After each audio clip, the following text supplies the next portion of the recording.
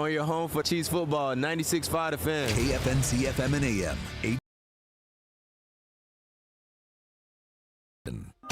Nobody in Kansas City has sports like 96.5 The Fan. Right side throw, touchdown! Kansas City, a 3-yard touchdown pass in overtime. Kansas City wins the game. Welcome into The Drive with Carrington Harrison. Back-to-back best sports talk hosts as voted on in the Pitch magazine. Live from the Fan Studios. Here's CDOT. Let's do this. Another day, another dollar, another edition of The Drive. You were listening to The Drive on 96.5 The Fan, 96.5thefan.com, and also the Odyssey app. And as you would imagine, we have a lot to get into in today's show. Now, Rob tried to veto this. You want to know why? Because Rob doesn't believe in the people. Rex Hudler told me this. Now, it feels like a decade ago. Everything that we do in this business is about the people. I want to hear from the people today. I'm willing to open up the phone lines. It just shouldn't be me yapping all day. It shouldn't just be Rob yapping all day. It should be about you, the fans, the people, the paying customers. How do you feel about the way that the Chiefs have played so far this season? So I am inclined to do more than just read your text today. I'm inclined to take phone calls today. 913-586-7965. We got a lot to get into in today's show. We only have one guest. Mitch Holtz is voice of the Kansas City Chiefs. He is calling in today at 4 o'clock. Other than that, it would just be me and you and Rob taking you up until 6 o'clock. I have a lot of thoughts about yesterday's loss to the Jacksonville Jaguars. But before we get to that, I need you guys to remember a couple of things. Number one, I need you to listen to The Drive every day at 2 o'clock right here on 96.5 The Fan. Number two, I need you to tell one friend to check out the show. And number three, and this might be the most important, I need you to remember that the open of the show is brought to you by our friends over at The Other Place. If you're looking for a place to go grab a bite, if you're looking for a place to catch the game, get a cold beer, maybe stop by for a little happy hour after work and just wind down, our friends over at The Other Place is the perfect place. Rob, I see you looking at me crazy. Answer the phones. We're taking phone calls today. The people need to be heard today. I want to read to you guys a paragraph because I think that this paragraph is the perfect way to start today's show. Now, you might have a lot of opinions about me. You know what? That's fine. But one thing I would like to believe that I have been very consistent on in my career and on this show is I'm always going to be critical most of the people who get paid the most. These are the people who have the greatest responsibility of carrying you to a victory. So I'm not going to pick on the Juju Smith-Schusters and Tyquan Thorntons. No, I'm starting at the top of this thing. These are the people that are most important. I want to read to you a paragraph. This was from January. The Chiefs playoff captains are Patrick Mahomes, Travis Kelce, Chris Jones, Nick Bolton, Harrison Butker, and James Winchester. These players were named captain because of their extensive postseason experience and excellent leadership. So these are the most important people. These are the most long-standing people on the Kansas City Chiefs. Now, James Winchester, I don't mean this as any disrespect to you. I know you've played in some big games. You've helped this team. Go sit over there. This isn't about you. You're the long snapper, all right? I don't have any issues with you. Nothing in this open is directed at you, James Winchester, so go get something to drink. Go do what you need to do. Come back in 15 minutes, and then we can maybe be talking to you. But this has nothing to do with you. Patrick Mahomes. He has made some incredible plays in his career. He made incredible plays yesterday. The biggest play, the biggest swing in the game, he got fooled. That simple. He got fooled. For those of you that play video games, for those of you that play Madden or college football, that was a user lurk. You didn't see the linebacker. You think that he's wide open in the middle of the field. Next thing you know, user pick, interception out of nowhere. That's on the quarterback. That's not on Andy Reid. That's not on Matt Nagy. That is on the quarterback. You fell for the okie doke. That's what happened. You fell for it. If you want to change one thing about the game and the Chiefs win, if this happens, if Patrick Mahomes doesn't throw that interception, they win the game. So I'm not saying they lost because of Patrick Mahomes, but I'm saying that that play, him getting hit with the okie doke, him being fooled, is a major contributing factor in why they lost. You're the captain. You're the quarterback. You're the best player in the league. You're the most important player in the league. You got to wear some of the responsibility of why you lost yesterday. It's not all your fault. And trust me, there were a lot of other people who had major contributions in yet another Kansas City Chiefs loss. But I mean, I got to start with the quarterback, right? You're the captain. I mean, you're the first ballot future Hall of Famer. We think you're the greatest quarterback of all time. You got fooled yesterday. You got played. You got bamboozled. It was a 14-point swing. It was one of the biggest swings in momentum that you could quite possibly have in a football game. The Chiefs are about to score.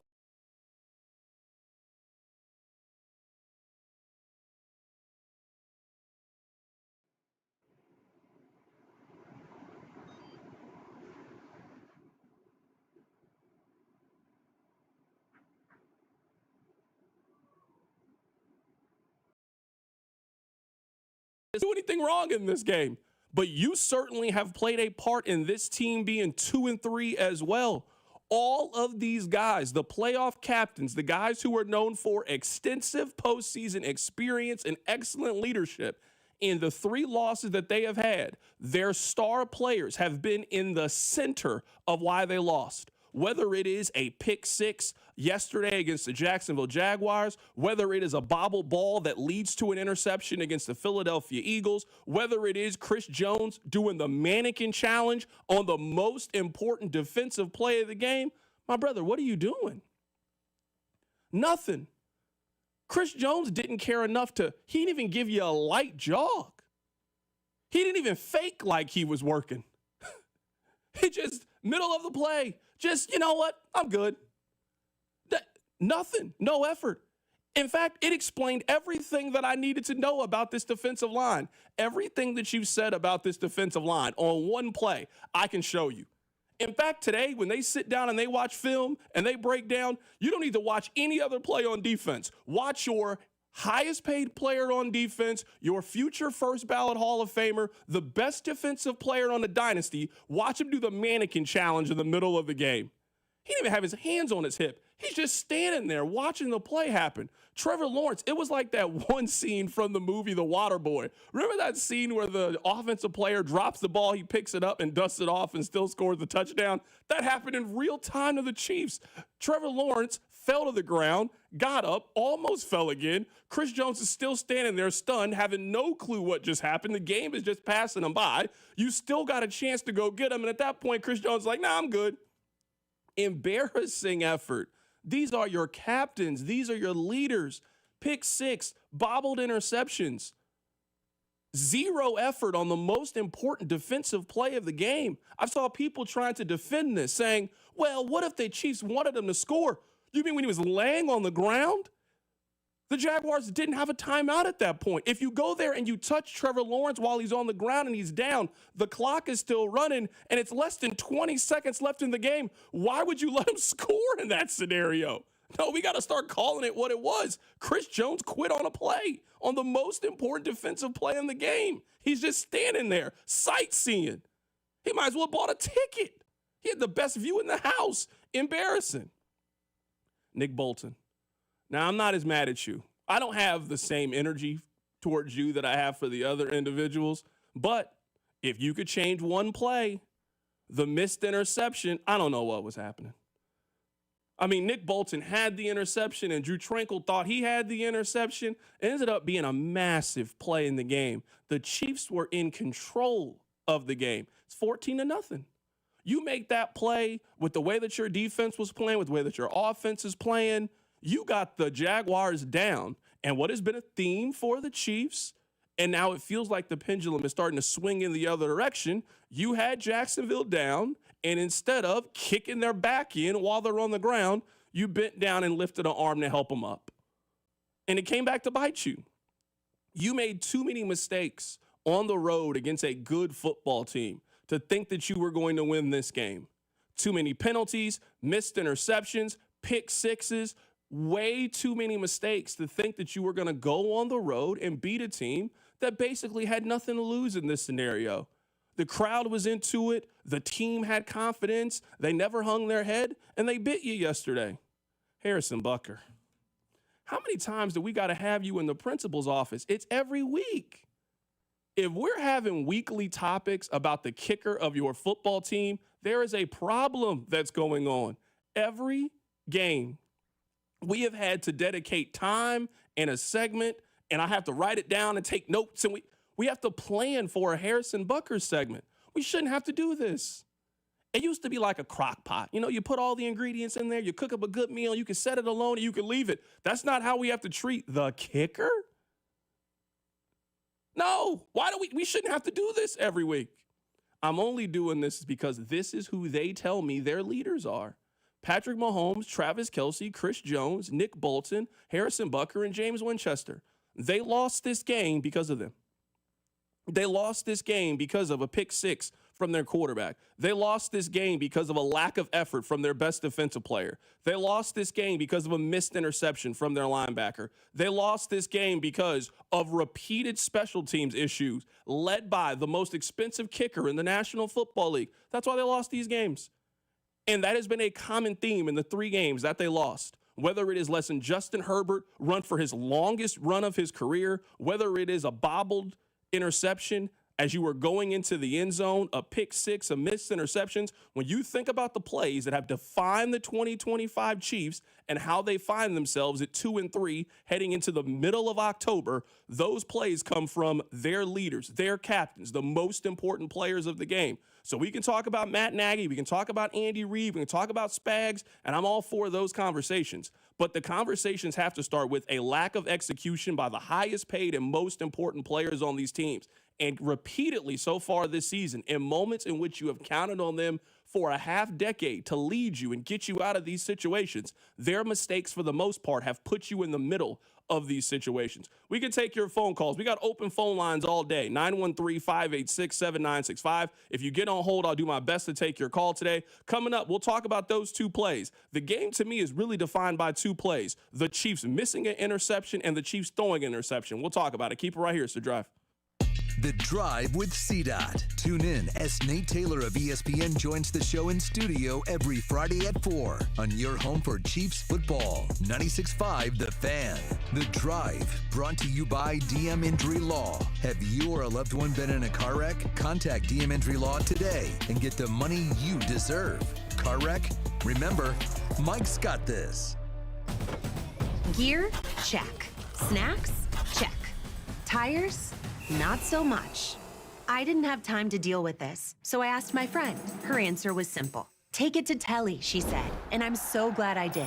They didn't just take care of my tires, they took care of me. We got you, they said, and they did. Fast, friendly, and stress-free. Now I know when life throws you a red card, take it to Telly.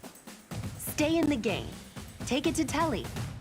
Looking for the ultimate spot to watch Sunday football? It's all happening at Brew Brothers inside Harris Casino, Kansas City. With NFL Sunday Ticket, you'll catch every game, every Sunday. So no matter who you root for, your team is always on. Add in ice-cold drinks, mouth-watering food, and a crowd that loves football just like you. And you've got the perfect game day atmosphere. Every snap, every score, every Sunday.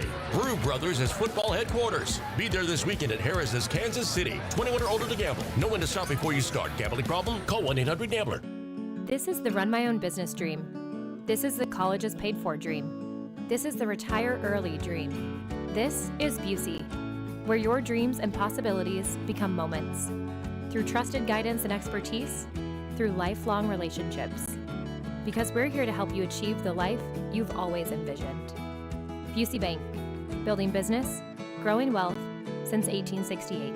Member FDIC. Need to sell your house in Kansas City but not sure what the best option is? Selling a home, especially when dealing with foreclosure, divorce, job relocation, or an inherited property, can feel overwhelming. That's why I don't just make offers. I help homeowners understand all their options so they can make the right choice with no pressure and no obligation. I'm Rex, a local homebuyer and resident right here in Kansas City. Whether you're looking for a fast cash sale or just want to explore your choices, I'll walk you through the pros and cons of selling to me or listing with an agent. If selling directly is your best move, I'll offer you a fair cash price and a closing timeline that fits your needs in as little as 7 days or on your schedule. No repairs, no commissions, no hidden fees. Just a transparent, hassle-free process so you know exactly what to expect. Let's talk. Call 816-330-6000 or visit rexspicekc.com for a free, no-pressure consultation. Rex Spies KC, helping homeowners make informed decisions with confidence. This is an important notice to all U.S. taxpayers. The IRS is giving away billions of dollars in tax savings through a federal program called the Fresh Start Initiative to aid delinquent taxpayers. This initiative was established for anyone facing financial hardship and unable to pay their back taxes. Qualifying and enrolling in this program will stop all collections, settle your delinquent tax problem, and even reduce what you owe by thousands of dollars. Call the hotline at People's Tax Relief to see if you qualify and get this free information by dialing 800-351-4596.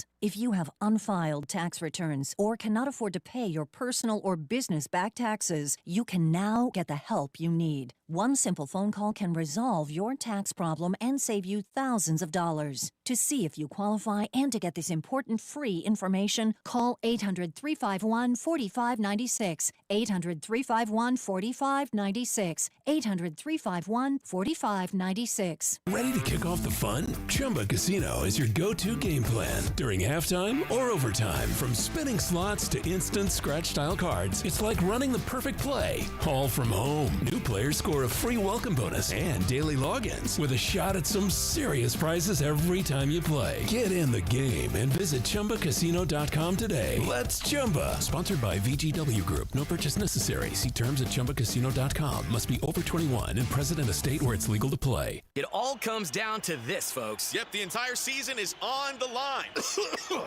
But my throat has officially thrown in the towel. Sounds like you need Vicks VapoCool drops. They're max strength and vaporize sore throat pain. Whoa! These VapoCool drops hit fast. Speaking of fast, did you just see that play? Yeah, he vaporized that ball. That pun should have come with a penalty. Vaporize sore throat pain with Vicks VapoCool drops. Use as directed. Hi, I'm Nancy Cartwright. You may know me better as the voice of Bart Simpson. On Simpsons Declassified, we're diving into the mysteries that keep the Simpsons forever young. Have you ever wondered how the Simpsons regularly predicts future events? Who better to ask than the show's creators, performers, and writers, the celebrity guests? Be sure to follow and listen to Simpsons Declassified wherever you get your podcasts. You're listening to 96.5 The Fan from the DM Injury Law Studios. Mike's got this. Subscribe to 96.5 The Fan on YouTube to watch the show from wherever you are. The text line is telling me that I need to hear what Nate Taylor had to say. I missed it. We were in the back getting ready for our own show. I didn't get an opportunity to hear it. I will hear it in real time. We'll play that coming up in a little bit. We'll also hear Chris Jones, his thoughts on the final defensive play from the game when, in my opinion, he was doing the mannequin challenge. It was embarrassing level of efforts from Chris Jones. And there are a lot of criticisms, I think, to be levied at the Kansas City Chiefs. For them to be 2-3 and we are heading into week 6, something has been disappointing from a team that we consider to be the best team in the NFL, AFC favorites. Something has gone wrong. Their defensive line is number 1 on the list. And if you are looking for a play that epitomizes the amount of time, money, and resources that they have spent on their roster, they have spent the most of it on their defensive line. And for your best player, for the leader of your defense to be disinterested and unengaged in the most important defensive play of the game, and that has been a common theme. That is how the Chargers game ended in week 1. That is how the Jacksonville game ended in week 5. Unacceptable effort from a player who is one day going to be in Canton, Ohio. I told you guys we would take phone calls today. I'm a man of my word. Let's go to the phone calls. Calvin called into the show. Hey, Calvin, how you doing today, my man? Hey, don't be blaming Patrick. You blame the coaching staff. That guy that you say that's over the hill, he broke off one yesterday, didn't he? What was 2 yards for him to get? Okay, the coaching staff should have been running the ball. Okay? we're down there, running the ball sometimes. Don't blame Patrick. Calvin, he threw a pick. I'm sorry, I can't do it. He threw a pick. Stop it. Come on now. We're not doing this today. He threw a pick. I love Pat too, but come on now. He threw an interception. He got baited. That happens sometimes. Pat is not exempt. He got baited.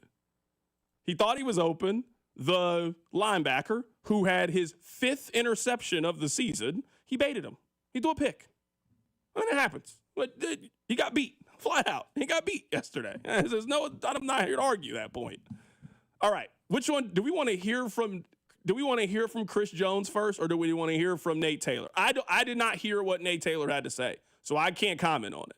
Which one should I hear first? You need to hear Jones first. Okay. All right. So this is Chris Jones talking about the final offensive play for Jacksonville, the rushing touchdown from Trevor Lawrence when he fell to the ground, planked for a little bit, got up, he dusted his shoulders off, broke 2 tackles, and scored a rushing touchdown. Here's Chris Jones on that play. I thought multiple times we had him. We just got to finish. We got to finish. We had multiple guys there that we just got to finish that play. It was a fluke play for him to be able to break that many tackles.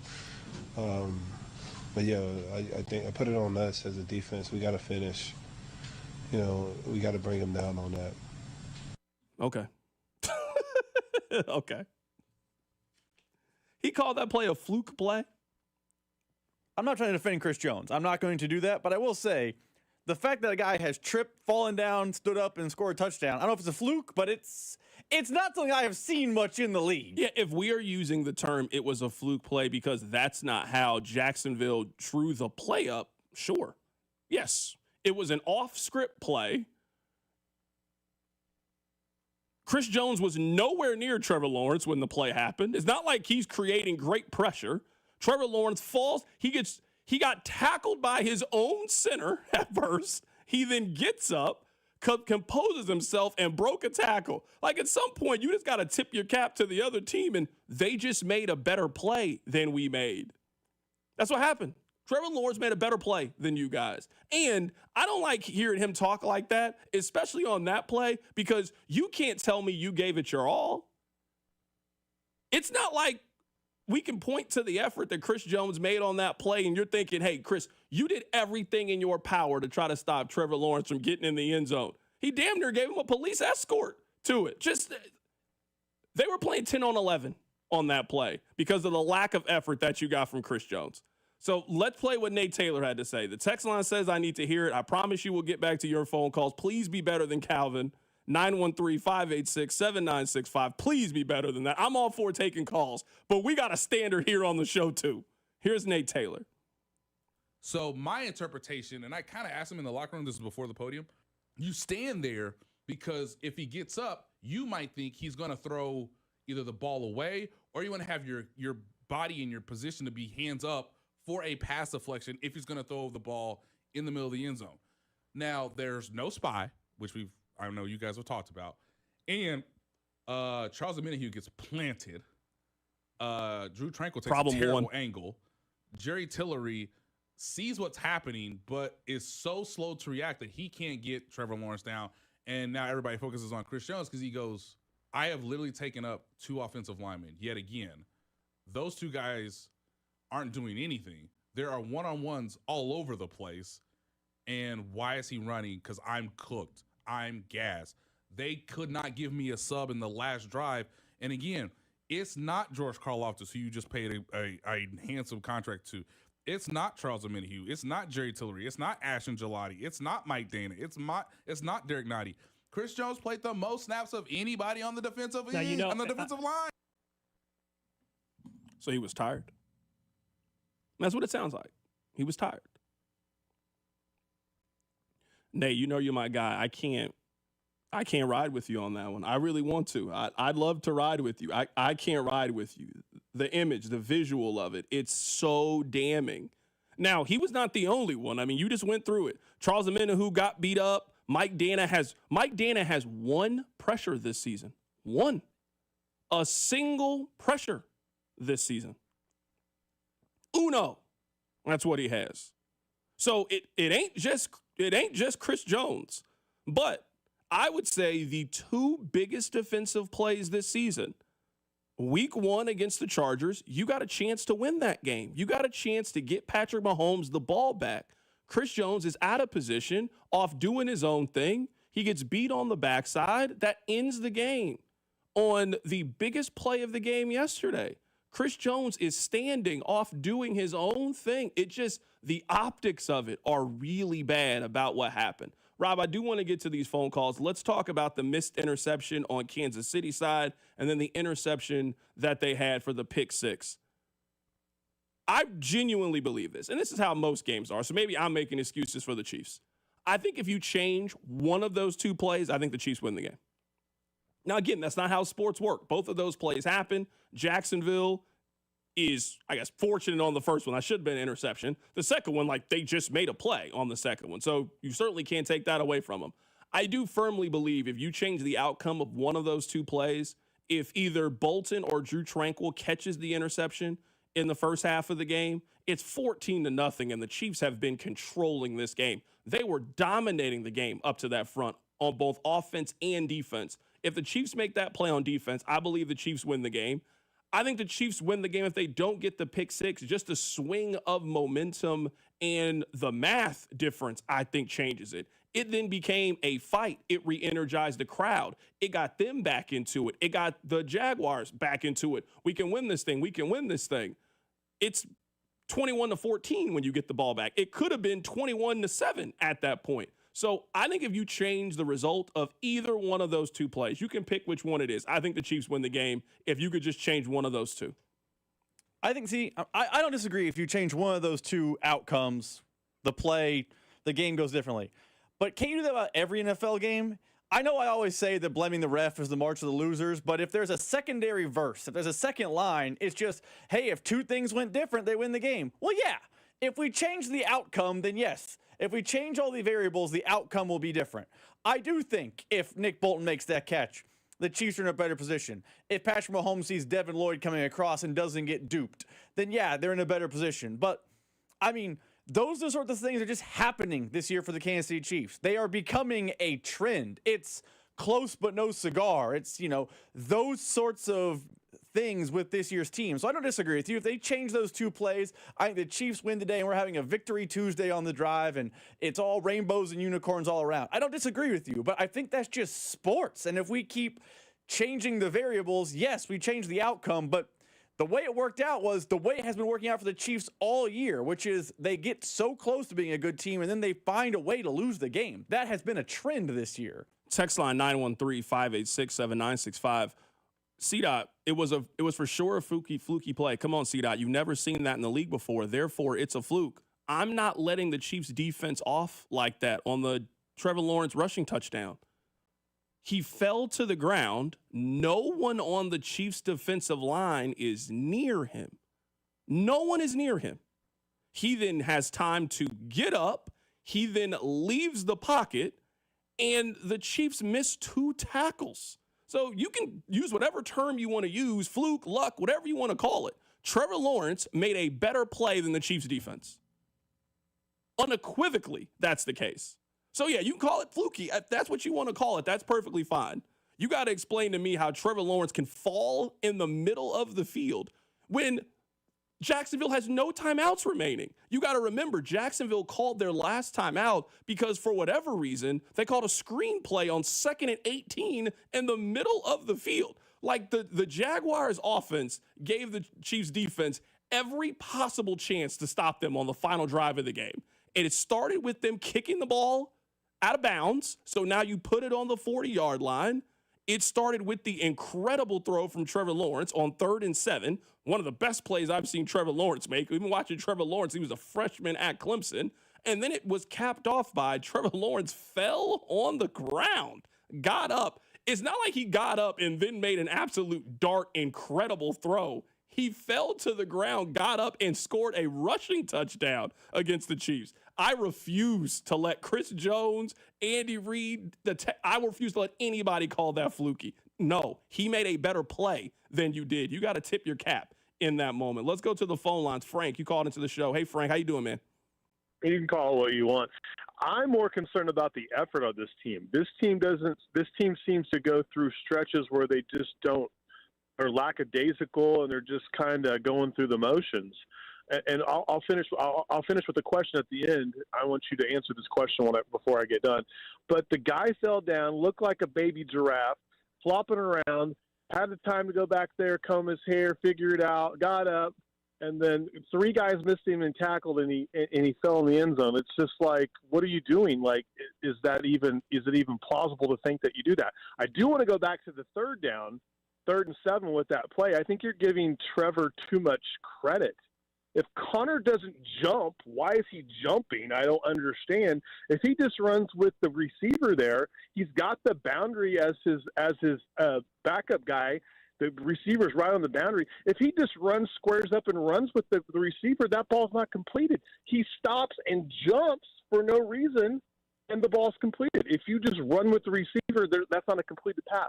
The effort on this team is lackadaisical. I think they have the mindset that they're just going to show up, that they've got the Kansas City logo on their helmet, and they're just going to win because that's what's happened in the past. And your past performance doesn't matter. It matters what you're doing today. And I'll close with this. Name me the last defensive lineman that's got a big, fat contract that's lived up to that contract. Chris Jones should not be making $32 million on what he's putting on the product today. He has been lackadaisical this season and very insignificant. He's got more penalties than he does sacks in this season. And if he doesn't pick it up, he's the leader of the defense. The defense is going to go off of what he puts out. And that's what he's putting out right now is a piss poor performance, and that's what you're seeing out of this defense. Frank, I'm with you, man. I appreciate the phone call. I think that Chris Jones deserves all the criticism for the play. I'm going to give Trevor Lawrence credit for the throw. That's a dart. That is a laser. That's a great thrown ball on 3rd down. 3rd and 7, you got to make a play. He throws it directly in between the corner and the safety. You guys know I am not the biggest Trevor Lawrence fan. If anything, I have been one of Trevor Lawrence's biggest critics back when it wasn't cool to be a Trevor Lawrence critic. He made 2 incredible plays to go win that game yesterday. The 3rd and 7 pass down the middle of, I guess, on the sideline to Brian Thomas, and the rushing touchdown. I got to tip my cap to how he played yesterday. Let's get back to the phone lines, 913-586-7965. If you want to chime in today, we're taking phone calls. Josh, you called into the drive. Hey, Josh. Hey, C-Dot, how's it going? Thanks for taking my call. No problem, I appreciate it. Streaming your show from across the country right now, okay, so cool appreciate everything you do.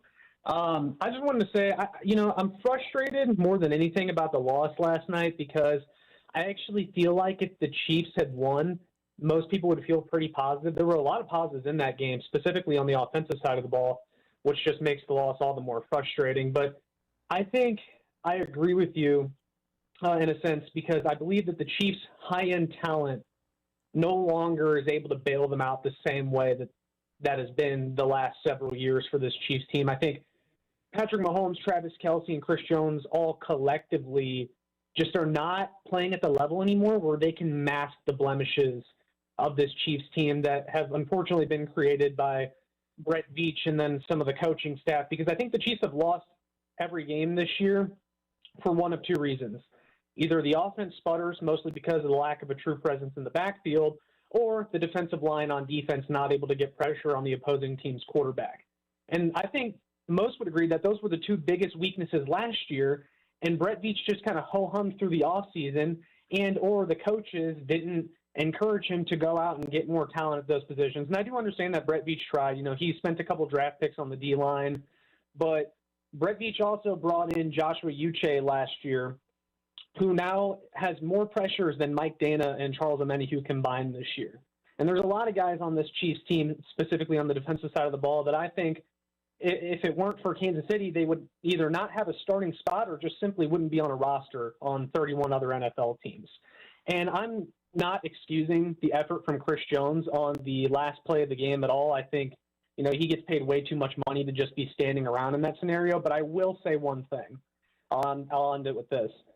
I think what you saw from Chris Jones last night on that final play is the result of Veach and Spags not getting him any help on the defensive line. The guy is entering his mid-30s. He's not where he once was physically, and he's exhausted, and he's tired, and he's double-teamed on every single play, and you just got to give him some help. Josh, great stuff, man. I appreciate the phone call. I do want to talk about one thing you said before we get back to the phone lines. it is unfortunate that I think so much of the conversation today is going to be dominated by the defense, and it should be dominated by the defense. Their wide receiver room has really started to figure things out the last couple of weeks, which, if you are looking for a silver lining in all of this right now, I mean, it's the same message that I think we've been talking about, but we are now getting closer and closer. You're one game away from it. The Chiefs are about to add their best skill position player in a week.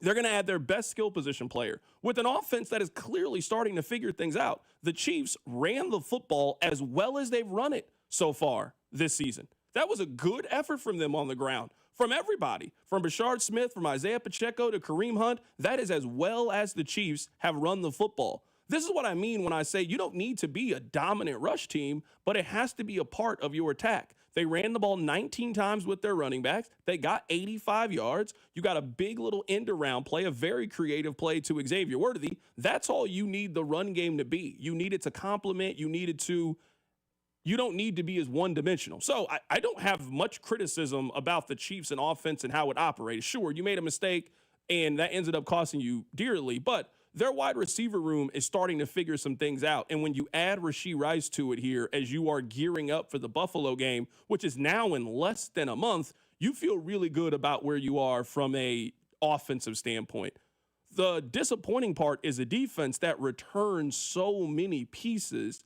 You just expected it to be a little further along. And after we saw them last week, really stop Baltimore from doing anything that Baltimore wanted to do.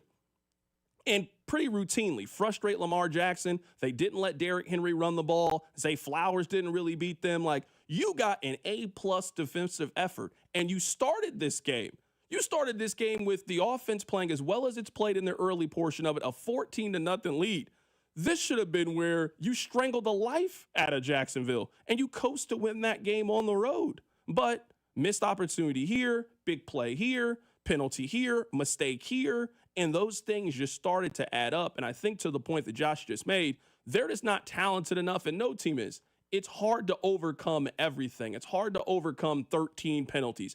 It's hard to overcome kicking the ball out of bounds on the final drive of the game. It's hard to overcome a missed interception that they then get a touchdown on that drive when your drive should have been over. It's hard to overcome a pick six that happens as you put together a great drive. You're about to put points on the board. They now get an interception. It now goes the other way.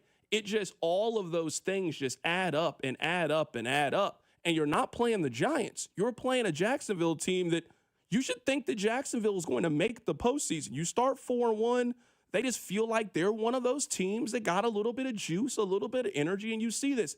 It could possibly be their year. I don't mean their year like they can go to the Super Bowl, but every year there's a team that wins 10, 11 games, goes to the playoffs, and we pat them on the head for having a good season. It looks like that team could be Jacksonville this year. We got time to take one more phone call in this segment. Sandy called into the show. Hey, Sandy. How you doing today? Doing good, man. Okay, so let's really call it what it was last night. Yeah, Chris Jones laid off on one play. Patrick had the interception to give Lloyd credit from Jacksonville. He baited him. But it was a team loss. 13 penalties like you talked about. In the first half, you got them down, even at 14-7. Let's say you didn't have the interception. They came down and scored a touchdown. We had the ball twice, once before the half was over, and secondly to start the second half, and did nothing. That's team ball. The plays that were called, the schemes by the coaches at that point were poor. An end around that lost 6 yards on the first play and near the end of the second half. I mean, the first half that you're trying to move the ball down the field, that was a horrible call, put you in a bad position, and it made you go 3 and out. The defensive schemes, I thought last night that Trevor Lawrence looked like Lamar Jackson. He was running all over the place. The middle of the defensive line was wide open for him. We rushed 4 guys. We didn't blitz very much until the second half, and that really wasn't a lot either. But we gave him an opportunity to run the ball every passing play. The middle of the field was wide open for him to gain 10, 15, 30 yards at one time. I think it was the longest rush in his NFL career. So I look at the schemes. I think the coach has got to take a lot of the blame for this. Defensive schemes weren't good. I think Reed needs to take blame for this. Some of the play calling, especially late in the first half or in the second half, put us down. And you stole my thunder. Even when you got them down 14-7 on the road, kill them. Slit their throats. But Reed has a problem of really trying to push the button and really blow out a team. And other teams like Buffalo, they blow people out. They don't care if it's 44-6 or whatever the score is. They make a statement. We have never done that. Very few times have you ever seen a Reed team blow teams out. 11 games last year were won on one-possession games. This year now we're 0-3. So in 2 years, 14 one-possession games. How many of those, including last night, could we have really taken the ball down the field? Patrick was having a great game. The running game was fine. Smith's starting to be a good pass catcher out of the backfield. And we could have done a lot, but we didn't. We left them in the game, like you said. If you leave inferior teams in a game over the course of time, they find a way to come back and bite you. And I thought that's what happened last night. Sandy, I'm with you, man. I appreciate the phone call. Let me give you the rushing numbers really quickly. That was actually the second best rushing game of Trevor Lawrence's career. It was the second most rush attempts he's ever had. He ran for 54 yards. He ran for 59 yards at one point last year. You're right. His versatility, his athleticism was a major, major difference in the game. That is about as well as I can remember Trevor Lawrence played, and he did it on the Chiefs defense. Coming up on the other side, we give out a coveted drive award. I'll tell you what it is. Keep it right here. It's The Drive. The Drive with Carrington Harrison on your home for Kansas City sports. 96.5 The Fan. Brought to you by DM Injury Law. Have you or a loved one been in a car wreck? Contact DM Injury Law today and get the money you deserve. Car wreck? Remember, Mike's got this.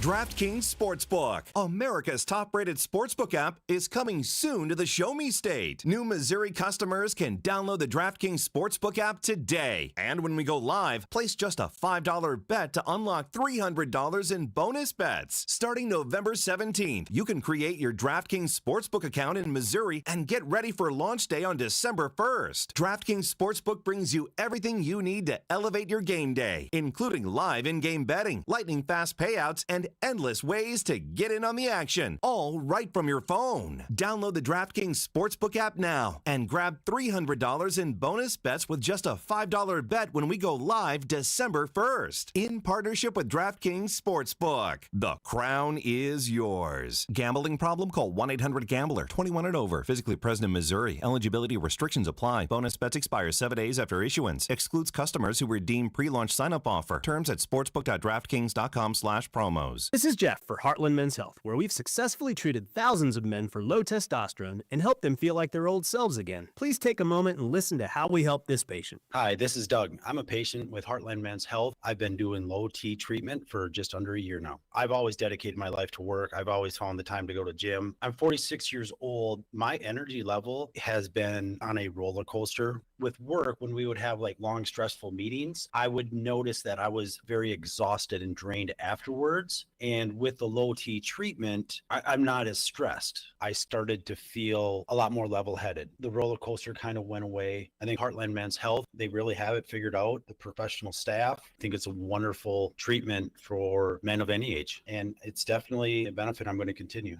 Thank you. It's true. Your initial appointment includes blood work and a medical consult. And if you start on testosterone the day of your appointment, your visit is free. Call 844-447-6600 or go to heartlandmenshealth.com. Century Roofing has done it again. Voted best roofing company in Johnson County for the 4th year in a row. If you didn't get your roof inspected after last year's hailstorms and your neighbors are getting new roofs, you might have damage too. Don't wait. Book your free inspection today and take advantage of our free material upgrade sale. This can mean big savings on your insurance premium. Trust the pillars of strength with female-owned Century Roofing. CenturyRoofingKC.com. That's CenturyRoofingKC.com. Century Roofing. Trust the pillars of strength. Do you owe $10,000 or more in credit card debt or personal loans? With credit card debt at all-time highs, Debt Relief Advocates is urgently notifying consumers of debt relief now being made available, designed to aid consumers with out-of-control credit card debt. Those who qualify and enroll for this relief program will only have to pay back a fraction of what they owe. This is not bankruptcy or a debt consolidation loan. This is a relief program that credit card companies would rather you not know about, as it ends your debt nightmare and saves you lots of money. Consumers owing at least $10,000 in credit card debt or personal loans can now take advantage of this debt relief as the cost of living skyrockets. Debt Relief Advocates has established a relief hotline for you to call to learn what debt reduction you may qualify for, so don't wait. For this free information, call the Relief Hotline at 800-707-6152. 800-707-6152. 800-707-6152. This is the story of the one. As a custodial supervisor at a high school, he knows that during cold and flu season, germs spread fast. It's why he partners with Grainger to stay fully stocked on the products and supplies he needs, from tissues to disinfectants to floor scrubbers.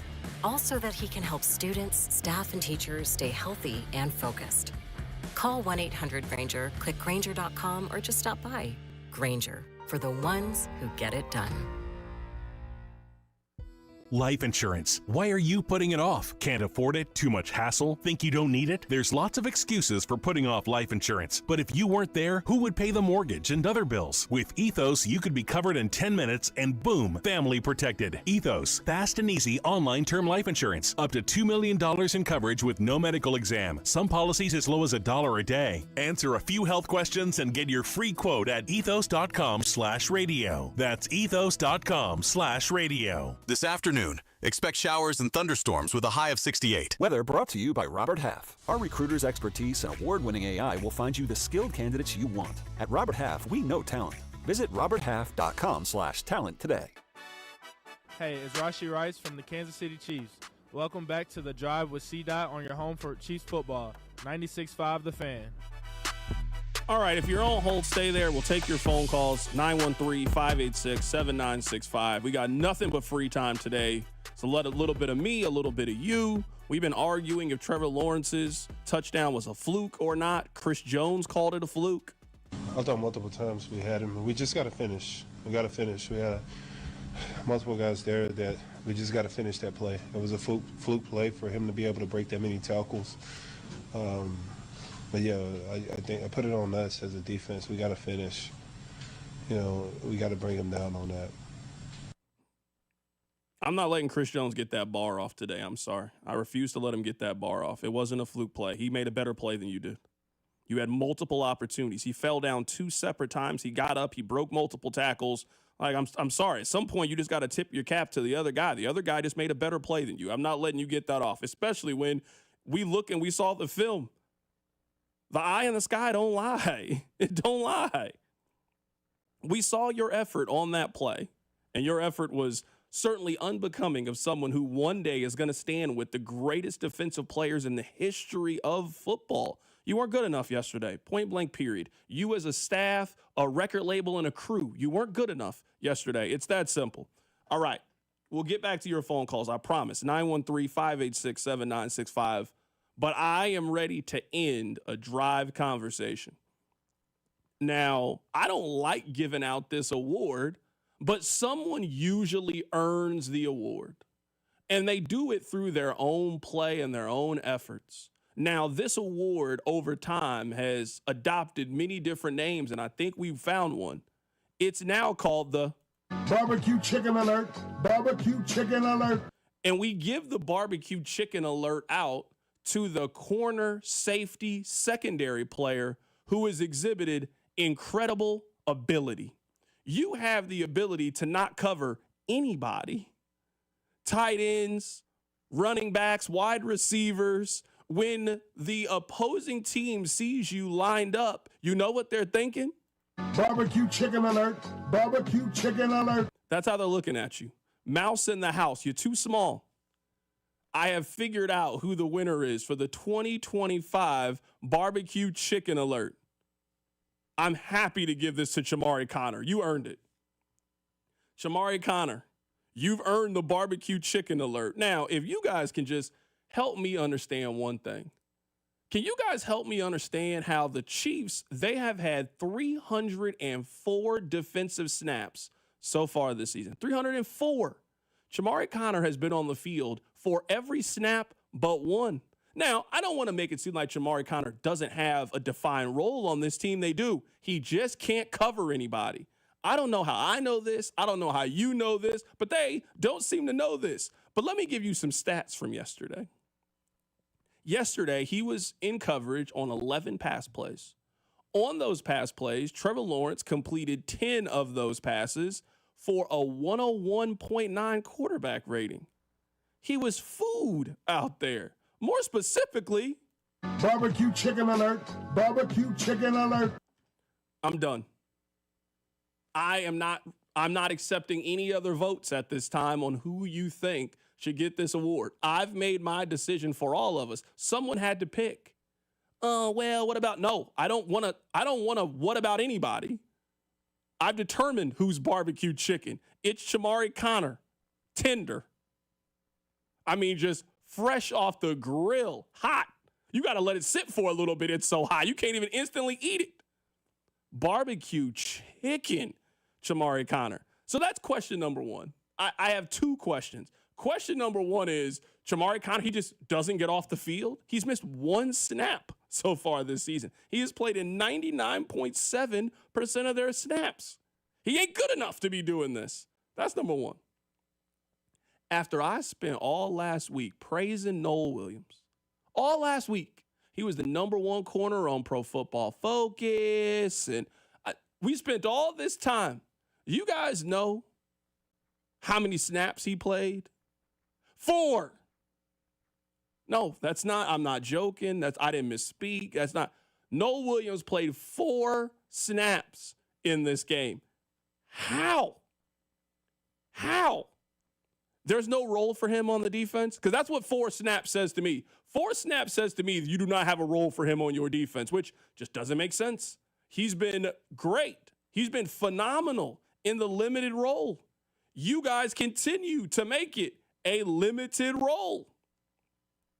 Somebody please help me. 913-586-7965. We'll take more of your phone calls coming up at the top of the hour. I need some assistance. Please tell me why they continue to try to make Chamari Connor something he is not. He is a very good free safety roam, and he can't cover. Why do you have him on the most important play of the game? Why is he on their best wide receiver? That's not his role. That's not what he's good at. And what does Noel Williams have to do to get on the field? 4 snaps? Rob, help me out, please. I'm tagging you in. Please help me.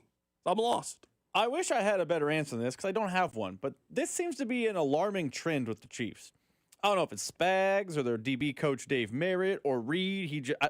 But it feels like every year we give out the barbecue chicken alert, there's an obvious solution to the barbecue chicken problem. We get it as a Daniel Sorensen. Daniel Sorensen, once a hero, became barbecue chicken. Juan Thornhill was watching the game from the sidelines for a long time. Last year, you'll remember, the Chiefs went through a patch where they struggled to cover. It was like week 9 through 13, 14. Najee Johnson was our barbecue chicken alert. Meanwhile, Joshua Williams was just standing on the sideline, watching the game go by, wondering, what do I have to do to get in? This year, I know it's earlier in the season, but barbecue chicken alert for Chamari Connor and Noel Williams, who PFF. This is not like, Chiefs fans. This is not Chiefs Twitter. This is not Section 117 at Arrowhead telling me this. Pro Football Focus is saying he is one of the absolute best corners in the NFL. And he is watching Connor get whatever term you want, just absolutely embarrassed out there. And he's on the sideline standing next to the coaching staff watching. Why can't he get in? And why does this happen every year? Why is there one guy who can't cover? There's a seeming replacement, a seeming solution standing on the bench. We can see it. The fans can see it. The eye in the sky can see it. And somehow the coaching staff seems late to see it all the time. I'm just telling you guys tonight, when your wife asks you, hey, babe, what would you like for dinner? And you say, you know what? Can we go get some Chamari Connor? She's like, what does that mean? She knows. Barbecue chicken alert. Barbecue chicken alert. I'm talking Q39 wings. I'm talking Jack Stack wings, Gates wings. He's barbecue chicken out there. That's how Trevor Lawrence viewed him yesterday. Absolute barbecue chicken he was yesterday. Do you guys remember at the beginning of the season, do you guys remember whenever Drew Tranquill and Chris Jones got into that argument on the field? You guys remember that? Well, Rob, you know what? Rob, sometimes he shows great importance. Rob actually found some exclusive audio on what they were arguing about. We'll play it for you next. Keep it right here. It's The Drive. The Drive with Carrington Harrison, brought to you by DM Injury Law. Have you or a loved one been in a car wreck? Contact DM Injury Law today and get the money you deserve. Car wreck? Remember, Mike's got this. Tune in Mondays at 4 to hear the play-by-play voice of the Chiefs, Mitch Holthus, on your home for Chiefs football. 96.5, The Fan. Hey, Chiefs fans, Crown Royal is the official whiskey of the Kansas City Chiefs. And this season, it's not game day without the generous spirit of Crown Royal. Whether you're at the tailgate, in the stands, or watching from home, Crown Royal is the reason and the reward for coming together.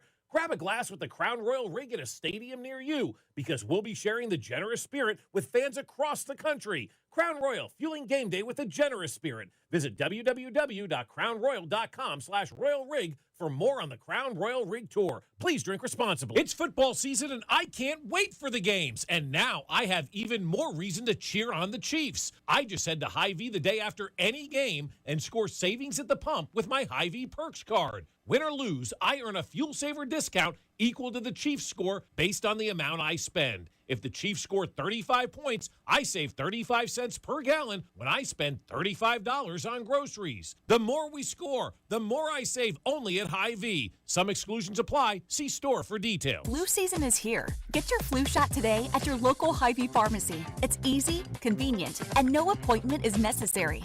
Plus, when you get your flu shot at Hy-Vee, earn a 20-cent fuel saver. That's right, a 20-cent fuel saver. Get your flu shot when it's convenient for you. Schedule online or just stop by your Hy-Vee pharmacy. No appointment necessary. Help your family stay healthy.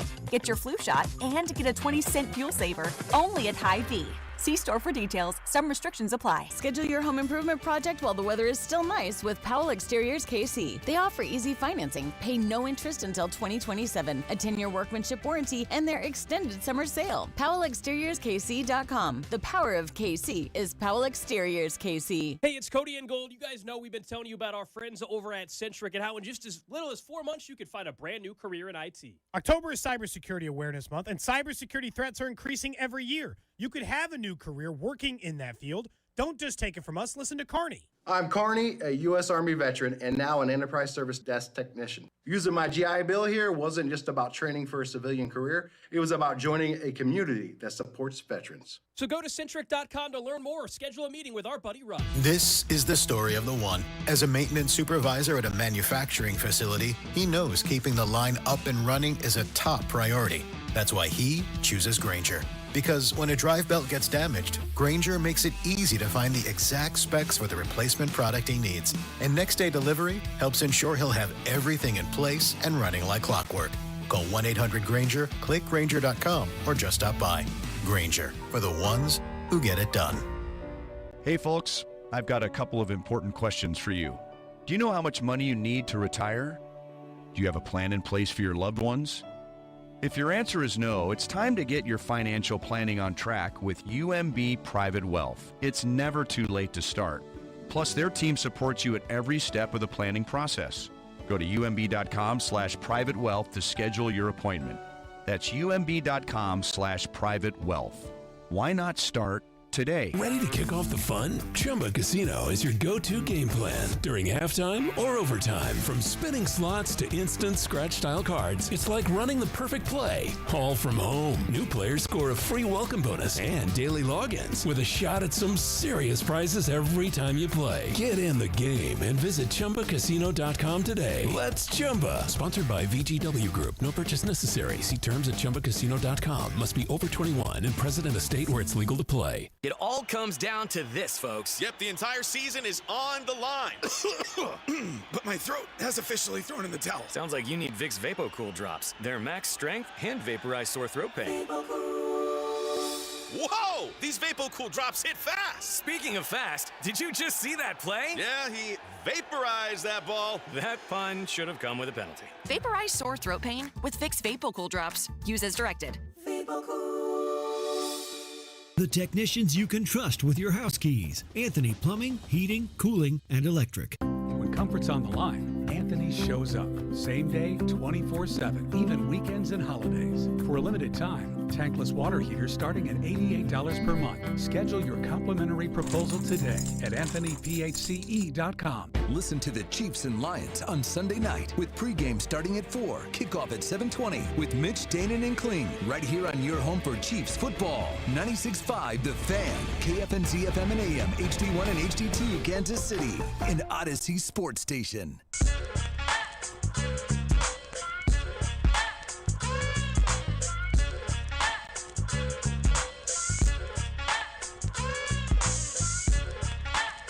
If you want to chime in, you can do so. 913-586-7965. We got a little bit of a runway here that if you want to call in, you want to let us know what you think, now is the time to do so. Coming up in about 15 minutes, we'll kind of go around some of the national conversations and talking points around the Kansas City Chiefs. We'll also talk about Harrison Butker. I feel like on this show, we just talk about the same 5 things. And I want to talk about different things. I want to talk about new things. I want Harrison Butker to stop being a topic on the show. I don't want to spend time every week breaking down the kicker for the team. I really don't. But he continues to find himself in the news for one thing or another, a missed extra point, a missed field goal, of illegal procedure. He continues to find himself in the news. So, Rob, take this phone call here. We'll take some phone calls in this segment. If you guys want to chime in, 913-586-7965. I want to play this audio for you guys. Now, Rob told me that this is exclusive audio. He said only we have this. If you remember, back in week 1, at the end of the game, Drew Tranquill and Chris Jones got into a little bit of an argument. And you remember, Drew Tranquill was mad at Chris Jones for losing containment, for not doing his assignment. Justin Herbert then ran for 17 yards on a 3rd and 14, and that ended the game. Rob told me that we have exclusive audio that breaks down what they were arguing about. What I got to say you really don't want to hear, because honesty ain't too high up on your people's priority list, right? Honesty? You want honesty? All right, honestly, I think you're nothing. Nothing but a pure waste of God-given talent. You don't listen to nobody, man. Not even Doc or Boone. Shiver push on the line every time, man. You blow right past them. Push them, pull them, do something. You can't run over everybody in this league. And every time you do, you leave one of your teammates hanging out to dry. Me in particular. Why should I give a hoot about you? Huh? Or anybody else out there? Nobody plays. Yourself included. I'm supposed to wear myself out for the team? What team? No. What I'm going to do is I'm going to look out for myself, and I'm going to get mine. I mean, that pretty much sums up what I'm seeing. You guys seeing anything different? I'm seeing a defensive lineman that's out to get his and his only. Can I give you guys a stat really quickly? Let me just give you guys a stat. We'll get to the phone lines. I just want to give you guys a stat. Did you know that so far this season, this is a true story, you can look this up. So far this season, Chris Jones has 7 tackles. It's week 5. We're heading into week 6. Chris Jones has 7 tackles so far this season. You might be thinking, oh, well, okay, maybe that's a lot. He plays D tackle. Maybe that's a lot. Jamar Chase has 5. This week, Jamar Chase had more tackles than Chris Jones. I'm not lying to you. Look it up. This week, Jamar Chase, who plays wide receiver for the Cincinnati Bengals, he had more tackles than Chris Jones. I'm telling you, if you have been complaining about the Chiefs' defensive line and their inability to get pressure on the other team's quarterback and you think they've been inconsistent, there is only one play that you need to bring before the court. It's the final defensive play of the game. It highlights everything. It's Chris Jones giving up on the play. It's Chris Jones not penetrating, not committing any pressure. It's the rest of the defensive line not being anywhere near Trevor Lawrence. It's Trevor Lawrence getting up. It's him breaking a tackle. If you are looking for a play that embodies why people are frustrated about their defensive line, that's your play. That's it. I mean, there's a group of these in these plays. Hey, why have you guys spent so much time talking about Harrison Butker? Here's the evidence. Look, this is why we've spent so much time talking about Harrison Butker. Well, hey, what about the D-line? You guys are kind of hard on them. Here's the play. Here's why we gave Chamari Connor barbecue chicken alert. Look at this play. Look. A lot of the things that have gone wrong so far and how they find themselves at 2-3 and how they find themselves like really in a dogfight in the division, in the AFC, how they find themselves potentially in a must-win situation at home against maybe the best team in the National Football League. A lot of it is their own effort. I don't want to take anything away from the Jacksonville Jaguars. I'm not calling their play fluky. I'm giving them their respect. Yesterday was about the Chiefs not finishing, not closing, not executing, not going out there and winning that football game yesterday. You had a 14-0 lead. You got a 14-0 lead with an offense that is clearly turning the corner and a defense that we think is top 5. You got to figure out a way to bring that home yesterday, and they just didn't. They did not bring it home. Let's go to the phone lines, 913-586-7965. Andy called into the show today. Hey, Andy. Hey, T-Dog. How's it going? Doing good, man. Oh, okay. So I got a couple points here I want to make. I feel like that the blitzes just aren't as good, maybe because we're missing Justin Reed because we don't really have a guy that we can trust to drop into coverage and bring like Trent McDuffie in on a blitz. And then my second one is I feel like the Chiefs and the Royals play the same brand of sport, as in the offense is good, the defense can't get it going, the pitching is great, but the offense can't hit, and it seems like it's about the same thing with the Chiefs. Next week against Detroit, I could see the Chiefs 7-7, defense plays great, and then losing by 3 at the end. Andy, I appreciate the phone call. You're certainly right when it comes to the blitzes and ability to dial up pressure.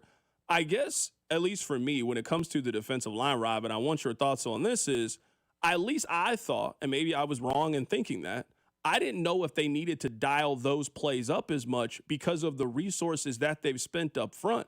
We all spent the summer really patting this defense on the back.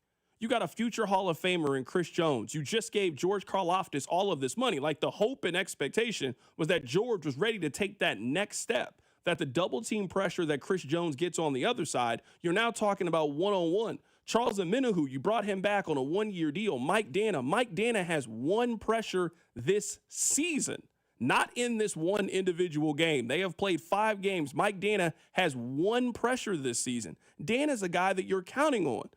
I think more than anything, if we really want to talk about who they potentially miss, I think they missed Deshaun Wharton. I don't think they missed Justin Reed. I mean, it'd be great if you had Justin Reed, but if you were telling me right now that one of those guys could come back to the team, who was more important? It was Deshaun Wharton. We're talking about a guy last year in Deshaun Wharton that had 8.5 sacks last year. I mean, that's a big-time pass rusher that you had last season. Great season. Got himself a nice contract with the Carolina Panthers. A guy who had 7-8 sacks last year, you remove him from the defense, you were expecting Charles Omenihu to pick up that slack. You were expecting Mike Dana to be able to pick up that slack. Maybe when it happened, I think we were all kind of patting them on the back and saying how good of a move it was that they brought back Derek Nottie. The fact that they were willing to let Derek Nottie go, the Jets basically said, we don't think he can play for us. Here, we'll just give him back to you. Give us a 7th-round pick. That should have been a sign right there. Hey, maybe everything wasn't as good on the defensive line as we thought. Another player, Rob, that they potentially could have missed, and they maybe mishandled this thing, is Mike Pennell. Just having Mike Pennell in the middle, having him eat up space, having him free up room for everybody else. Maybe they ended up playing this thing a little bit incorrectly. That you and I take full responsibility. I have probably been at the front of this with anybody. I spent a lot of time criticizing the running back room. We should have spent that time talking about the defensive line, because out of the 2 units, I think you can argue, especially given the resources that they've spent, their defensive line has been far more disappointing than the running back room. They didn't spend any money on running back. You got 2 7th-round running backs. One of them is in the end of his final year. Elijah Mitchell is in witness protection. I've never seen him before. I'm not even sure if he's a real person. And then you got Kareem Hunt back on a 1-year, $2 million deal. You could probably add up their whole running back room. They probably make less per game than what Chris Jones does combined. They probably do. So they didn't really spend anything on running back. It's kind of one of those things, you get what you pay for. They spent a lot of money on that defensive line. They're not getting the productivity that you expected from a team that spent those resources. I feel like your Deshaun Wharton point is a great one. And I know we've been hard on Chris Jones today because his effort on that final Jags offensive play, it does make you want to pull your hair out. I will give Chris Jones a little bit of slack here. The next-gen stats ESPN has, they flashed this up at one point during the game, that Chris Jones was getting double-teamed more last night than he ever had all season. That is a trend that has been happening all of this year. That's why I'm frustrated with the D-line. Chris Jones is getting eliminated, which is frustrating in of itself. But I was maybe wrong because I credited the Chiefs. Hey, that's a really good contract you gave George Karlaftis. You basically gave him Greg Rousseau's contract. I watched Greg Rousseau on Sunday Night Football against the Patriots. He made plays. Has anyone seen George Karlaftis this year? I believe he has a sack. It came in the Ravens game. So let's put an asterisk by that because the Ravens game was just a different beast. Charles Omenihu. This show said he might be in a contract year. Is the contract year undefeated? I said that. Well, the contract year is whooping up on Charles Omenihu this season. Contract year is flexing over Charles Omenihu. They did walk on Mike Pennell, thinking they had Omar Norman-Lott, who I know he had a sack in the Eagles game where Jalen Hurts ran into him, but Omar Norman-Lott has not been that good for this team. And Felix Udike-Uzomah wasn't good, then he got hurt. So I'm not letting that be an excuse. Like, they have poured tons of resources into that D-line. I'm not even mentioning Ashton Gelati, who they tell me all the time, man, he's a really good player. I never see him make a play either. We should now pivot, you're right, from running back hate to D-line hate, because it's an expensive room that gets no production. None. You know what? Let's actually take a break here. I know we're up against it. I would say some of this is on me. I have been focused on the wrong player. I'll explain what I mean. Keep it right here. It's The Drive. The Drive with Carrington Harrison on your new home for Chiefs football.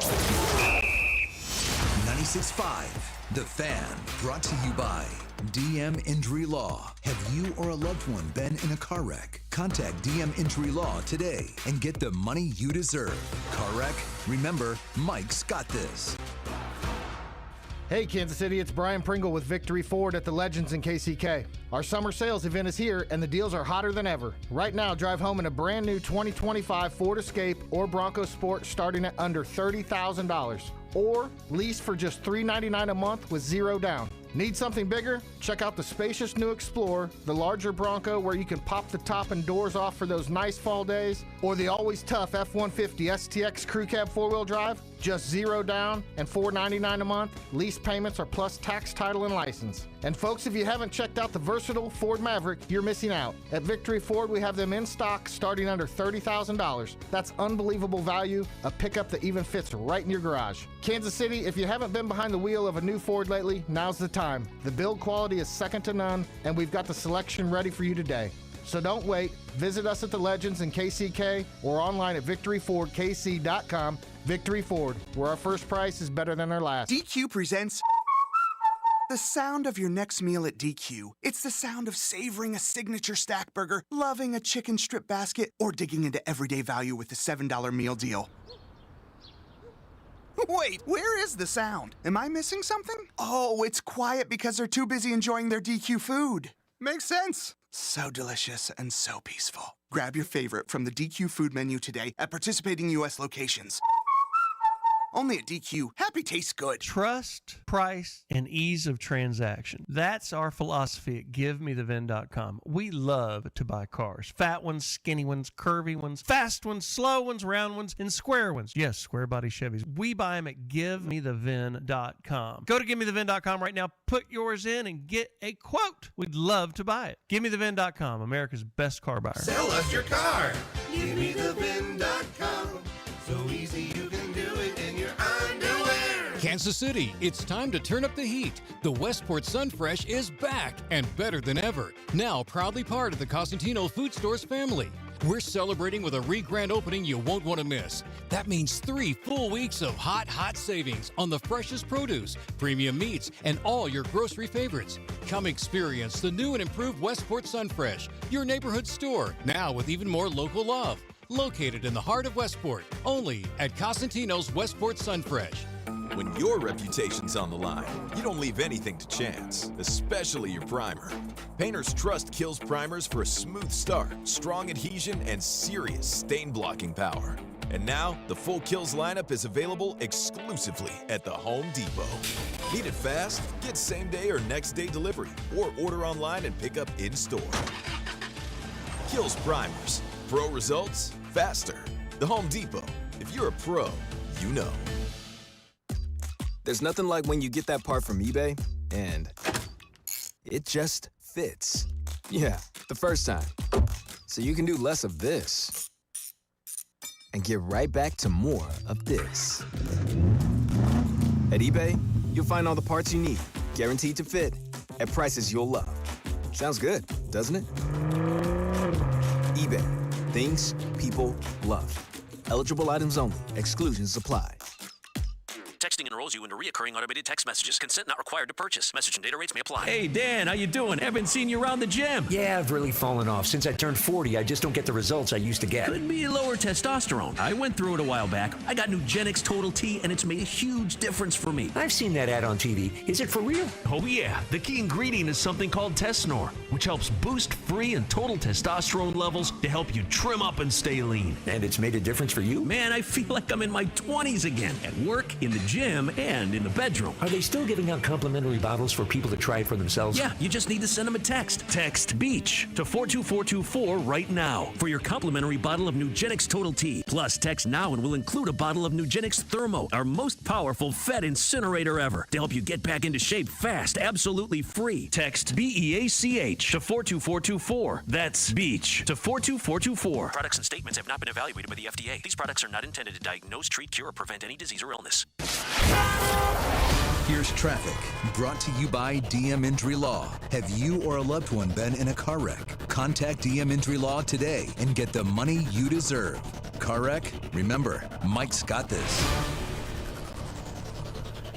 Brought to you by Kansas City Wind Supply Group Vendor Showcase, Thursday, October 23rd at J. Rieger and Company Distillery. A little bit heavy heading into downtown, northbound on 71 Highway, heavy from 22nd Street up to about Admiral. We did have an earlier accident, but all lanes are back open. A wreck trying to clear if you're traveling through Platte City, 29 Highway, northbound at 92 Highway. The left lane's still shut down, but the right lane is getting through. Just a couple minutes as far as delays. Discover the latest HVAC, plumbing, and trade solutions with companies like Milwaukee and Champion and over 20 other vendors at the Kansas City Wind Supply Group Vendor Showcase, Thursday, October 23rd from 3 to 6 at J. Rieger and Company Distillery. Plus, enjoy complimentary food, drinks, tours, prizes, and networking. Amy Lauren, 96.5 The Fan Traffic.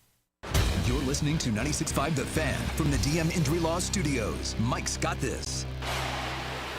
Hey, it's Trent McDuffie from the Kansas City Chiefs. Welcome back to The Drive with C-Dot on your home for Chiefs football. 96.5 The Fan. All right, we're going to get to the national perception here coming up in a bit. We got open phone lines. If you want to chime in, 913-586-7965. We've been taking a lot of calls today. I want to continue to take calls. I want you guys to be heard today. I want you to give your thoughts on the Chiefs' 2 and 3 stretch. Someone on the text line just sent this out. Come on, fellas. I think you guys are being a little over top on the defensive line. They have been stout against some really good running backs, and the pressure rate has been average. Chris Jones is overpaid. He continues to not have rush lane integrity and rushed himself out of position. The room as a whole is okay, but he's struggling. He's their best player. He's their best player. If Chris Jones is struggling, Mike Dana is struggling, Charles Omenihu is struggling, you got to tell me then how the room as a whole is okay. Yes, they have done a good job against running backs. They struggle to get consistent pressure on the quarterback. This is where I would counter if you think that I'm a little bit too hard on the defensive line. I'll completely blame myself here for this one. I know you guys don't believe me. I think I was right about Travis Kelce before anybody else was right about Travis Kelce. I think it was pretty clear to see when the decline was starting to happen for Travis Kelce. I think I was first. But I would say that I was blinded by it on the offensive side because it's a lot easier to see and to track, and I have been slow to see it on the defensive side of things. I looked this up because I was curious, because I feel like this was a very big pivotal moment in his career. Do you guys remember the final game of the season in 2023? And you remember that the Chiefs basically let Chris Jones go out there and do whatever he needed to go get a sack. You guys remember this? Chris Jones had missed all of training camp, missed the first game of the season, and they had incentivized his contract in a way to allow him an opportunity to get some of that money back if he could go get one sack in the game. That's all he needed to do was get one sack. You guys remember this? Do you guys remember how long it took him to get that one sack? You got to think, that is all he's trying to do in this game. He's not trying to stop the run. It doesn't matter if the Chiefs win or lose this game. They didn't play any other starters. This was Chris Jones. Go get a sack. He couldn't get a sack in the first half of the game. You remember, because we thought maybe they were going to take him out. And then they let him play deep into the third quarter. And I think it was, hey, if you don't get a sack by the end of the third quarter, you had your time. It's over. And then he finally got the sack and he got off the field. I feel like in hindsight, that really should have been a sign of how long it took him to get that sack, how much of a struggle it was for him to get that sack, and how that was kind of a foreshadow since then. I looked this up during the break because I was genuinely curious. The Chiefs have played 27 games since that moment. 27. Chris Jones has 7 sacks since then. He has 7. This is a guy that you paid big-time dollars to not only help you stop the run, which he's a part of that, but you also paid him to help you get after the quarterback. He is still, or at least should be, your number one primary pass rusher on your team. He's still all of those things. But if your number one guy isn't getting consistent pressure, any one of those, and we're talking about a guy who in 2023, so that year, he had 10.5 sacks. The season before that, in 2022, you could argue that he was the second best defensive lineman in the entire league behind Aaron Donald. He came in third in Defensive Player of the Year voting. He had 15.5 sacks. So we've gone from 15.5 sacks to 10.5 sacks. Last year, he got 5. So far, through the first 5 games of the season, he has 1 sack so far this season. So we're talking about, at least right now, maybe he has a big game where he gets 2 or 3 of them. He trends to a very similar pace. This is almost identical of what happened on the offensive side with Travis Kelce, where it was clear that he was a step slower. It was obvious he had lost athleticism, burst. He just wasn't that same pass catcher that he was anymore. I think that same thing started to happen with Chris Jones, and it's not as easy to see because it's on the defensive side than on the offensive side. But, I mean, it's hard to argue the last 27 games. This is counting postseason. He has 7.5 sacks over those games. He's not nearly as disruptive as he was before. In this defense, you either need the young guy to step up in George Karlaftis, the same way that you needed on the offensive side. You needed Xavier Worthy. You needed Rashee Rice. You needed those young guys to step up. You need the exact same thing on the defensive side. You need Karlaftis to go be a dog. You need him to turn into Max Crosby. You need him to turn into one of those pass rushers. But right now, this team, they really rely on Chris Jones to be that same disruptive force, and that's just not what he is at this stage in his career. And again, I'm not trying to bail out Chris Jones, because I saw the game last night, I saw the final play last night, I get all those things. And those stats, they are alarming. I do think some of what the Chiefs' game plan was, and hey, what that old Mike Tyson quote, everyone has a game plan until they get punched in the face, but their game plan when they signed Chris Jones was, if he stops being a disruptive, if they D-line focuses on him, other people can be disruptive forces. And the thought was, even when he's 31, 32, 33, he can beat a man-to-man situation when he becomes the second or third type of threat in that D-line. I believe Brett Veach thought that George Karlaftis was going to take a step and ascend to the best pass rusher on the team while Chris Jones slowly declined, and they would have a good 1-2 combo. And I'm not trying to bail out Chris Jones, but how much of those stats are because no one around him has been productive in that timeline? We talked about last year Karlaftis, and he's kind of catching a lot of my ire here, but you were the one that said it. It took until Charles Omenihu came back from injury before you really saw Karlaftis take a step forward last year. This year, I know Karlaftis has a sack and his win pressure rate or whatever, advanced analytics are solid, but I don't see him making plays. And Chris Jones, again, next-gen stats showed it last night. He's getting double-teamed all the time, and ain't no one else doing anything. And that includes, I believe, a third-round pick in Ashton Gelati. That includes a second-round pick in Omar Norman-Lott, although I know he didn't play last night. A coveted free agent, an expensive D-end. Like, the Chiefs have put at least resources and money around him to the fact where it's like, hey, if you're not going to be the singular disruptive force anymore, like those stats indicate, someone else can pick up the slack. Absolutely no one has picked up the slack while he has slowly regressed, which happens to 32-year-olds. No, you're right. And this is where I don't know if reasonable minds can disagree on this one. Text line 913-586-7965. Then you guys have to be willing to say one of these two things. And I feel like the text line doesn't want to at least admit one of these two things. I'll read this text as my explanation. C-Dot, I agree with you somewhat, but he has no help. The opposing team doesn't have to worry about another guy getting to the passer other than Spags blitzing. So either one of these two things then have to be true. Either we are seeing a clear decline in Chris Jones, or they messed up tremendously by giving George Karlaftis all of that money. I mean, they gave George Karlaftis a big-time deal less than 2 months ago that I remember everybody back in July praising. In Veach, we trust. It's smart to get these deals early. You got to take care of these guys. George Karlaftis signed a 4-year, $93 million, $62 million guarantee deal in July of this year. So one of the two have to be true. If he doesn't have any help, then they missed on a contract. Then it can't be in Veach we trusted. Or Chris Jones is declining. It's one of the two. I guess it could technically be both, but we can't say he doesn't have any help when I just saw them give somebody $60 million guaranteed 3 months ago. And they brought back Charles Omenihu. And they got Mike Dana. They got enough there to have a pretty good defensive line. Other than their offensive line, there's not a place on their team that they've spent more money on. I guess quarterback, but they haven't spent money at running back. They haven't spent money at wide receiver. They haven't spent money at corner. They haven't spent money at safety. They've spent money on their offensive line and defensive line. The offensive line is improving. The offensive line has been very good the last 2 weeks, trending in a good direction. Josh Simmons is playing well. Kingsley Suamataia, no complaints about the way that he's played. Jawan Taylor, penalty-free. Their offensive line is ascending and getting better and improving. I don't know if you can say that right now about their defensive line. I'll say this, and I think no matter what side of the coin you fall on, either it's Chris Jones is regressing and he's not disruptive and that's a problem, or B, the other guys aren't picking up the slack and he's getting double and triple teamed. Either way, and really quick, it's a lot of Veach quick, I'm sorry to cut you off here. You know what? We're doing that thing we did with the Frank Clark thing. That's yeah. what we're now 100%. doing the Frank Clark thing. You remember whenever Frank Clark, it was obvious he's getting double and triple teamed. Why would you be double and triple teaming Chris Jones right now?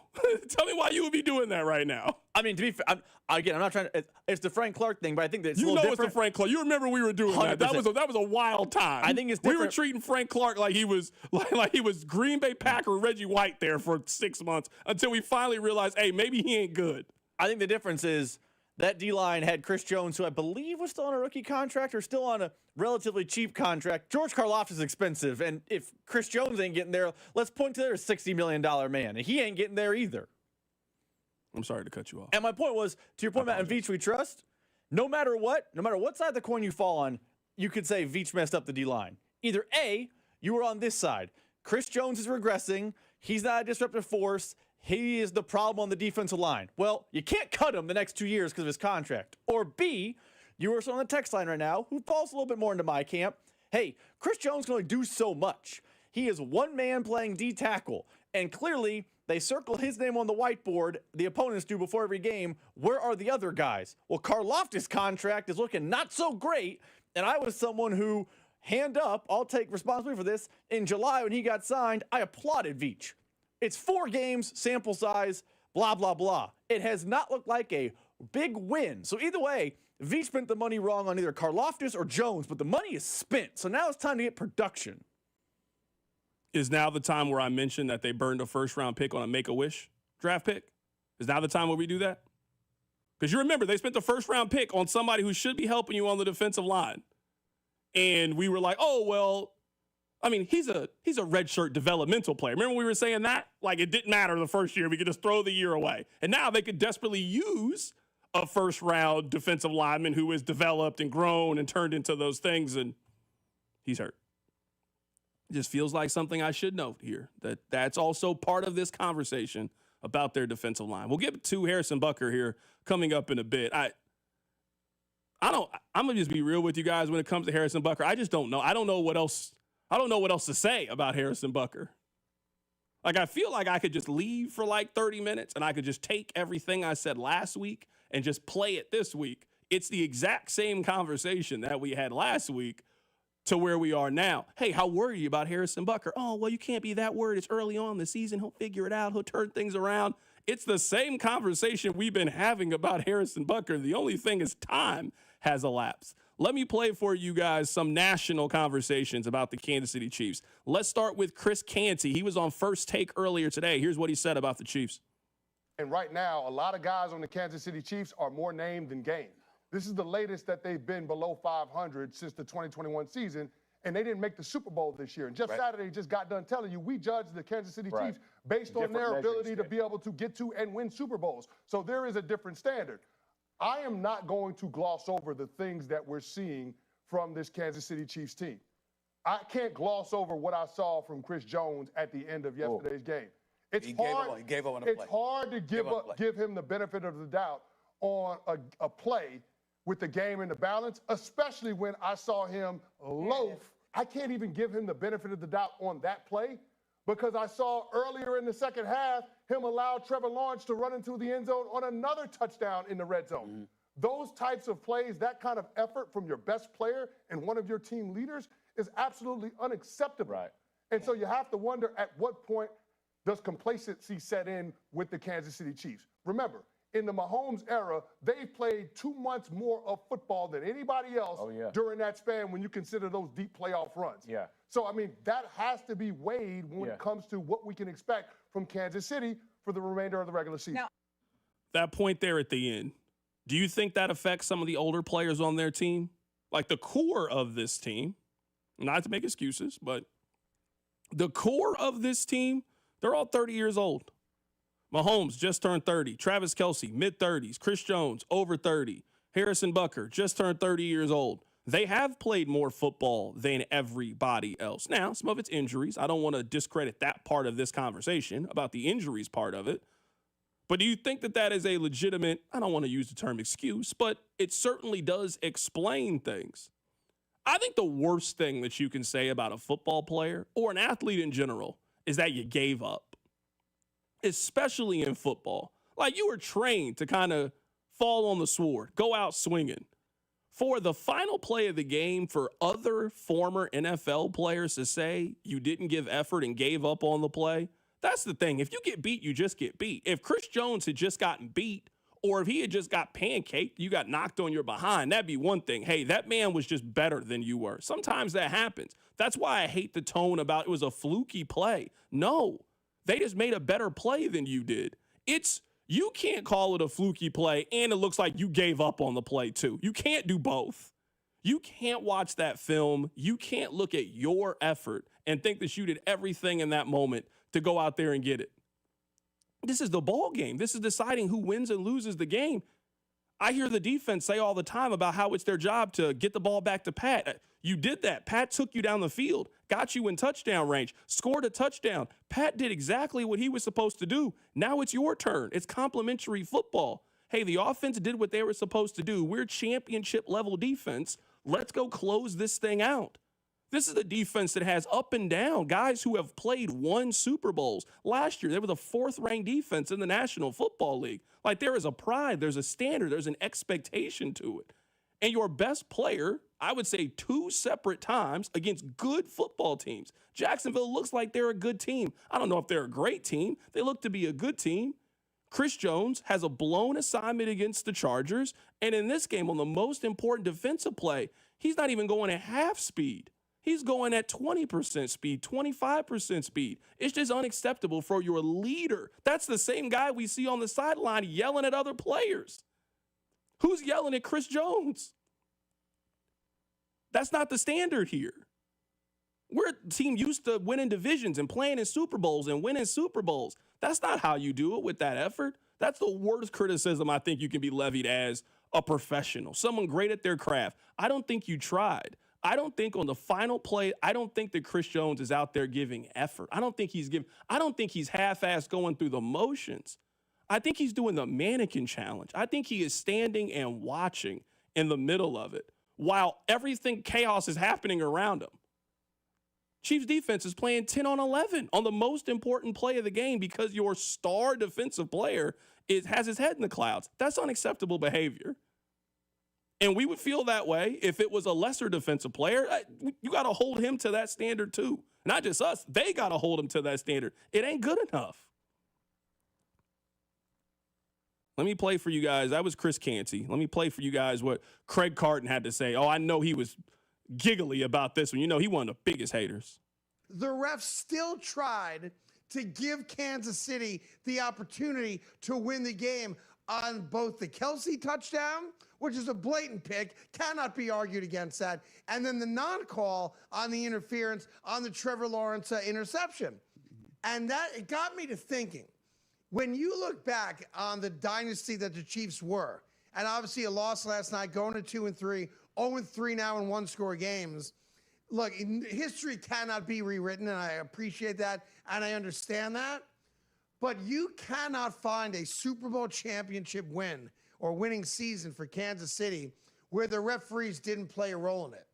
And now that the referees are not just giving the game to Kansas City and calling egregious penalties against the opposition, we've now officially leveled the playing field.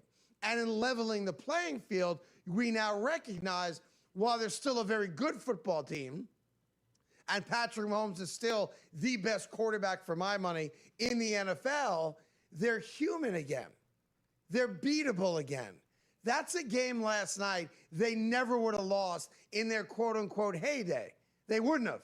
That's a game they would have found a way to win, and the officials tried everything they could, in my opinion, to help them secure the W. The ref talk is just so tired to me, man. It's just so tired to me. Did he say history is great because we look back and we know the refs gave the Chiefs a dynasty? Was that the point he was trying to convey? It's just so tired to me. That was rough. I just think Jacksonville outplayed the Chiefs yesterday. I think that was it. I mean, I do think there's some questionable calls, but that's the National Football League. I don't think Jacksonville helped or hurt either team. I just think Jacksonville made more plays than Kansas City did yesterday. I don't think the playing field, I don't feel like the playing field has been leveled because of that. If anything, and I think some of it is tied to not having Rashee Rice, like, I think it's a little bit of, I guess, these two things. I do think that the Chiefs are getting other teams' best shot. I also think post-Super Bowl, these other teams feel like you can get Kansas City now. They don't feel unapproachable anymore. Where it used to feel like the Chiefs 100% of the time were going to figure out a way to beat you. I do think that some of the aura, some of the mystique, some of the will always figure it out, I do feel like some of that went out of the window when they got beat the way that they got beat in the Super Bowl. That doesn't mean they can't turn this season around, but, I mean, I saw a Jacksonville team that they didn't really look to be in awe of the moment. They looked like they knew they could play against the Kansas City Chiefs. And when they got down 14-0, I didn't see a team that panicked. I didn't see a team that got away from their game plan. I saw a team that felt like, hey, this is a full 60-minute game. I think what you used to see with the Chiefs is teams would kind of panic early on and kind of get out of their game plan and play outside of themselves. I don't think teams do that against Kansas City anymore. I think teams go into these games feeling like they can beat Kansas City. And I think some of that is because of the Chiefs. I think some of that is because of the National Football League. Who's great right now in the league? There's a lot of good teams. I still think the Chiefs are a good team. Who's great right now in the league? Philadelphia seems vulnerable. Kansas City's vulnerable. We just saw the Bills lose on Monday Night Football. Like, all of these teams feel like you can get them if the moment is right. So I don't think you should go into any game feeling like that. The Chiefs shouldn't feel like that against the Lions. The Lions shouldn't feel like that against the Chiefs and around the National Football League. I just think some of that aura, some of that glow that the Chiefs just walked around with for 18 months, I think the Eagles beat it out of them. I want to play one more cup for you guys. Here's Colin Cowherd. They're a very young team. Andy Reid is going to coach those mistakes out of them. Jacksonville doesn't make mistakes. Falling down on the final winning play, that's just Jacksonville. Fumbling the ball at the one, that's just Jacksonville. So I think you can coach out the 13 penalties or most of them. I think Kansas City's good and getting better. Now, they're losing one-score games. Last year, they were 11-0 in one-score games. But this year, they're a little younger in spots, and they're making mistakes. And I mean, the final play of the game, they had Trevor Lawrence trapped, Jags out of timeouts, and they couldn't make the play. But they averaged 7.6 yards a play, had almost 500 yards. They had a bad pick six from Mahomes, so congrats to Duval. I love Trevor Lawrence. I thought his throw to Brian Thomas up the right sideline on that final drive was one of the best throws of the year in the NFL.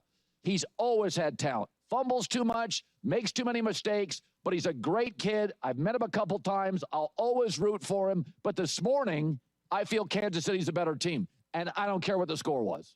Yeah, I mean, I agree with that. I think the Chiefs are better than Jacksonville as well, but the score is the final indicator, and Jacksonville did a great job yesterday. They won the game. Coming up on the other side, there is something that we are going to completely overlook and forget from yesterday's game that we certainly shouldn't. I'll tell you what it is. Keep it right here. It's The Drive. The Drive with Carrington Harrison on your new home for K-State Athletics, 96.5. The Fan, brought to you by DM Injury Law. Have you or a loved one been in a car wreck? Contact DM Injury Law today and get the money you deserve. Car wreck? Remember, Mike's got this. Let's go! You're still glowing, flirting, grooving. You've still got it. But your immune system weakens as you age, making it harder to fight flu, pneumococcal pneumonia, RSV, and COVID-19. Vaccines are a key part of any health routine and help strengthen your immune response. Ask your doctor or pharmacist which vaccines you need. Schedule in minutes at vaxassist.com. Sponsored by Pfizer. Hey, Zach, are you smiling at my gorgeous canyon view? No, Donald. I'm smiling because I've got something I want to tell the whole world. Well, do it. Shout it out. T-Mobile's got home internet. Whoa, I love that echo. T-Mobile's got home internet. How much is it? Look at that, Zach. We got the neighbors' attention. Just $35 a month. And you love a great deal, Denise. Plus, they've got a 5-year price guarantee. That's 5 whole trips around the sun. I'm switching. Me too. Yes, T-Mobile home internet for the neighborhood. Donald, you still haven't returned my weed whacker. Carl, don't you embarrass me like this, please. What's everyone yelling about? T-Mobile's got home internet. And Donald's got my weed whacker. Yes, T-Mobile's got home internet. Just $35 a month with auto pay and any voice line. And it's guaranteed for 5 years.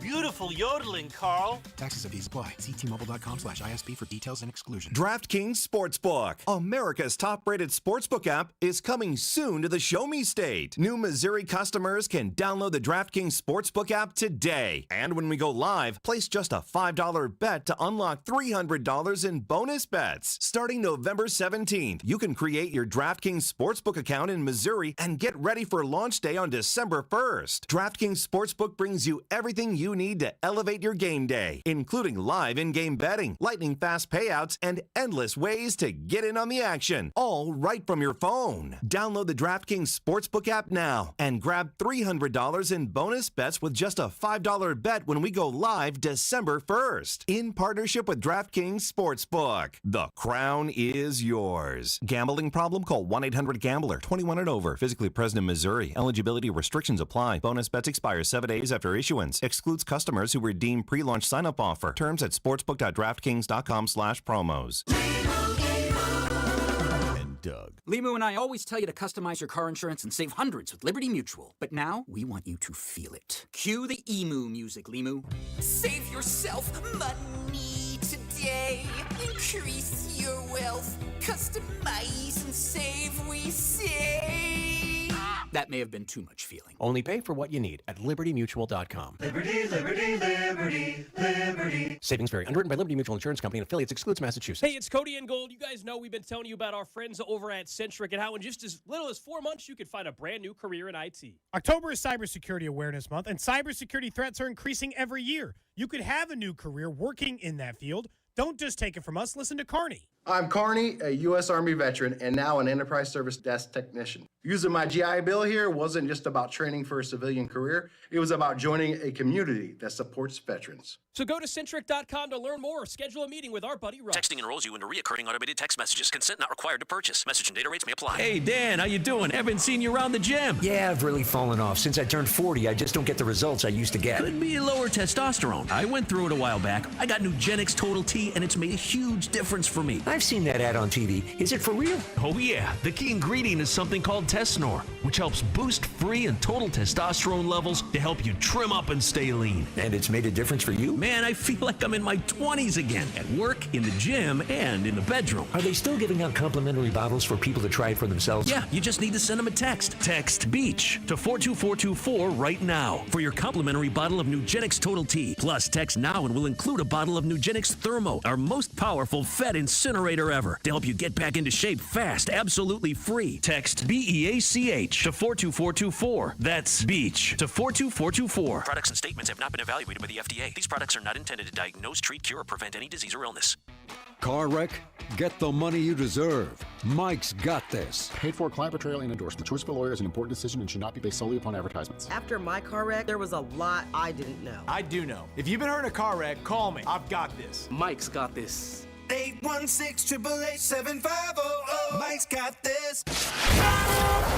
Here's traffic, brought to you by DM Injury Law. Have you or a loved one been in a car wreck? Contact DM Injury Law today and get the money you deserve.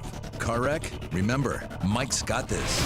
Kansas side still dealing with road work on 35. Southbound at Antioch Road, you'll find a right lane blocked with delays. A little bit heavy approaching 18th Street Expressway. Also clearing a wreck in Platte City. A bad one here on 29. Northbound at 92 Highway. Overturned vehicle in the median. The left lane still blocked there. Few extra minutes from 435. Amy Lauren, 96.5, The Fan Traffic.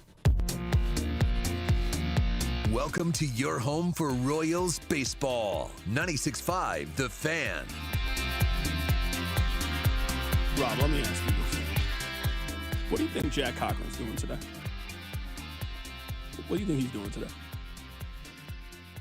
Like right now, what do you think Jack Cochran's doing? I really want to know.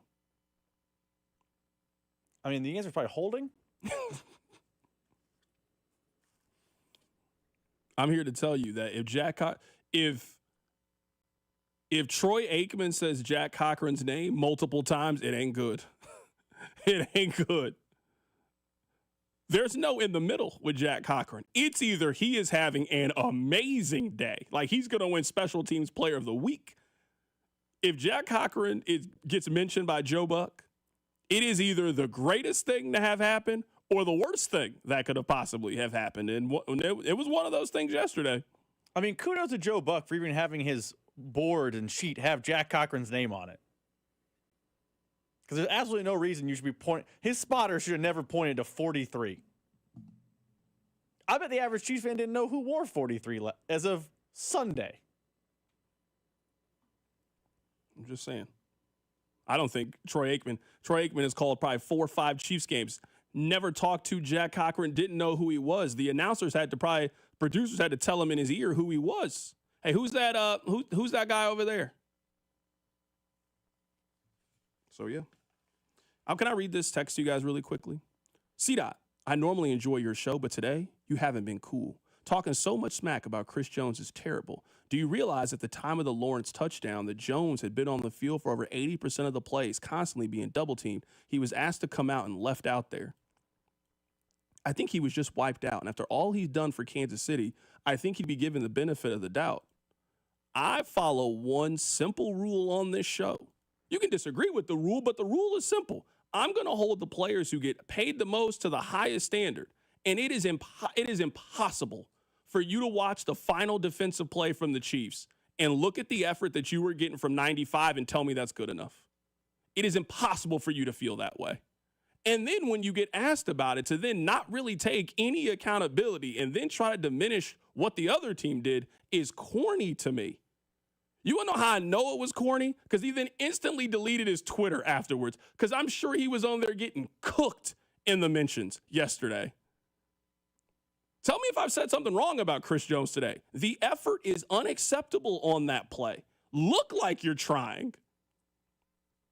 Since the game in which he got a sack against the Chargers in week 17 in 2023, he has 7.5 sacks in his last 27 games. 27 games, 7.5 sacks. He has 7 tackles so far this season. Jamar Chase has 5. He had a half tackle in this game. We mentioned this earlier. We got to quit doing this whenever a defensive player is not playing well. They're getting double and triple teamed. Chris Jones ain't playing hard enough to be triple teaming him right now. He ain't playing hard enough to be doing that. That's a poor waste of resources if that's what you're doing right now and trying to slow down Chris Jones. I don't think he's getting double and triple teamed. I don't think the juice is there. I don't think it's there off the edge. I think the film bears that out. So I'm not trying to go at Chris Jones. I can only evaluate what I see. And what I saw yesterday was on their most important defensive play of the day, I saw their best defensive player jogging. He was moving slower than a mall walker at Oak Park on the final play. It's absolutely unacceptable behavior, in my opinion. Unacceptable. That's the definition of holding them accountable. It ain't good enough. I do want to mention this on a very positive note. I don't think people are going to remember this. Like when we go back when the season is over and we'll talk about things, I don't think we'll spend enough time talking about this. The final drive from Patrick Mahomes was incredible. He was amazing on the final drive. Not the one after the touchdown, the one before that. You know the one I'm talking about. He was amazing. He probably should have been sacked in the middle of the field. He then evades the sack, runs for a first down. The throw that he made to Hollywood Brown on the sideline is just an incredible throw. I mean, there's really one test. There's one test for a quarterback. It's your back is up against the wall. You got to go the length of a field. Your team has to score a touchdown. What's your confidence level in your quarterback to be able to execute that? Same thing with the closer. Bottom of the ninth, it's a one-run game. Do you trust that your closer is going to close this game out and give you a chance to win? We can do all these talking about all these quarterbacks and who you think is the best and who I think is the best. The real test happens. You get 4 or 5 of those a season. The Chiefs were down 24-21 with 8 minutes left in the game, and they got the ball. And the drive starts with a penalty. Another penalty on a special teams play. They got a great return from Nico Remigio. Of course, there's a penalty on that play. Jack Cochran. It's 1st and 10 from the 14-yard line, down 4. You got to put a drive together, and not a field goal drive. You got to put this drive in the end zone. And the Chiefs go 12 plays, 86 yards, 6 minutes and 23 seconds. I mean, surgical. Long run from Mahomes. Big play here. He did everything for the Chiefs on that drive. Again, I know that's not a play. It's not going to go in the Hall of Fame highlight montage of Patrick Mahomes' career. It probably won't be a drive that we talk about 3 weeks from now. It was one of the best drives of the season from any quarterback. An amazing drive. That throw to Hollywood Brown's a big-time throw. Evades the rush, rolls out, put it where only his receiver can get it, gives him more than enough room to get both of his feet down. It was a big-time drive. And I really can't say enough about Trevor Lawrence in this game. And, Rob, you know, you've been here with me. I have been very critical of Trevor Lawrence and feeling like he is a creation of beating Alabama. He beat Alabama very early on in his career. We were told that he was supposed to be next up, and we've never really moved off of that. And I think the shine is coming off just a little bit. But on that final drive, you saw why people felt the way that they felt about Trevor Lawrence. That throw to Brian Thomas Jr. on 3rd and 7 is a big-time throw. You know, it's on you. You're not running the football. You got to make a play. That's an incredible throw. It's the best throw I've ever seen him make. And then you score the rushing touchdown. You go down, you get back up, you compose yourself, you score a touchdown. Both quarterbacks in the final 5 minutes of the game both made big-time winning plays to get their team down the field. Jacksonville just happened to have the ball last in this context, and they went down the field and won the game. I think that drive highlights a bigger point. And by the way, you're right. Mahomes was incredible. The throw to Brown, just incredible. Absolutely. What did the kids say? It was a dot. But, like, that drive and the offense throughout the game was really good. I've spent a lot of time, you spent a lot of time complaining about the Chiefs' offense this season. The Chiefs' offense is not going to catch any complaints from me from last night. What was they averaged 7.6 yards per play? 7.6! Their offense was sensational. And I think that's why fans and people watching that game feel like it's such a gut punch of a loss. That was undoubtedly their best offense performance this season. Like, I think what they did last night was more impressive than what they did against Baltimore. Because Baltimore's defense is just, it's 0-3 Chiefs abysmal. It's awful. What they did last night was super impressive. And to leave Jacksonville, whatever they call that stadium, Everbank, whatever, with a loss is just, it's got to be beyond frustrating for the team, because I can feel it from fans today. The text line, we took calls earlier. I think everyone thinks, oh, the offense has turned the corner, and that final Mahomes drive looked like vintage Mahomes, and then you still walk away holding an L. That's a really frustrating feeling, and it's hard to be glass half full today. Look at the offense when the defense let it squirt away at the very end. Yeah, like this thing here, and I certainly understand why people feel this way. C-Dot, my only issue with the final drive was not taking enough time. I mean, Jacksonville got the ball back down a touchdown with less than 2 minutes to go in the game. Like, you're trusting your championship defense, your top 5 defense. You're expecting them to get off of the field. Harrison Butker kicks the ball out of bounds. That puts the ball at the 40-yard line. That's a tremendous advantage when you get the ball at the 40-yard line. Like, you're thinking in that scenario, bend but don't break. You can give up yards. I don't care about the yards in that context. You can't let them get into the end zone. They got into the end zone. I'm just big on control what you can control. And the offense for the Chiefs on that final drive, they were in control. So score. You got past the 2-minute warning. It's not like Jacksonville didn't even have all of their timeouts. They didn't have all of their timeouts. They had to end up taking a delay of game because they only had one timeout. They then, Jacksonville, ran a screenplay. It was 2nd and 15. They ran a screenplay. They got 2 yards. They then had to call a penalty. At that point, you're thinking end zone the rest of the way. You're thinking end zone. They then get the penalty on Shamari Connor, barbecue chicken alert, and then it was a Trevor Lawrence touchdown. Like, I hear what you're saying about too much time. You feel good. Chiefs defense on the field, less than 2 minutes to go against a team that had one timeout. Just everything that could go wrong went wrong. Your kicker kicks the ball out of bounds. Trevor Lawrence makes a great play. You commit a penalty in the end zone to put the ball on the 1-yard line. You then miss a sack on Trevor Lawrence. I don't think it was too much time. I just don't think the Chiefs executed on defensively or special teams for that final drive. Coming up on the other side, we'll be joined by Mitch Holtz, his voice of the Chiefs. We'll get his reaction to the loss on Monday night. That's coming up. Keep it right here. It's The Drive. The Drive with Carrington Harrison. Watch the show on YouTube by subscribing to the 965 YouTube channel. The Drive, brought to you by DM Injury Law. Have you or a loved one been in a car wreck? Contact DM Injury Law today and get the money you deserve. Car wreck? Remember, Mike's got this. 965, The Fan. Here's traffic, brought to you by DM Injury Law. Have you or a loved one been in a car wreck? Contact DM Injury Law today and get the money you deserve. Car wreck? Remember, Mike's got this.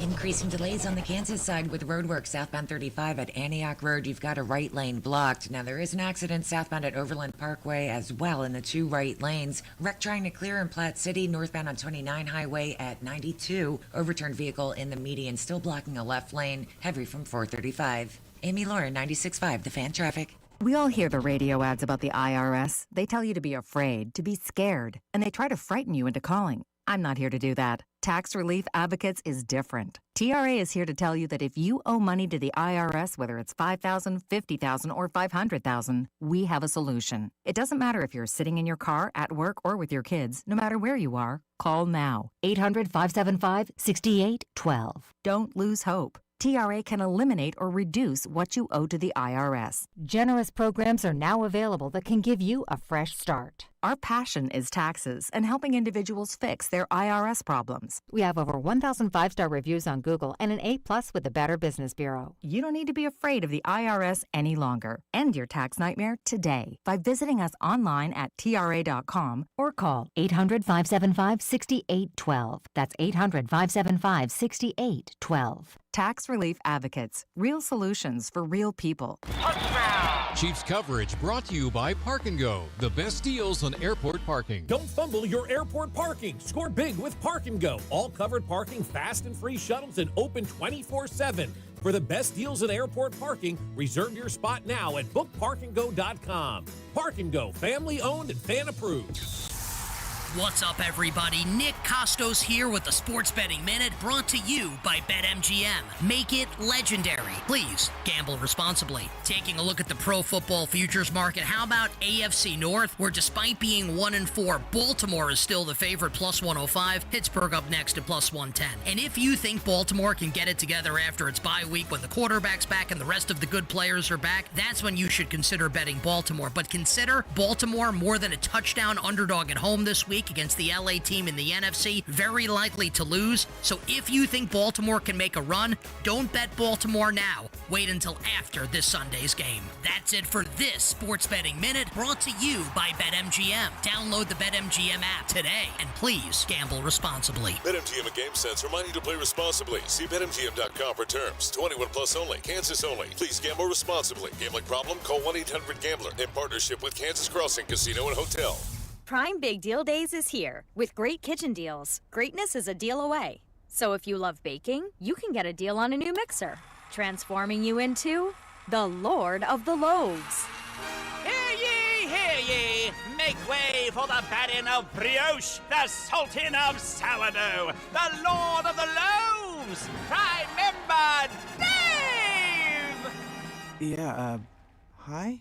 Get up to 40% off with Prime Big Deal Days now. It all comes down to this, folks. Yep, the entire season is on the line. But my throat has officially thrown in the towel. Sounds like you need Vicks VapoCool drops. They're max strength and vaporize sore throat pain.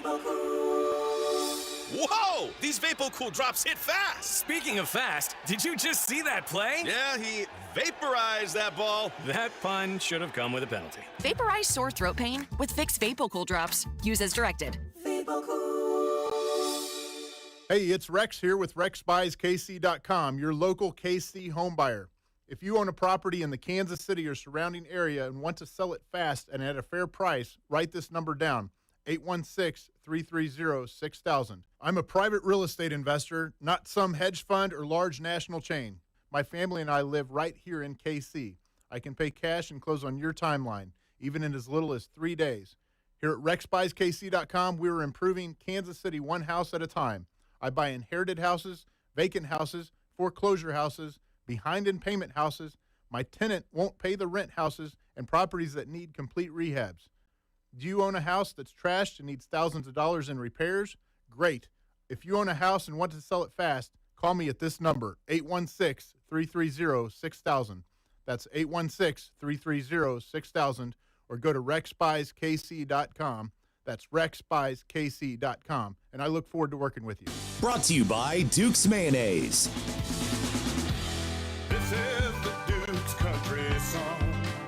It's a song about the best mayo. It has a yellow lid, and its full name is Duke's Mayonnaise. Get Duke's Mayo in store.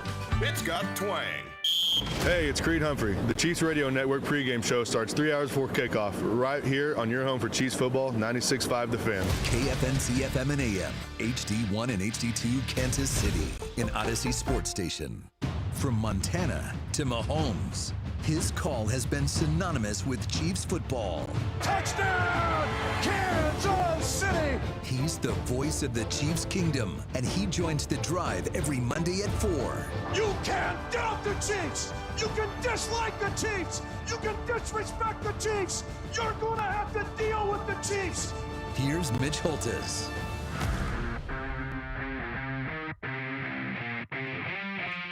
We're going to head to the phone lines here momentarily to be joined by Mitch Holtis, voice of the Kansas City Chiefs. Let me tell you that Mitch Holtis is brought to you by GEHA, Government Employees Health Association, Incorporated, and also Silverstein Eye Center. Achieve your best vision and experience outstanding patient care at Silverstein Eye Center. Let's head to the phone lines right now to be joined by Mitch Holtis.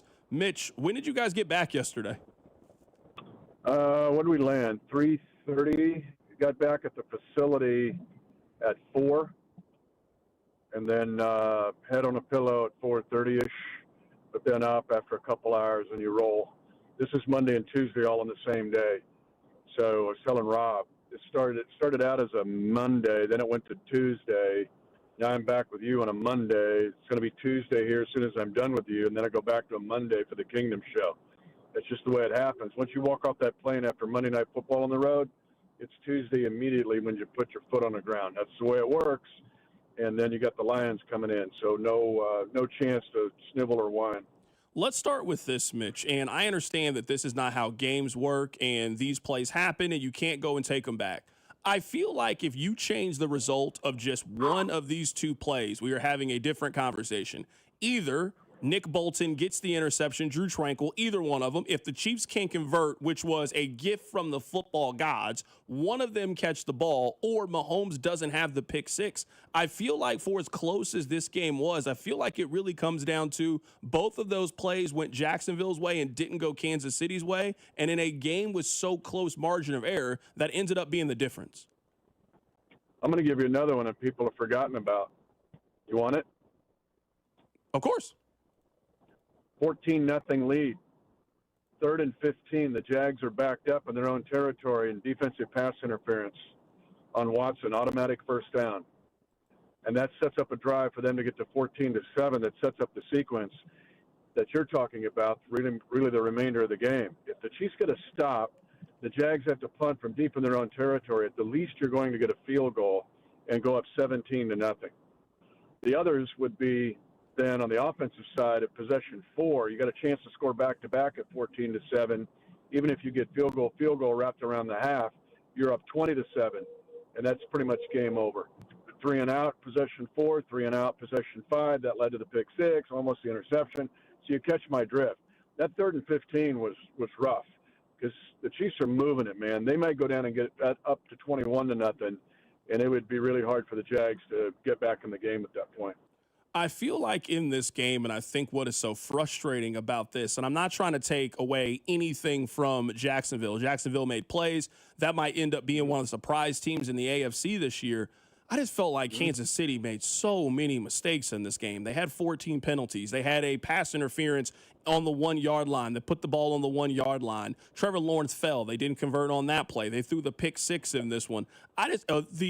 The special teams gaff to put the ball at the 40-yard line. I just feel like so many of those mistakes just started to add up. And I don't care how good you are. When you go on the road and you play a good team and the crowd is into it and you got a hungry team like Jacksonville, you just can't make that many mistakes and also expect to leave with a win.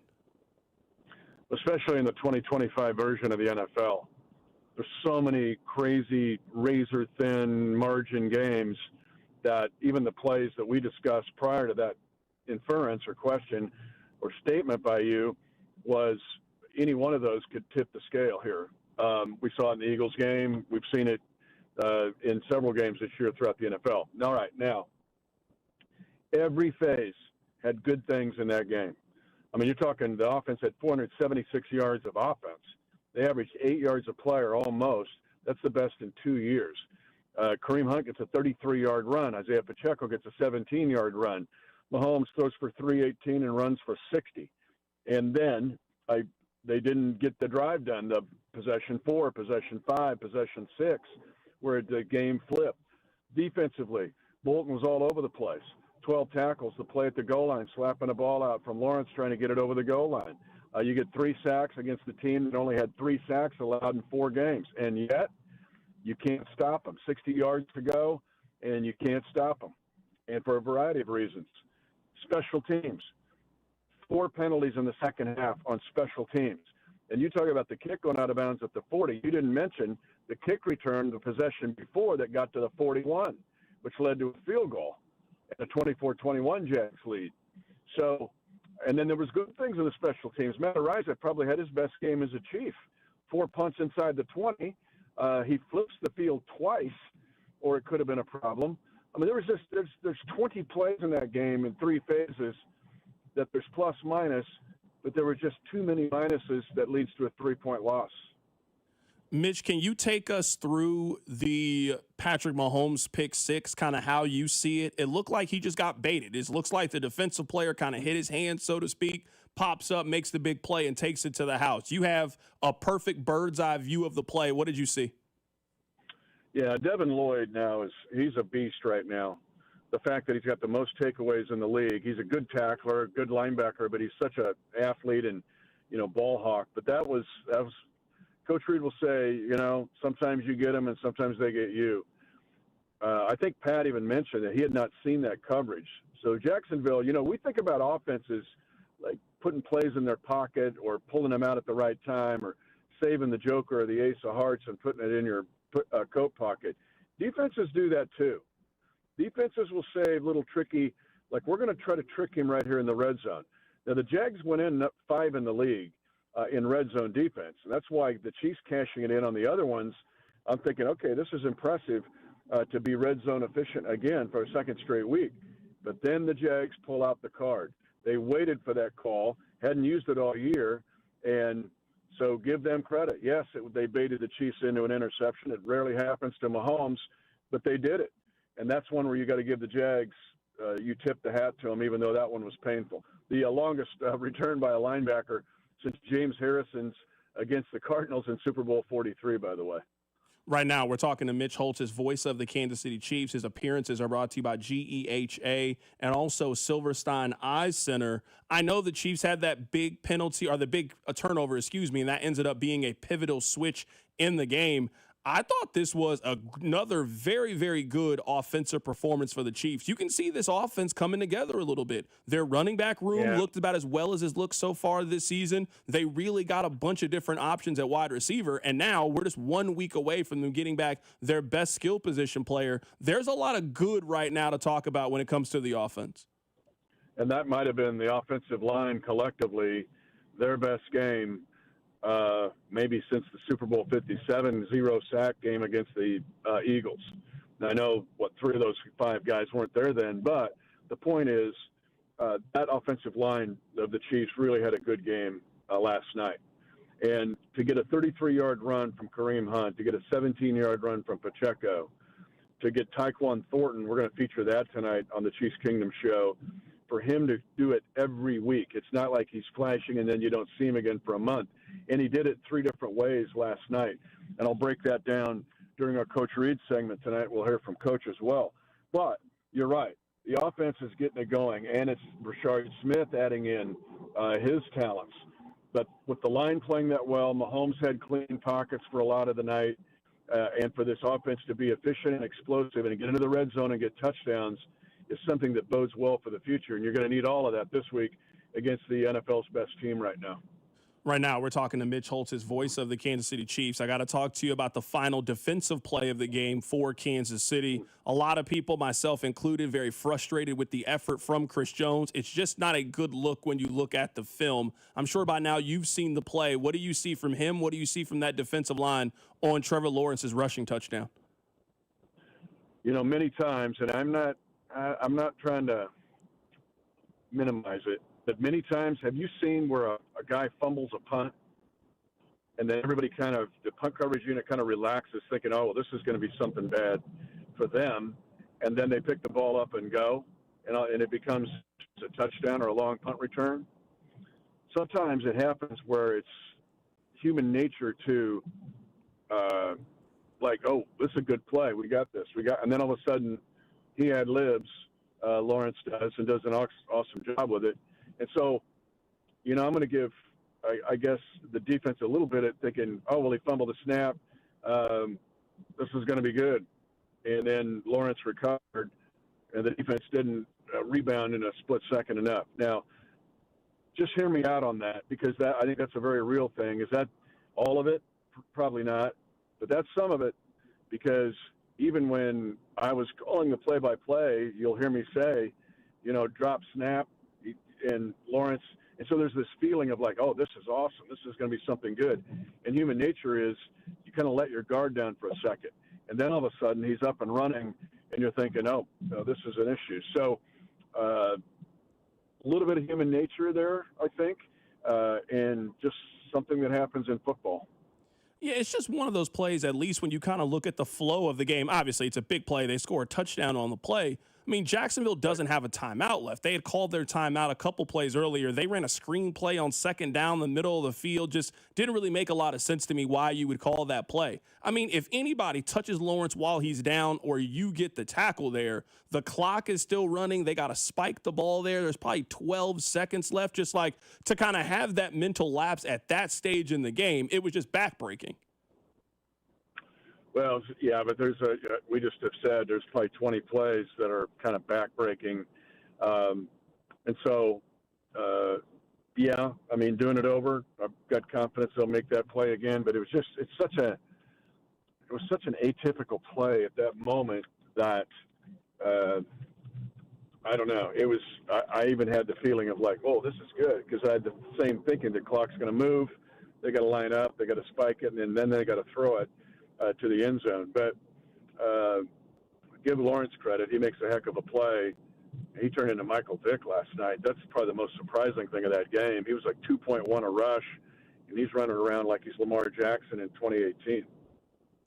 Mitch, I got to get your thoughts on Harrison Butker. I feel like every week I just have to pencil in time to talk about Harrison Butker. It wasn't a missed field goal this week, but to kick the ball out of bounds on that play, then put the ball on the 40-yard line, something just feels off. I'm obviously willing to give it more time. I completely get that, and he's been very valuable for this team in the postseason, but I guess it is just disappointing that it feels like after every one of these games, we've kind of had to have the question of, hey, is everything okay with their kicker? Again, one thing leads to the next. Now, you realize what happened the kickoff before, right? Yeah. He has to make the tackle. It's a 41-yard kickoff return.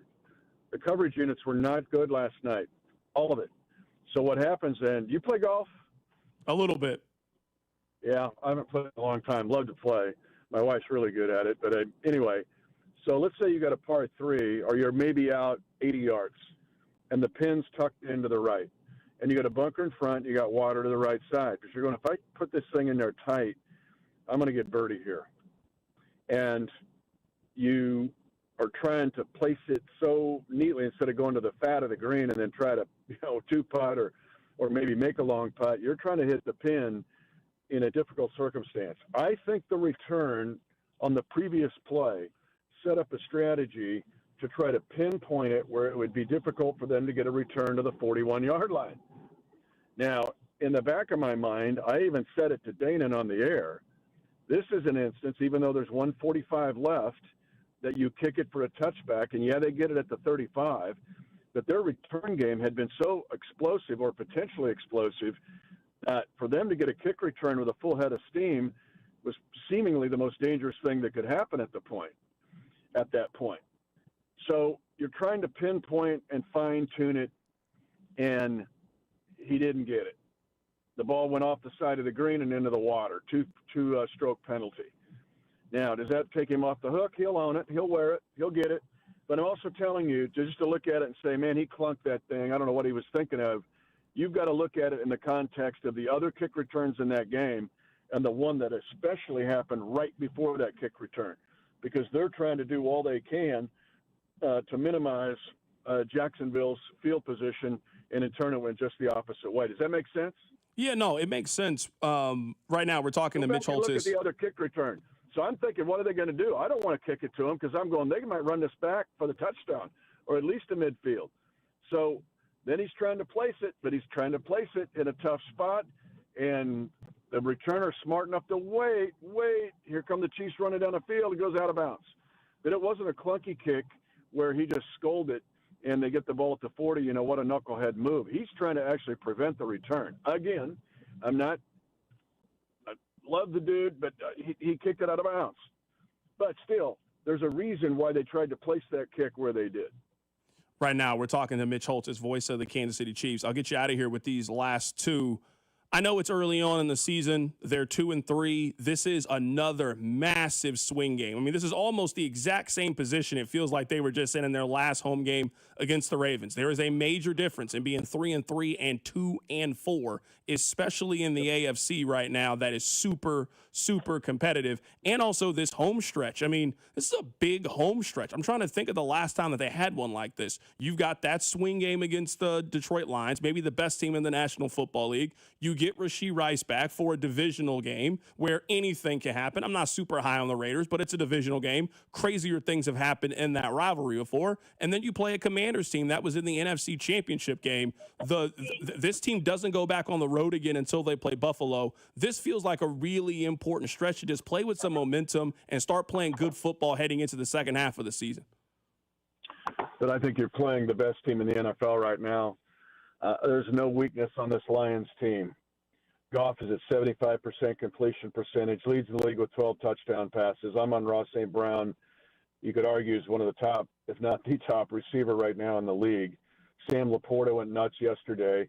They have 2 all-pros, not Pro Bowlers, all-pros on their offensive line in Ragnow and Penei Sewell. You've got a defense that Aiden Hutchinson is crushing it. He's getting a sack every week. You got Kirby Joseph, who's only the second safety in the last, 40 years to have 20 interceptions in his first 4 years, and Ed Reed's the other one. I mean, you got, and then the kick returner, Khalif Raymond's got a punt return for a touchdown. The punter set an all-time record last year in net punting. He's the all-pro first-team punter, and the kicker was a brick salesman who's making every kick. I mean, you just have a Detroit team now that is coming in with everything working. And the fact that Detroit has averaged, they're at 35 points a game, I think at 34-8. Last year they were 34 and change. If they stay on this pace, they'll become the first team since the 1941-42 Bears to average that many points in back-to-back years. So that's what's coming in here for Sunday Night Football. I'm with you. But the Chiefs have just got it. This sounds so cliche, but when you live in the fortress of a team, you've got to figure out a way to win this game. Get to 3-3. 1/3 of the season is over at 3-3, and guess who's coming in stage left? Rashee Rice. To join, Xavier Worthy, Tyquan Thornton, and the rest of the crew. And 3-3 feels like 4-2 or 5-1, just because you're going to take all of your dudes into that the next 2 games of that homestand. So that's where this game is at. Yes, it feels like the Ravens game, a playoff game in October, but you're also playing a much more comprehensive team in the Detroit City Lions this week. Mitch, last thing here, and we'll get you out of here. You mentioned how busy your schedule is, how busy the team's schedule is for these next couple of days. You just got less time to do all the things that you usually have in a normal week. You still got your Chiefs Kingdom obligation today. Who do you have on the show? Well, we're going to be at Lee's Summit, the East location. That's Rice Road. And we're going to hear from Coach Pat, actually. I'm going to jump into the Tyquan Thornton thing a little bit more. And then we're going to have Gary Stills on. And Gary, who is a really good special teams player, his son, an outstanding football player. But we're going to dive into, and maybe even more skewed to special teams than defense. Gary was a linebacker, because the special teams unit, those 4 penalties in the second half were rough. You get 2 holding penalties. You get the illegal block by Remigio, Cochran with the 2 holds and the kick out of bounds. Those are all incredibly costly penalties, especially at the worst time of the game. But the special teams unit the week before was great, and Ariza had his best game. So there's still some pluses to take into this game. But how do you fix it? How do you work it? How do you deal on a short week? Because these guys are coming in with one less day to recover and prepare for, again, what I think is the NFL's best team right now. And that's tough duty when you come off the road in a loss like that on a Monday night game. That is Mitch Holtz, voice of the Kansas City Chiefs, joining us on the show today. His appearances are brought to you by GEHA, Government Employees Health Association Incorporated, and also by Silverstein Eye Center. Achieve your best vision and experience outstanding patient care at Silverstein Eye Center. Mitch, happy to have you on the show today. All right, man. Thanks. Absolutely. That is Mitch Holtz, voice of the Kansas City Chiefs, joining us on the show today. Always appreciate getting his thoughts and opinions on the show. We got room to take you guys' phone calls. If you want to chime in, 913-586-7965. We got a lot of free time between now and the end of the show to do that. We have no more guests. It is just me, you, and Rob the rest of the way. If you have missed any part of the show, this is what we have been talking about. We have been talking about, I think, the power structure, the core, the foundation of this team. In all of your losses this season, they have made plays to contribute to a loss. Whether it was Travis Kelce against the Philadelphia Eagles and the drop ball, whether it was Patrick Mahomes in this game throwing a pick-6 interception, that was a major swing in the game. Whether it's been Harrison Butker, who has just had an issue in every single game that the Chiefs have played this season. Whether it was Chris Jones and a lack of effort on the final play. Whether it was Chris Jones in the game against the Chargers, in which he lost containment and Herbert ran for a first down. The Chiefs stars, their key contributors, the guys that people have gone out and bought their jerseys, have been in the middle of every loss that they have had so far this season. If this team is going to turn things around, yes, it's about getting healthy. It's about playing more cohesive football. It's also about those guys being a difference maker, and a difference maker in a positive way, and them making winning plays to help you close out these ball games. Some of it feels like it's been coin flips, and for a long period of time, the Chiefs won every single coin flip. I think we all knew at some point it was going to turn in the other direction. I think the frustration has just been, it's been your guys, it's been your stars that have kind of contributed to it. Again, it's been Mahomes, it's been Kelsey, it's been Jones, it's been Bucker. It's been those guys, Chiefs Hall of Famers, NFL Hall of Famers, that have been in the middle of all of these losses. We also gave out our barbecue chicken alert, barbecue chicken alert. We gave it to Shamari Connor. I mean, that's when, you know what, just put it on the board. I'm talking about barbecue chicken alert Hall of Famer right now. Yesterday, he was targeted 11 times. He gave up a catch on 10 of those drives. Trevor Lawrence had a 105 quarterback rating when throwing the ball at Shamari Connor yesterday. Shamari Connor has a pretty defined role, I think, on this team. For whatever reason, the Chiefs have him doing things and lined up against guys. He just can't cover them. I don't know why we haven't done it. I've been very critical of Chris Jones and his effort on the final defensive play of the game. I also hate that he calls that play fluky. It was not fluky. Trevor Lawrence just made a better play than the Chiefs defense. I thought multiple times we had him. We just got to finish. We got to finish. We had multiple guys there that we just got to finish that play. It was a fluke play for him to be able to break that many tackles. But yeah, I think I put it on us as a defense. We got to finish. You know, we got to bring him down on that. I'm not letting that fly. I'm not letting that slide. Fluke play, to me, in that situation, it takes away from Trevor Lawrence. It takes away from Jacksonville, and it creates a built-in excuse. It wasn't fluky. Trevor Lawrence just made a better play. He made a better play than the Chiefs' defensive line. He made a better play than the Chiefs' linebackers. The Chiefs had multiple chances to touch him while he's on the ground.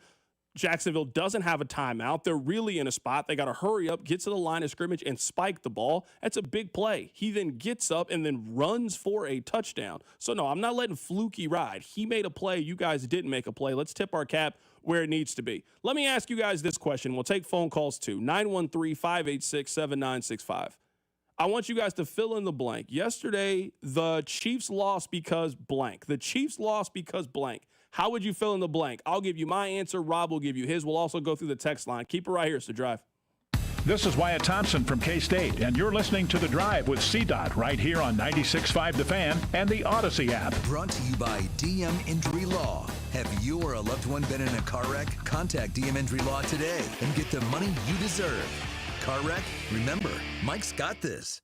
Hey, folks, it's Carrington Harrison from The Drive here. Many men remember their first time. Not that first time. I'm talking about the first time that erectile dysfunction ruined that special moment. And if you're over 50, then the chances are then you've experienced this before. That first time can be frustrating. It can be a little bit embarrassing. But here's the good news. At Heartland Men's Health, that first time can also be the last time.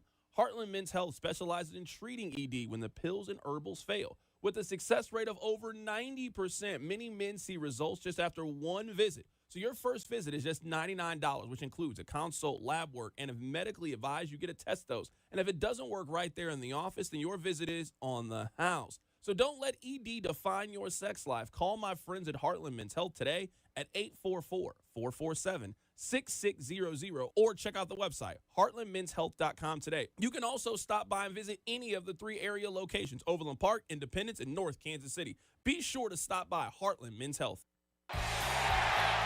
You could be on the 50 at GEHA Field for the official coin toss at a Chiefs home game this season. Enter to win at Chiefs.com/GEHA. GEHA is the proud partner of the Kansas City Chiefs. Hi, this is Toby Tobin along with Jason Goodenkoff from Lewisburg Ford in Lewisburg, Kansas. Hi, Jason. Hello, Toby. Let's talk about the buying experience at Lewisburg Ford. It's the best anywhere. Just ask all our customers, Toby. It is hands down the best experience you can have buying a new car. We have the no-hassle Toby Tobin price that we've had for over 45 years now. Nobody else can say that. We've been saving Kansas City thousands and thousands of dollars for a lot of years. I have been buying Ford cars and trucks from Lewisburg Ford for over 30 years.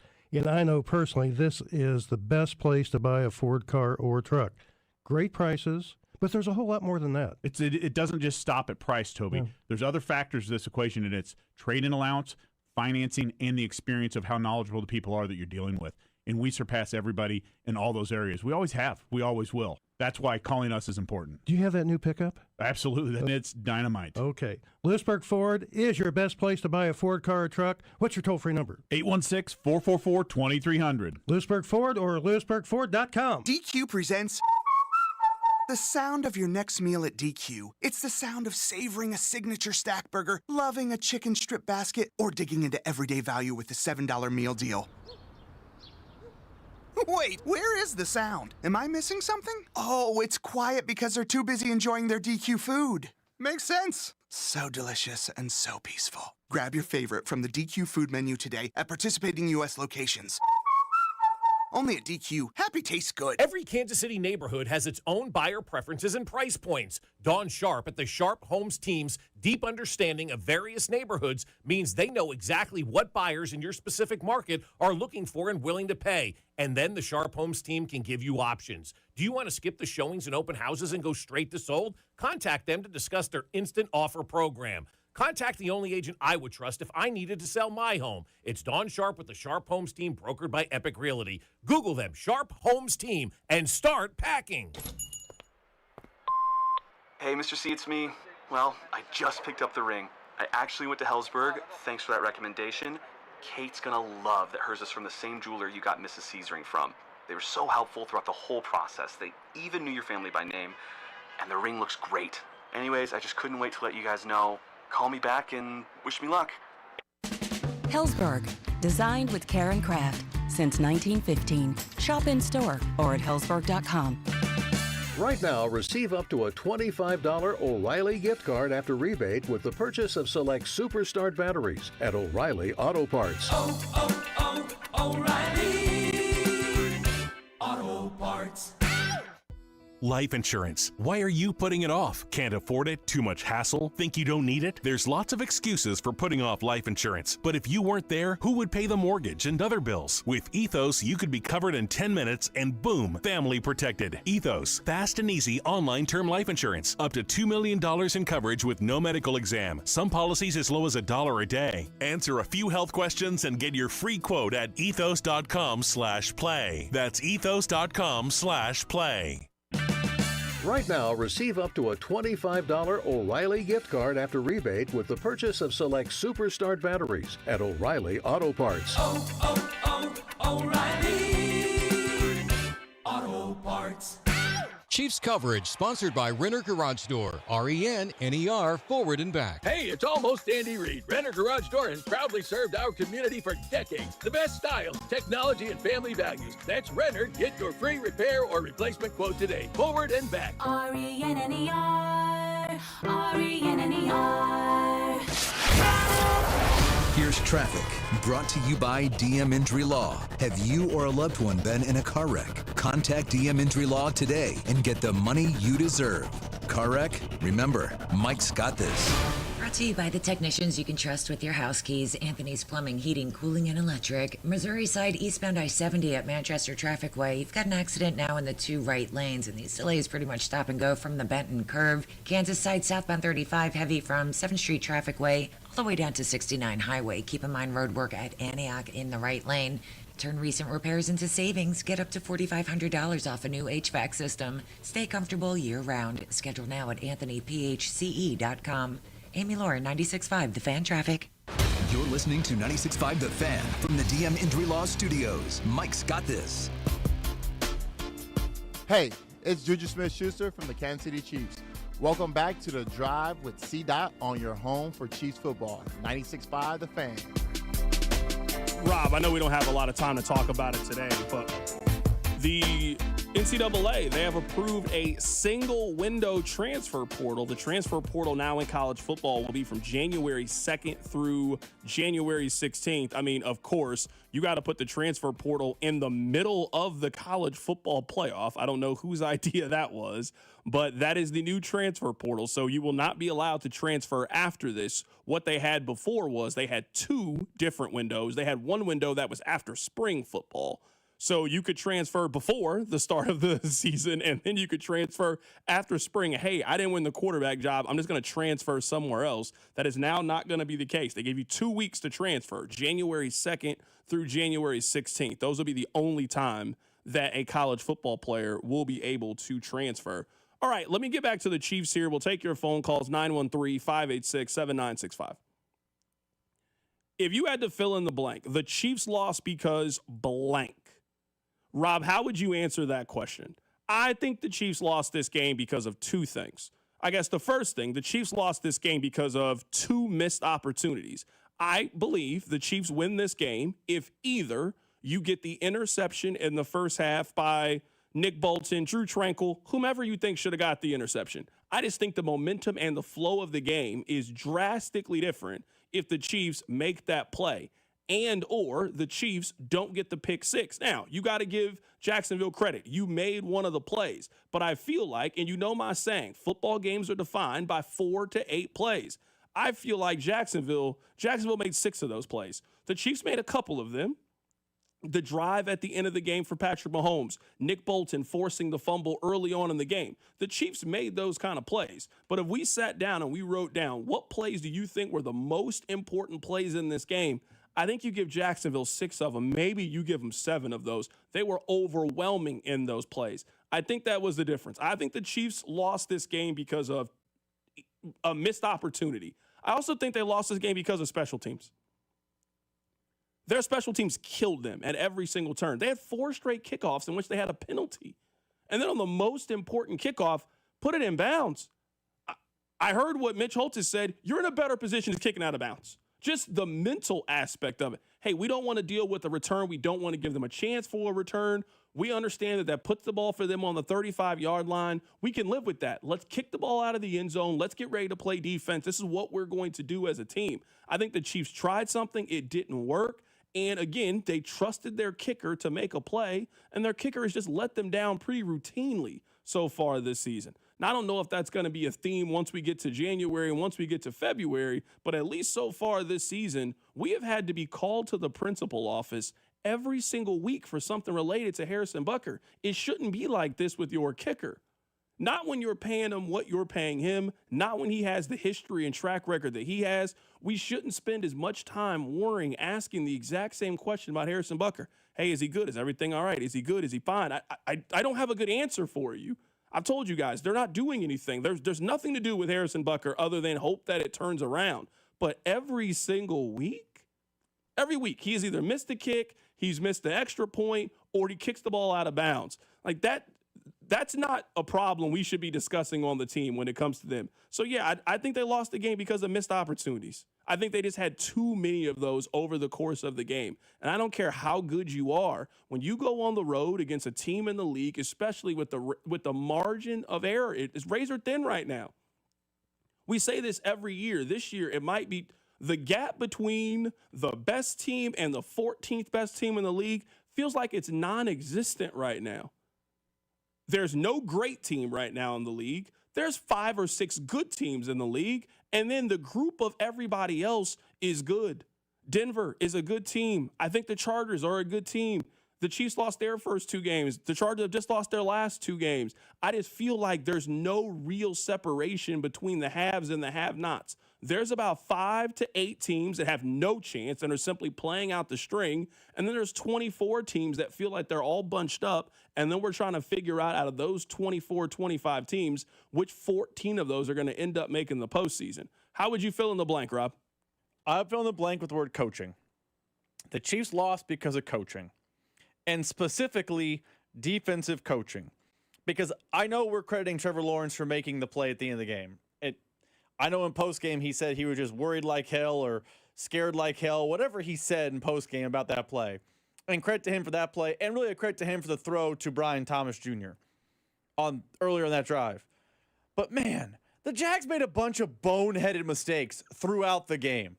And it felt like the Chiefs were never in the right position to take advantage of those boneheaded mistakes. And to me, that's coaching. And specifically, it falls on Spags to me. And me, you, everyone watching at home noticed one thing. You know what the Jags are doing a really good job of? Running the ball with Trevor Lawrence on broken plays. Spy him. put a spy on Trevor Lawrence. Maybe it backfires, maybe it doesn't. But what I do know is him running around for 50-plus rushing yards was killing this defense. Also, why I say coaching. At the end of the game, it was Peyton Manning on the Manning cast said, look at this on that Brian Thomas Jr. catch. That's the first time that we haven't seen Trent McDuffie on Brian Thomas Jr. in a long time.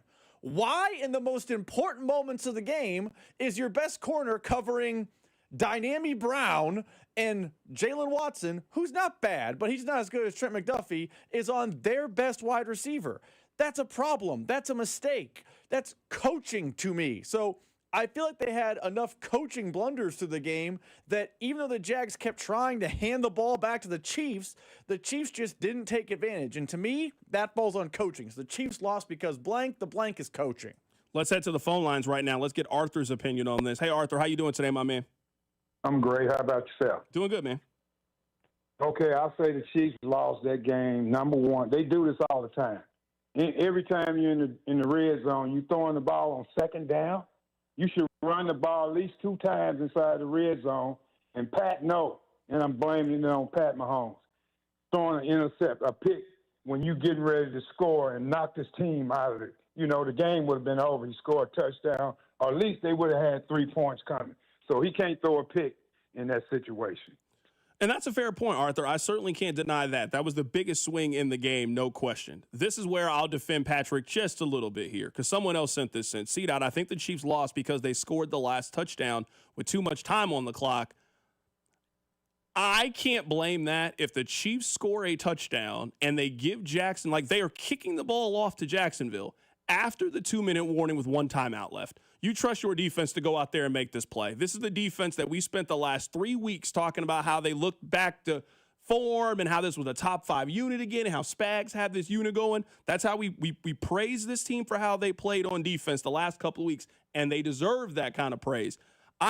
Maybe I'm just different when it comes to this. I'm big on a control what you can control. And I thought on their final drive offensively, I thought they played with the rhythm and momentum. I wasn't putting the brakes on that. Let's score. Let's take the lead here 28-24, and let's trust our defense to go out there and make a play. And the defense just didn't make nothing outside of the offense made a play. Special teams put the ball on the 40-yard line. They gave up a 3rd and 7 big play in the middle of the field. They had a chance to get a sack on Trevor Lawrence. They didn't sack him. He then ran for a touchdown. I feel like the offense did what they were supposed to do. But football is 3 phases. The offense gets an A+ for the 4th quarter. The special teams gets an F. The defense gets an F.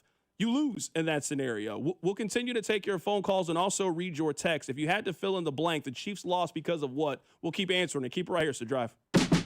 The Drive with Carrington Harrison, a show that prides itself on getting it right. I don't know what I'm talking about. Brought to you by DM Injury Law. Have you or a loved one been in a car wreck? Contact DM Injury Law today and get the money you deserve. Car wreck? Remember, Mike's got this. 96.5, The Fan. We all hear the radio ads about the IRS. They tell you to be afraid, to be scared, and they try to frighten you into calling. I'm not here to do that. Tax Relief Advocates is different. TRA is here to tell you that if you owe money to the IRS, whether it's $5,000, $50,000, or $500,000, we have a solution. It doesn't matter if you're sitting in your car, at work, or with your kids. No matter where you are, call now. 800-575-6812. Don't lose hope. TRA can eliminate or reduce what you owe to the IRS. Generous programs are now available that can give you a fresh start. Our passion is taxes and helping individuals fix their IRS problems. We have over 1,000 5-star reviews on Google and an A+ with the Better Business Bureau. You don't need to be afraid of the IRS any longer. End your tax nightmare today by visiting us online at TRA.com or call 800-575-6812. That's 800-575-6812. Tax Relief Advocates. Real solutions for real people. Arvest Bank believes in the power of serving others. That's why we're committed to supporting those who serve our communities. We believe that all communities deserve a financial partner who cares. Arvest. We believe. Prime Big Deal Days is here with great kitchen deals. Greatness is a deal away. So if you love baking, you can get a deal on a new mixer, transforming you into the Lord of the Loaves.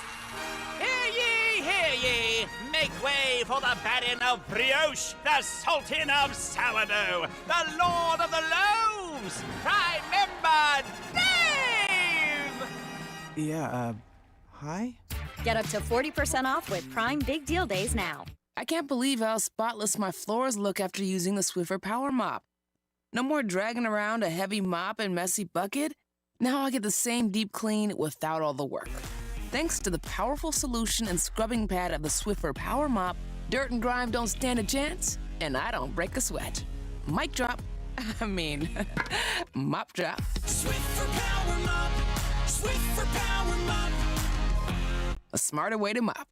Try it or your money back. More than a few of our patients have talked to me about their first time, but it's not the first time you're probably thinking about. It's the first time that erectile dysfunction ruined the moment. This is Jeff for Heartland Men's Health, and if you're over 50, it's likely that you've had that first time yourself. But the good news is that if you're like most men, that first time can be the last time that ED impacts your sex life. At Heartland Men's Health, we're experts in treating ED. We've treated tens of thousands of men using protocols with success rates well over 90%.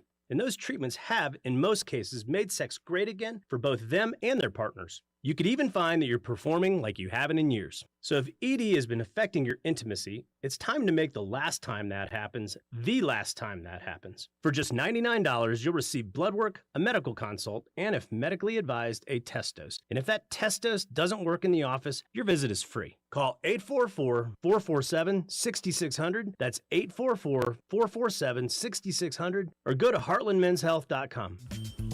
Hey, Zach.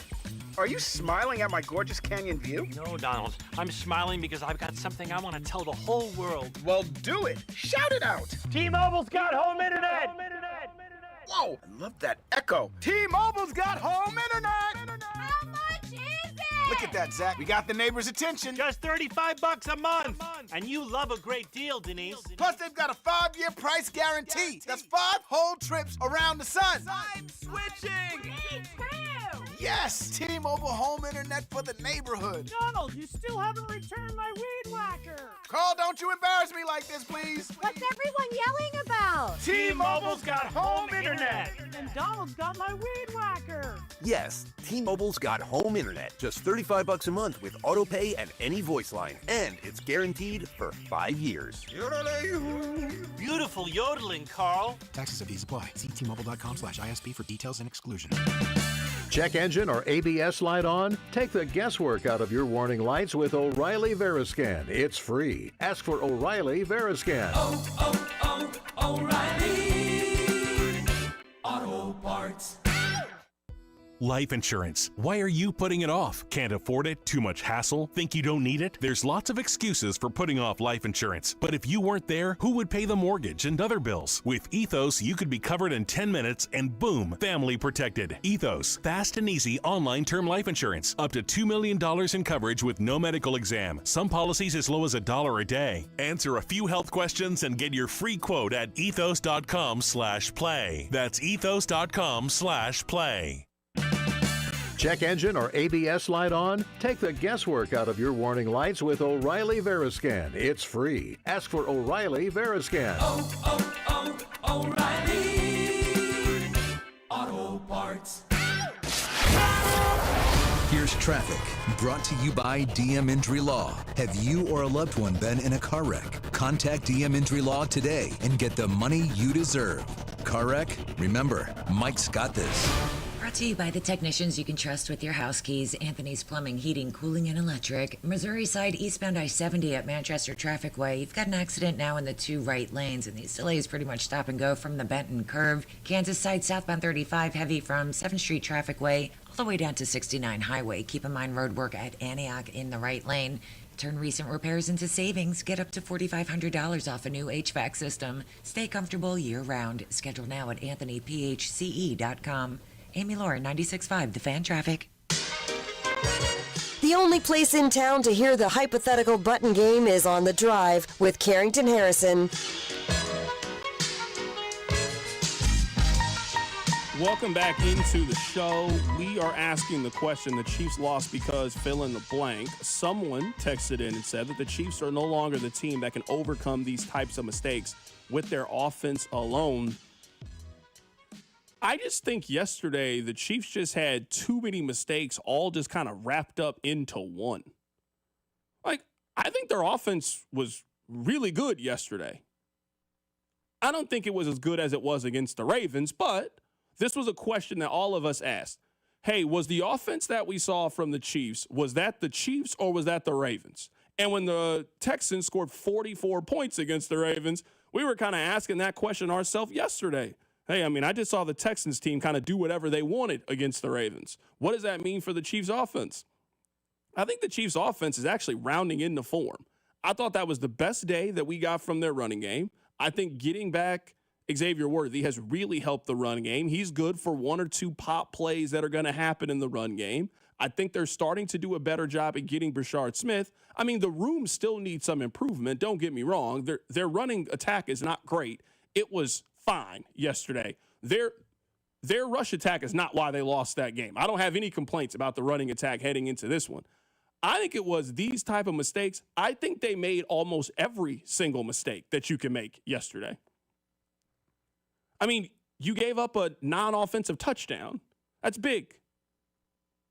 On special teams, I mean, you can't start a drive better than at the 40-yard line. Like, of all the possibilities, the 40 is the best that you can do, or the worst that you can do. They kick the ball out of bounds in that scenario. On defense, you commit a pass interference in the end zone. So you say they can't overcome these kind of mistakes. No team in the league would have won yesterday with the amount of mistakes that the Chiefs have. You can't commit pass interference in the end zone. You can't kick the ball out of bounds on the final drive of the game. Like, part of the benefit of giving them the ball with less than 2 minutes with only one timeout is that they really got to work to get down the field. You don't got to work if you basically give it to them at midfield. That's a tremendous advantage that you have. They committed just about every mistake that you can in the final 5 minutes of the game. I think this text is a very fair one. We'll get to the phone lines here. C-Dot, I've seen this movie before. They'll be fine. I hope everybody buries the Chiefs. I don't really think that there's any reason to bury the Chiefs. I really don't. But I think for the first time in a while, we are not talking about the best team in the AFC. At least not right now. They can become the best team in the AFC, no question. But there haven't been too many times, I would say, over the last 3 years that the Chiefs didn't look pretty clearly like they were the best team in the conference. Right now, the Chiefs just feel like one of a bunch of different teams.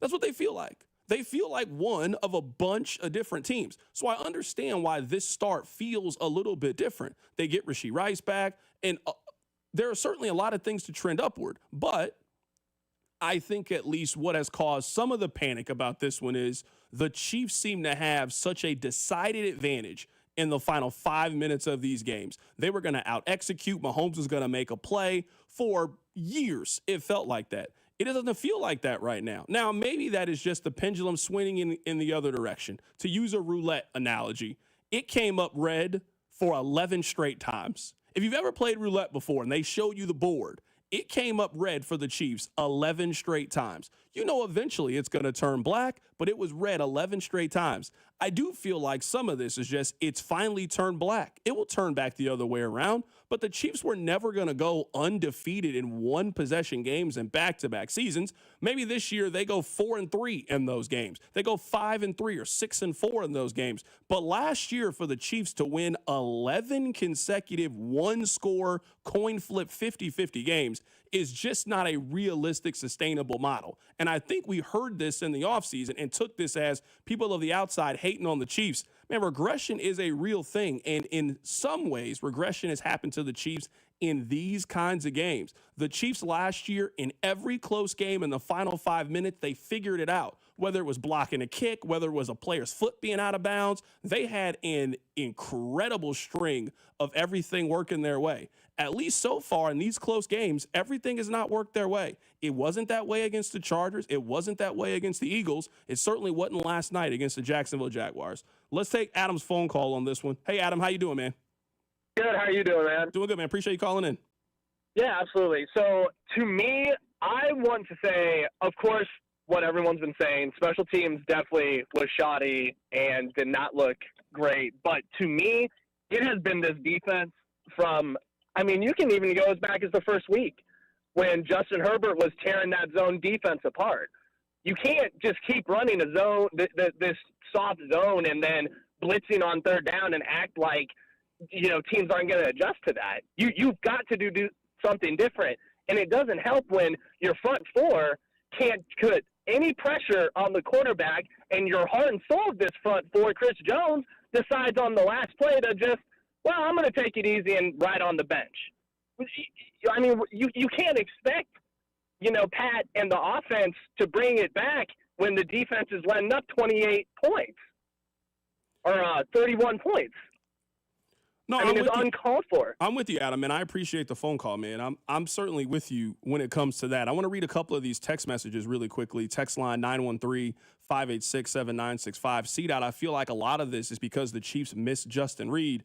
I actually feel like out of the two, like if you were asking me right now, which player would I bring back on the Chiefs defense? Would I bring back Justin Reed or Tashawn Wharton? I think they miss Wharton way more than they miss Justin Reed. I think having a guy in the middle of their defense who got 7 sacks last season was a big positive. And I think the feeling was, let's make another Tashawn Wharton. They made one before. They could just make another Tashawn Wharton. You got Jones. You got Karlaftis. You could turn Mike Dana into this. You brought back Derek Nottie. I do think we all just felt like losing Tashawn Wharton in the middle of the defense and the pressure that he got, it was no big deal. And if Chris Jones isn't going to be a double-digit sack guy, and that's what he was in 2022 and 2023, if he's going to be a guy that gets you 5.5, 6.5 sacks, man, you got to make up that pressure from somewhere else. And they made that pressure up with Tashawn Wharton. Who is that other guy? So you need Charles Omenihu to be better. Mike Dana has 1 pressure this season, not this game. Mike Dana has 1 pressure this season. You got to make up that pressure somewhere. And one of the problems right now with the Chiefs is they're just not getting enough pressure with their front four, their defensive line. They're not winning consistently enough up front. And if there's one play that shows you that, it's the final play of the game from Jacksonville in which Trevor Lawrence scores the rushing touchdown. Coming up on the other side, we'll get back to the top story. We'll talk about Chris Jones and the inexcusable effort on the final play of the game. That's coming up. Keep it right here, it's The Drive. The Drive with C-Dot. Tune in as Nate Taylor of ESPN joins the show in studio every Friday at 4 on your home for Chiefs football. 96.5 The Fan. The Drive, brought to you by DM Injury Law. Have you or a loved one been in a car wreck? Contact DM Injury Law today and get the money you deserve. Car wreck? Remember, Mike's got this.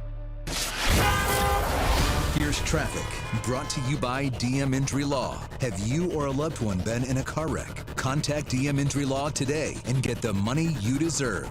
Car wreck? Remember, Mike's got this. Brought to you by the Kansas City Wind Supply Group Vendor Showcase, Thursday, October 23rd at J. Rieger & Company Distillery. Good news on the Missouri side, all lanes open, eastbound I-70 at Manchester Traffic Way. That accident's been moved to the shoulder, but stays heavy once you pass 435. And delays still quite heavy in Platte City with an accident on 29 Highway northbound passing 435 at 92 Highway. Overturned vehicle in the median. Still have a left lane blocked. Discover the latest HVAC, plumbing, and trade solutions with companies like Milwaukee and Champion and over 20 other vendors at the Kansas City Wind Supply Group Vendor Showcase, Thursday, October 23rd from 3 to 6 at J. Rieger & Company Distillery. Plus, enjoy complimentary food, drinks, tours, prizes, and networking. Amy Lauren, 96.5 The Fan Traffic. This is the story of the one. As a maintenance supervisor at a manufacturing facility, he knows keeping the line up and running is a top priority. That's why he chooses Grainger. Because when a drive belt gets damaged, Grainger makes it easy to find the exact specs for the replacement product he needs. And next day delivery helps ensure he'll have everything in place and running like clockwork. Call 1-800-GRAINGER, click Grainger.com, or just stop by. Grainger, for the ones who get it done. Straight Talk presents The Math of More. Here's how it works. When you say yes to more with Straight Talk, you're left with more for all the other good stuff. So getting an unlimited plan starting at just $25 a month equals more savings for your family's weekend adventures. And with a network covered by Verizon, you can share more from wherever you go. It's simple math, really. More equals more with Straight Talk. Available at straighttalk.com and Walmart. Taxes and fees apply. The $25 plan requires a compatible unlocked device and a new line of service. Additional terms apply. FanDuel, America's #1 sportsbook, is coming to Missouri. On December 1st, you'll finally be able to bet on all your favorite teams and all your favorite sports. With FanDuel, there's a ton of ways for you to get in on the action. You can bet everything from the money line to over-unders to which team will win it all. You'll be able to build parlays, bet player props, or even ride the live line. Whatever your style, FanDuel has you covered.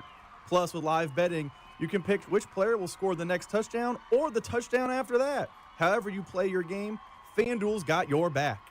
On December 1st, you'll be able to see for yourself why FanDuel is America's #1 sportsbook. With FanDuel, there's a ton of ways for you to get in on the action. FanDuel, play your game. FanDuel Sportsbook is an official sports betting partner of the NFL and 96.5 The Fan. 21 and present in Missouri. Gambling problem? Call 1-800-GAMBLER. Around here, we've got each other's backs. When it comes to health insurance, we want that same kind of support. Blue Cross and Blue Shield of Kansas City gets that. They're from around here too. Backed by the national strength of the Cross and Shield, they help you make confident choices, no matter where you are. Blue Cross and Blue Shield of Kansas City. From here, for wherever you are. That's the benefit of blue. It's football season, and I can't wait for the games. And now I have even more reason to cheer on the Chiefs. I just head to Hy-Vee the day after any game and score savings at the pump with my Hy-Vee Perks card. Win or lose, I earn a fuel saver discount equal to the Chiefs score based on the amount I spend. If the Chiefs score 35 points, I save 35 cents per gallon when I spend $35 on groceries. The more we score, the more I save only at Hy-Vee. Some exclusions apply. See store for details. Flu season is here. Get your flu shot today at your local Hy-Vee pharmacy. It's easy, convenient, and no appointment is necessary. Plus, when you get your flu shot at Hy-Vee, earn a 20-cent fuel saver. That's right, a 20-cent fuel saver. Get your flu shot when it's convenient for you. Schedule online or just stop by your Hy-Vee pharmacy. No appointment necessary. Help your family stay healthy. Get your flu shot and get a 20-cent fuel saver only at Hy-Vee. See store for details. Some restrictions apply. This fall, refresh your home with a special offer from Westlake Ace Hardware. Enjoy $10 off bin interior paint gallons October 1st through 31st. With an easy-to-apply, easy-to-maintain formula, Bin Interior offers an introduction into the beauty and durability of Benjamin Moore premium paint. Hurry into Westlake Ace Hardware for this limited-time savings and keep your spaces looking beautiful for years to come. Offer valid in-store only, so visit Westlake Ace Hardware today. Terms and conditions apply. See store for details. Ace is the place with the helpful hardware, folks. Hey, football fans, tune in this week to kick off with Boomer and Valenti, where the guys break down the biggest headlines and storylines from across the NFL. Kickoff with Boomer and Valenti is brought to you by the Home Depot. When the job calls for the best, call on Makita, available at the Home Depot. How pros get more done. BetMGM is inviting you to charge the field this pro football season. Existing BetMGM customers can have a ball without having to sweat. Log into your account to get a pro football no sweat token. Apply the token to your next pro football bet. If you lose with the token attached, you'll get your stake back in bonus bets. That's right. With a no sweat token, you get your stake back in bonus bets if you don't win. There's nothing like a fresh set of downs. And that's just what BetMGM is offering if you don't win with a no-sweat token. Find your favorite matchup and be part of the action. Make this pro football season one for the ages. Make it legendary. BetMGM and GameSense remind you to play responsibly. See BetMGM.com for terms. 21 plus only. Kansas only. Existing customer offer. Subject to eligibility requirements. Rewards are non-withdrawable bonus bets that expire in 7 days. Please gamble responsibly. Gambling problem? Call 1-800-GAMBLER. In partnership with Kansas Crossing Casino and Hotel. Tonight, expect clear skies with a low of 49. Weather brought to you by Robert Half. Our recruiters' expertise and award-winning AI will find you the skilled candidates you want. At Robert Half, we know talent. Visit roberthalf.com/talent today. What's up, KC? It's Hollywood Brown. Tune in on game days to hear the play-by-play with Mitch, Danny, and Kling on your home for Chiefs football, 96.5 The Fan. KFNC FM and AM, HD1 and HD2 Kansas City, an Odyssey sports station.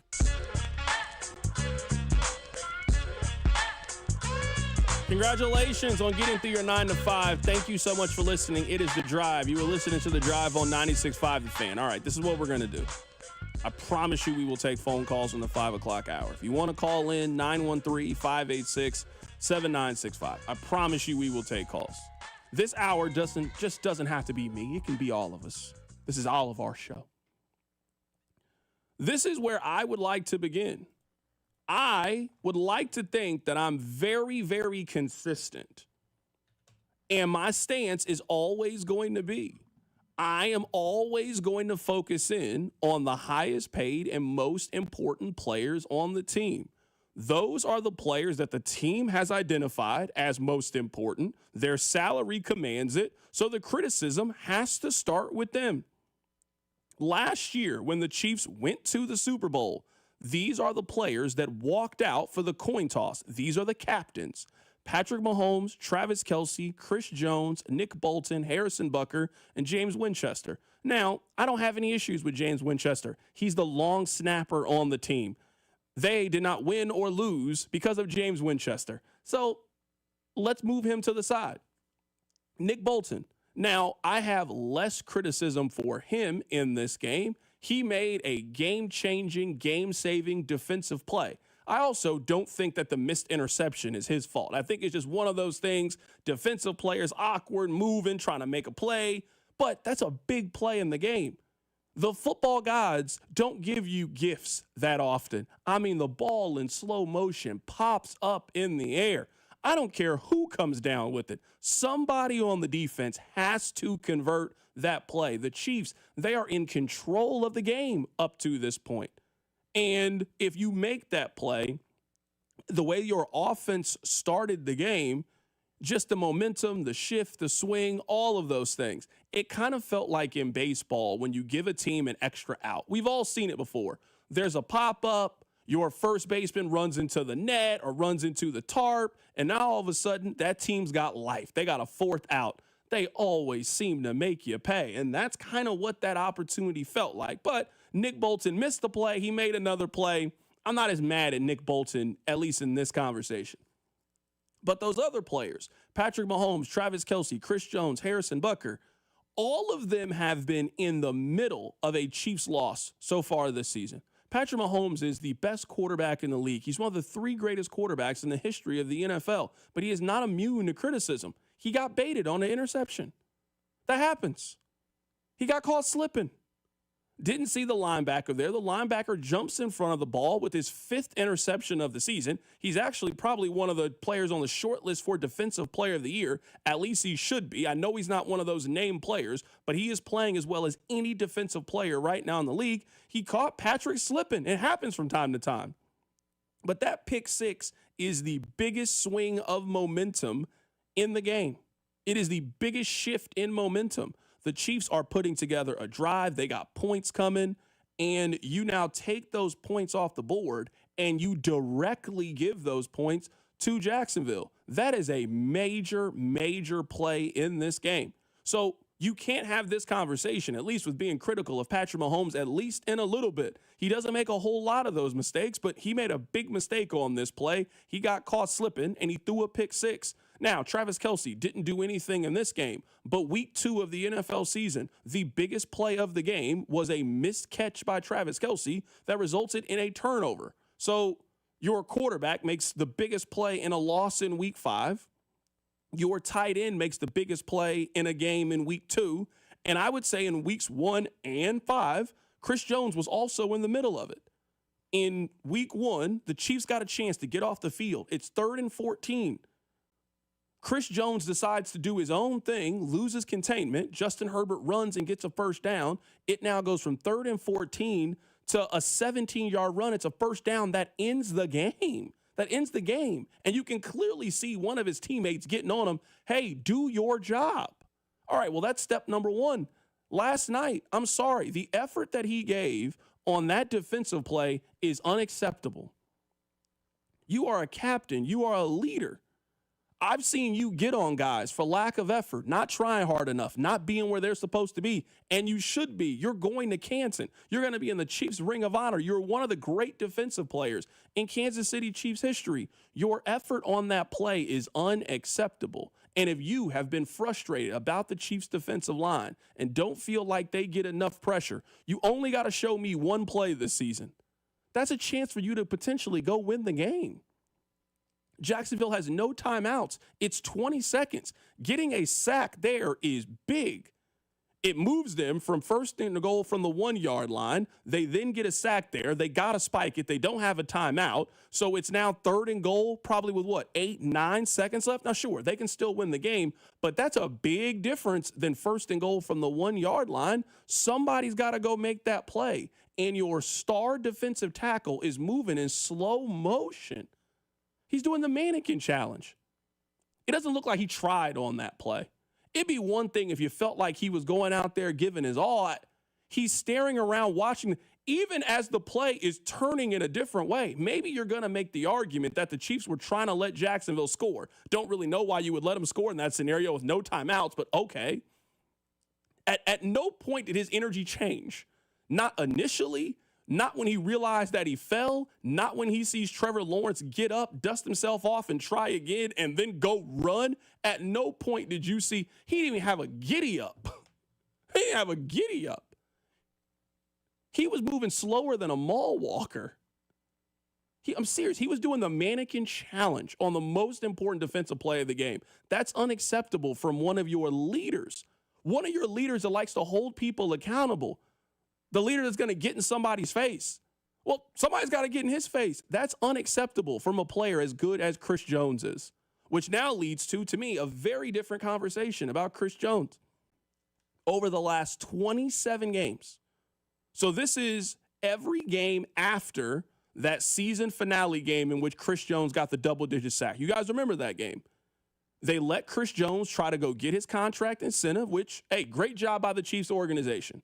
Hey, I know it was tough. It was tense. We didn't agree on the money, but we're going to give you a chance to get some of that money back that you lost from missing training camp and missing the first week of the season. The Chiefs did right by Chris Jones. They really did right by Chris Jones.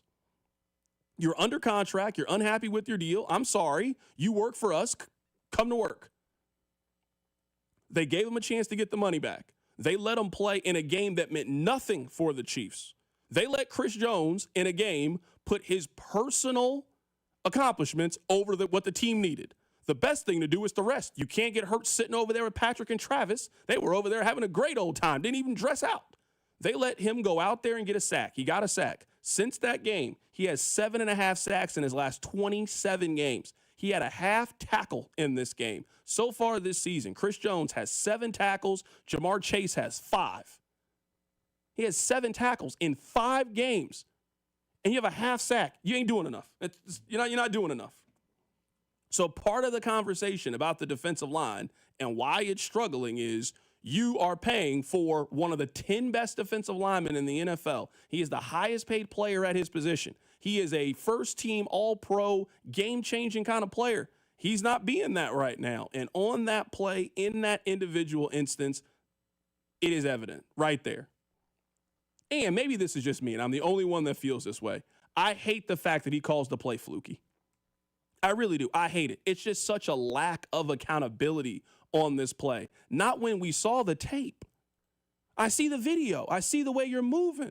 You can't call it fluky when Trevor Lawrence fell down 2 times. Nobody on the team touched him while he was down. He got up and then ran for a touchdown. You got to tip your cap on the other side. I thought multiple times we had him. We just got to finish. We got to finish. We had multiple guys there that we just got to finish that play. It was a fluke play for him to be able to break that many tackles. But yeah, I think I put it on us as a defense. We got to finish. We got to bring him down on that. I just hate that. It just shows a lack of accountability. It was a fluke play. He ran all over you all night. Trevor Lawrence had 60 yards rushing in the game. He ran all over you all night. He scored 2 rushing touchdowns. It wasn't a fluky play. It wasn't at all. He made a better play than what your defensive line and linebackers made on that play. I just hate it. That combined with the lack of effort on the play, it's very unbecoming of a champion. And that's who Chris Jones is. He is a champion. Very unbecoming. I don't think all is lost from yesterday. I really don't. Their offense was great. Their wide receivers are starting to figure things out. That was the best effort that they got from their running backs.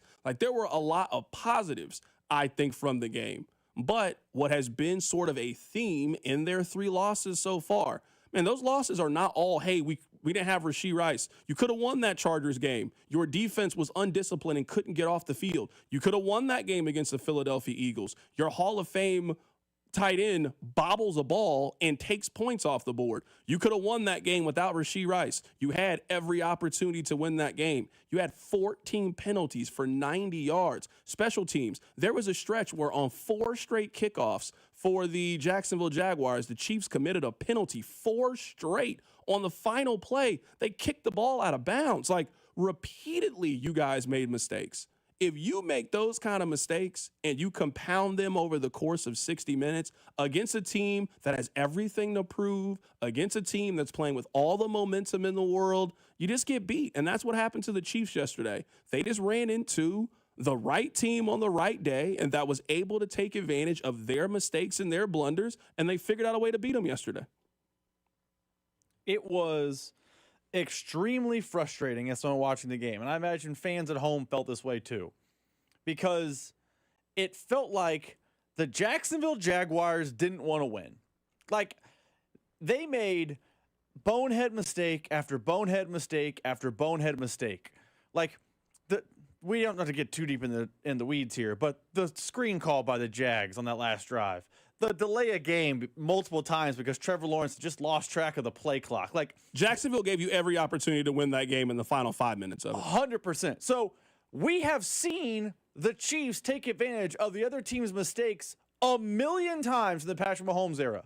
It's why the Craig Cartons of the world really hate the Chiefs. It's because you make a mistake, the Chiefs pounce, they beat you, you walk away, and you're like, if we just not made that one mistake, we would have beaten the Chiefs today. Well, you did, and you lost. Except for last night, the Jaguars made a handful, several of those types of mistakes, where I've seen game after game after game where the Chiefs pounce and they smoke a team that does that. And last night, did they not only not pounce on those mistakes, it seemed like they out-blundered the Jags. Like, someone on the text line, the back-to-back timeouts. I know the game was in hand at that point, but what are you doing? Why are you calling back-to-back timeouts? Why are you not adjusting defensively to what Trevor Lawrence is doing, which is running around? How do you have bad effort on the goal line at the end of the game, where if you get a goal line stop, you win, and you get to walk out of Jacksonville a winner? How do these things happen? How do you kick the ball out of bounds after a touchdown, where if you get a stop and you're up by 4 points, you win the game? You kick the ball into the third row. Like, those sort of mental errors are just very unprecedented for this Chiefs team. They usually are the team that is more smart and more sound, and they take advantage of your mistakes.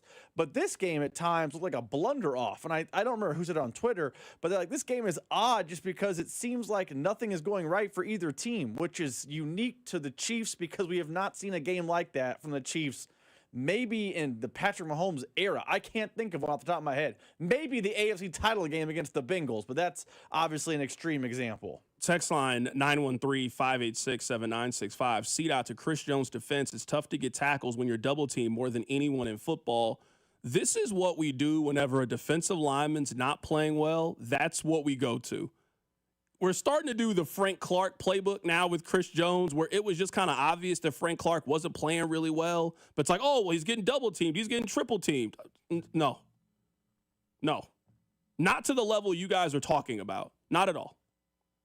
He has 7.5 sacks in the last 27 games. Or if you think he's getting doubled and triple teamed, then we need to have a George Karlaftis, Charles Omenihu, Mike Dana conversation. Mike Dana has 1 pressure so far this season. Charles Omenihu has been non-existent. It's a contract year. Charles Omenihu, fully healthy.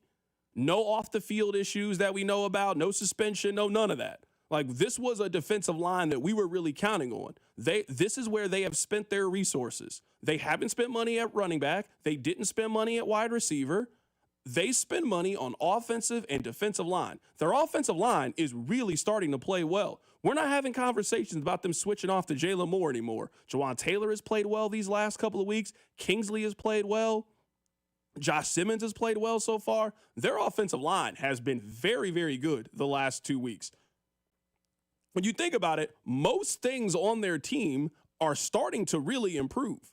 Their running back room has improved the last couple of weeks. That offensive line has improved. Their wide receivers have improved from week 1 to week 5. You were seeing progression on a lot of things on the offensive side of the ball. You were not seeing progression with their defensive line. Not close to seeing progression on the defensive line of the ball. And a lot of that, I got to attribute to Chris Jones. You're the highest paid player on the defense. You're a future first ballot Hall of Famer. You're one of the great players in the league. You are not playing like it right now. And if we go back and we look at, I would say, the signs, because the signs are usually there. The signs were there with Travis Kelce. You guys got mad at me when I said the signs, but the signs were obviously there with Travis Kelce. He's not who he used to be anymore. Now, that can still be a very productive player, and Travis has been a productive player for you, but the signs have been there. Hey, something's a little bit off on Chris Jones. Something's off. He had 15.5 sacks in 2022. He had 10.5 sacks in 2023. He had 5 sacks last season. He has 1 so far through the first, and he has 7 tackles. He is not making a major difference in these games. He's not. Not for a guy that you probably consider the best D tackle in the league before all of this. That's not the effort that you're getting right now. And the effort that you saw on that play, it's embarrassing. There's no other word, honestly, to use it. It is embarrassing, in my opinion. I want to play for you guys what Nate Taylor had to say. Here he is talking about the final play of the game. He's on the other side of this. So my interpretation, and I kind of asked him in the locker room, this is before the podium, you stand there because if he gets up, you might think he's going to throw either the ball away or you want to have your body in your position to be hands up for a pass deflection if he's going to throw the ball in the middle of the end zone. Now, there's no spy, which I know you guys have talked about, and Charles Omenihu gets planted. Drew Tranquill takes a terrible angle. Jerry Tillery sees what's happening, but is so slow to react that he can't get Trevor Lawrence down. And now everybody focuses on Chris Jones because he goes, I have literally taken up 2 offensive linemen yet again. Those 2 guys aren't doing anything. There are one-on-ones all over the place. And why is he running? Because I'm cooked. I'm gassed. They could not give me a sub in the last drive. And again, it's not George Karlaftis, who you just paid a handsome contract to. It's not Charles Omenihu. It's not Jerry Tillery. It's not Ashton Gelati. It's not Mike Dana. It's not Derek Nottie. Chris Jones played the most snaps of anybody on the defensive line. Nate, I'm sorry I got to disagree with you, man. You got to find something in that tank for the last play of the game. You got to find something in the tank. The play then blew up. He fell to the ground. You can't get an easier sack than that. The man's laying on the ground. You ain't got to hit him. Go down there, touch him. You just got to play tag, freeze tag. He's down. He got up. He fell twice. He fell and then fell again trying to get himself back up on his feet. He got back up on his feet. There was not a single defensive lineman in the backfield. He then got past the first line, broke a tackle, and scored his 2nd rushing touchdown of the game. I don't want to hear I'm tired. Nah, man. I don't know what to tell you. I'm tired. Nah, bro. We big fella. We need you. 9-5. We need you. We all tired. We've all been out here. We need you to step up and make a play. And he didn't. That simple. Coming up on the other side, we gave out our barbecue chicken award. We'll tell you who got that. And if anybody can explain to me why Noel Williams wasn't on the field more yesterday, I wish I had something to give you. I would give it to you.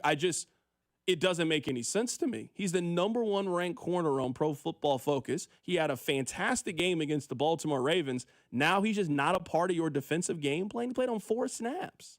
4. Shamari Connor, you won't take him off of the field. Noel Williams, he can't get on.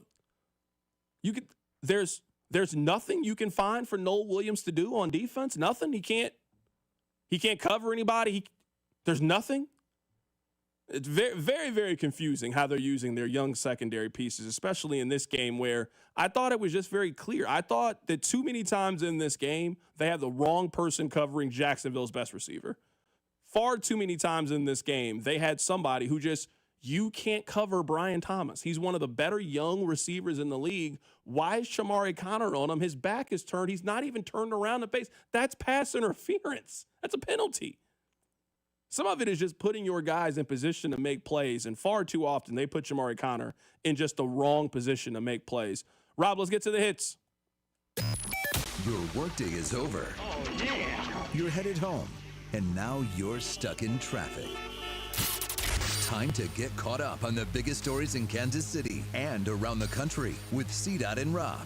It's time for the hits. Number 1. Carrington's Always Hits are brought to you by Baker University, where graduates earn higher salaries and land jobs faster than any university in Kansas. Apply today at bakeru.edu. Rob, can we talk about Harrison Butker here for the end of the hits? Let's just talk Harrison Butker. Let's just commit to a unpopular, not upbeat 5 o'clock hour with barbecue chicken alert, Butker and Jones. They lost. How upbeat should I be? They lost. What do you want me to talk about? They lost. They're under 500. How positive should I be? It looked like a warm day I ain't in hear a lie to Jacksonville. nobody. They lost. What percentage are you at right now with Harrison Butker? I've ticked up from my 4 to 4.5. We're going in the wrong direction. Where are you at? I'm at 5.5. I'm starting to get to this is a worry and a problem. I'm starting to get there. I'm not all the way there. I'm not ready to fully commit to it yet. I'm not ready to fully commit to the issue with Harrison Butker, but it's been every week. It's been every week there has been an issue with Harrison Butker. Like, every time I look at the principal's office, why are you sitting in that chair waiting to go in and talk to the principal? Every time? In some ways, I think we have painted Rashee Rice like he's going to come in and solve every problem that the Chiefs have. Like, man, when they get him back, man, it'll go back to how it was. And yeah, maybe. But he ain't got nothing to do with Harrison Butker kicking the ball out of bounds. It doesn't have anything to do with Harrison Butker being inconsistent from 50 yards. Now at a time where everybody is making 50-yard kicks, the Chiefs used to have a tremendous advantage. They had one of the longest legs, most accurate kickers. It feels like everybody got Harrison Butker on their team right now, except the Chiefs. So, yeah, I would put it right now at 5.5. I was at like 3, 4. It's above average right now. It is starting to be like, at what point just what turns it around for Harrison Butker? So, yeah, that's where I'm at a 5.5. You still are very, very low. Why is that? Why are you still low on Butker? I think a lot of and by the way, 4.5 is, calling 4.5 low seems relative. But one of the reasons I am lower than you is there was a time last season after the injury, he came back in the Browns game, missed a few kicks, and I was alarmed heading into the postseason, and he figured it out. There have been times in his career where he has looked iffy at times. He has figured it out. It was bad to kick the ball out of bounds last night. I think some of that's coaching, though. Why did no one tell him just pound it through the back of the end zone and we'll figure it out? They tried to get cutesy and place it. Now, he did a bad job, but I think that's bad coaching to put your player who has been iffy this year in a position to get cutesy. Take it out of the back of the end zone. We'll figure it out from the 35. So, this is where I think you're being a little bit hypocritical here. The Chiefs are showing confidence in Harrison Butker to go out and execute and do the things that you've always done. So I can't say that the coaches put him in a bad spot. If you're trusting Harrison Butker to come through and execute, sure, it's not an extra point. It's not a regular made field goal. At the end of the game, they asked Harrison Butker to go out and accomplish something, and he failed. He has failed in some capacity in every game that they have had so far this season. Some of that's got to be on Harrison Butker, not the coaches. I agree with the kick. I feel like just the kickoff specifically, it's not 100% of the coaching staff. I think a little bit of it falls on the coaching staff, but he did make his kicks last night, which is a step in the positive direction, which is why I'm a little lower on the worry scale than you. Coming up on the other side, we'll continue to talk about the defense. We also got time to take your phone calls, 913-586-7965. If you want to chime in, we certainly can do that. Keep it right here. It's The Drive. The Drive with Carrington Harrison on your home for Kansas City sports. 96.5, The Fan. Brought to you by DM Injury Law. Have you or a loved one been in a car wreck? Contact DM Injury Law today and get the money you deserve. Car wreck? Remember, Mike's got this. Touchdown! Chiefs coverage brought to you by Park & Go, the best deals on airport parking. Don't fumble your airport parking. Score big with Park & Go. All covered parking, fast and free shuttles, and open 24/7. For the best deals in airport parking, reserve your spot now at bookparkandgo.com. Park & Go, family owned and fan approved. When your team's best players have all been traded and the latest pick is overrated, just raise a glass with a friend or two and tell them more, tell them more, tell them more do. May your team be great and your picks be true, and if it falls apart, you'll know what to do. Just raise a glass with a fan or two and tell them more, tell them more, tell them more do. It's a crazy world, so what do? You tell them more, tell them more, tell them more do. Hey! Tullamore Dew Irish Whiskey, imported by William Grant & Sons. Hey, Zach, are you smiling at my gorgeous canyon view? No, Donald. I'm smiling because I've got something I want to tell the whole world. Well, do it. Shout it out. T-Mobile's got home internet. Whoa, I love that echo. T-Mobile's got home internet. How much is it? Look at that, Zach. We got the neighbors' attention. Just $35 a month. And you love a great deal, Denise. Plus, they've got a 5-year price guarantee. That's 5 whole trips around the sun. I'm switching. Me too. Yes, T-Mobile home internet for the neighborhood. Donald, you still haven't returned my weed whacker. Carl, don't you embarrass me like this, please. What's everyone yelling about? T-Mobile's got home internet. And Donald's got my weed whacker. Yes, T-Mobile's got home internet. Just $35 a month with auto pay and any voice line. And it's guaranteed for 5 years. Beautiful yodeling, Carl. Taxes and fees apply. See T-Mobile.com/ISP for details and exclusions. This is the Let's Revitalize Our Neighborhoods commitment. This is the Roll Up Our Sleeves and Pitch In commitment. This is Busey, where our commitment to strengthen our communities is a top priority. Through energetic, engaged volunteers, through monetary support, community leadership, and advocacy. Because Busey is more than a bank that does well, we're a bank that does good. Busey Bank, building business, growing wealth, since 1868. Member FDIC. Morning, Zoe. Got donuts. Jeff Bridges, why are you still living above our garage? Well, I dig the mattress, and I want to be in a T-Mobile commercial like you. Teach me, Sildana. Oh, no, I'm not really prepared. I couldn't possibly. At T-Mobile, get the new iPhone 17 Pro. On them, it's designed to be the most powerful iPhone yet and has the ultimate pro camera system. Wow, impressive. Let me try. T-Mobile is the best place to get iPhone 17 Pro because they've got the best network. Nice, Jeffrey. You heard them. T-Mobile is the best place to get the new iPhone 17 Pro on us with eligible trade-in in any condition. So, what are we having for lunch? Dude, my work here is done.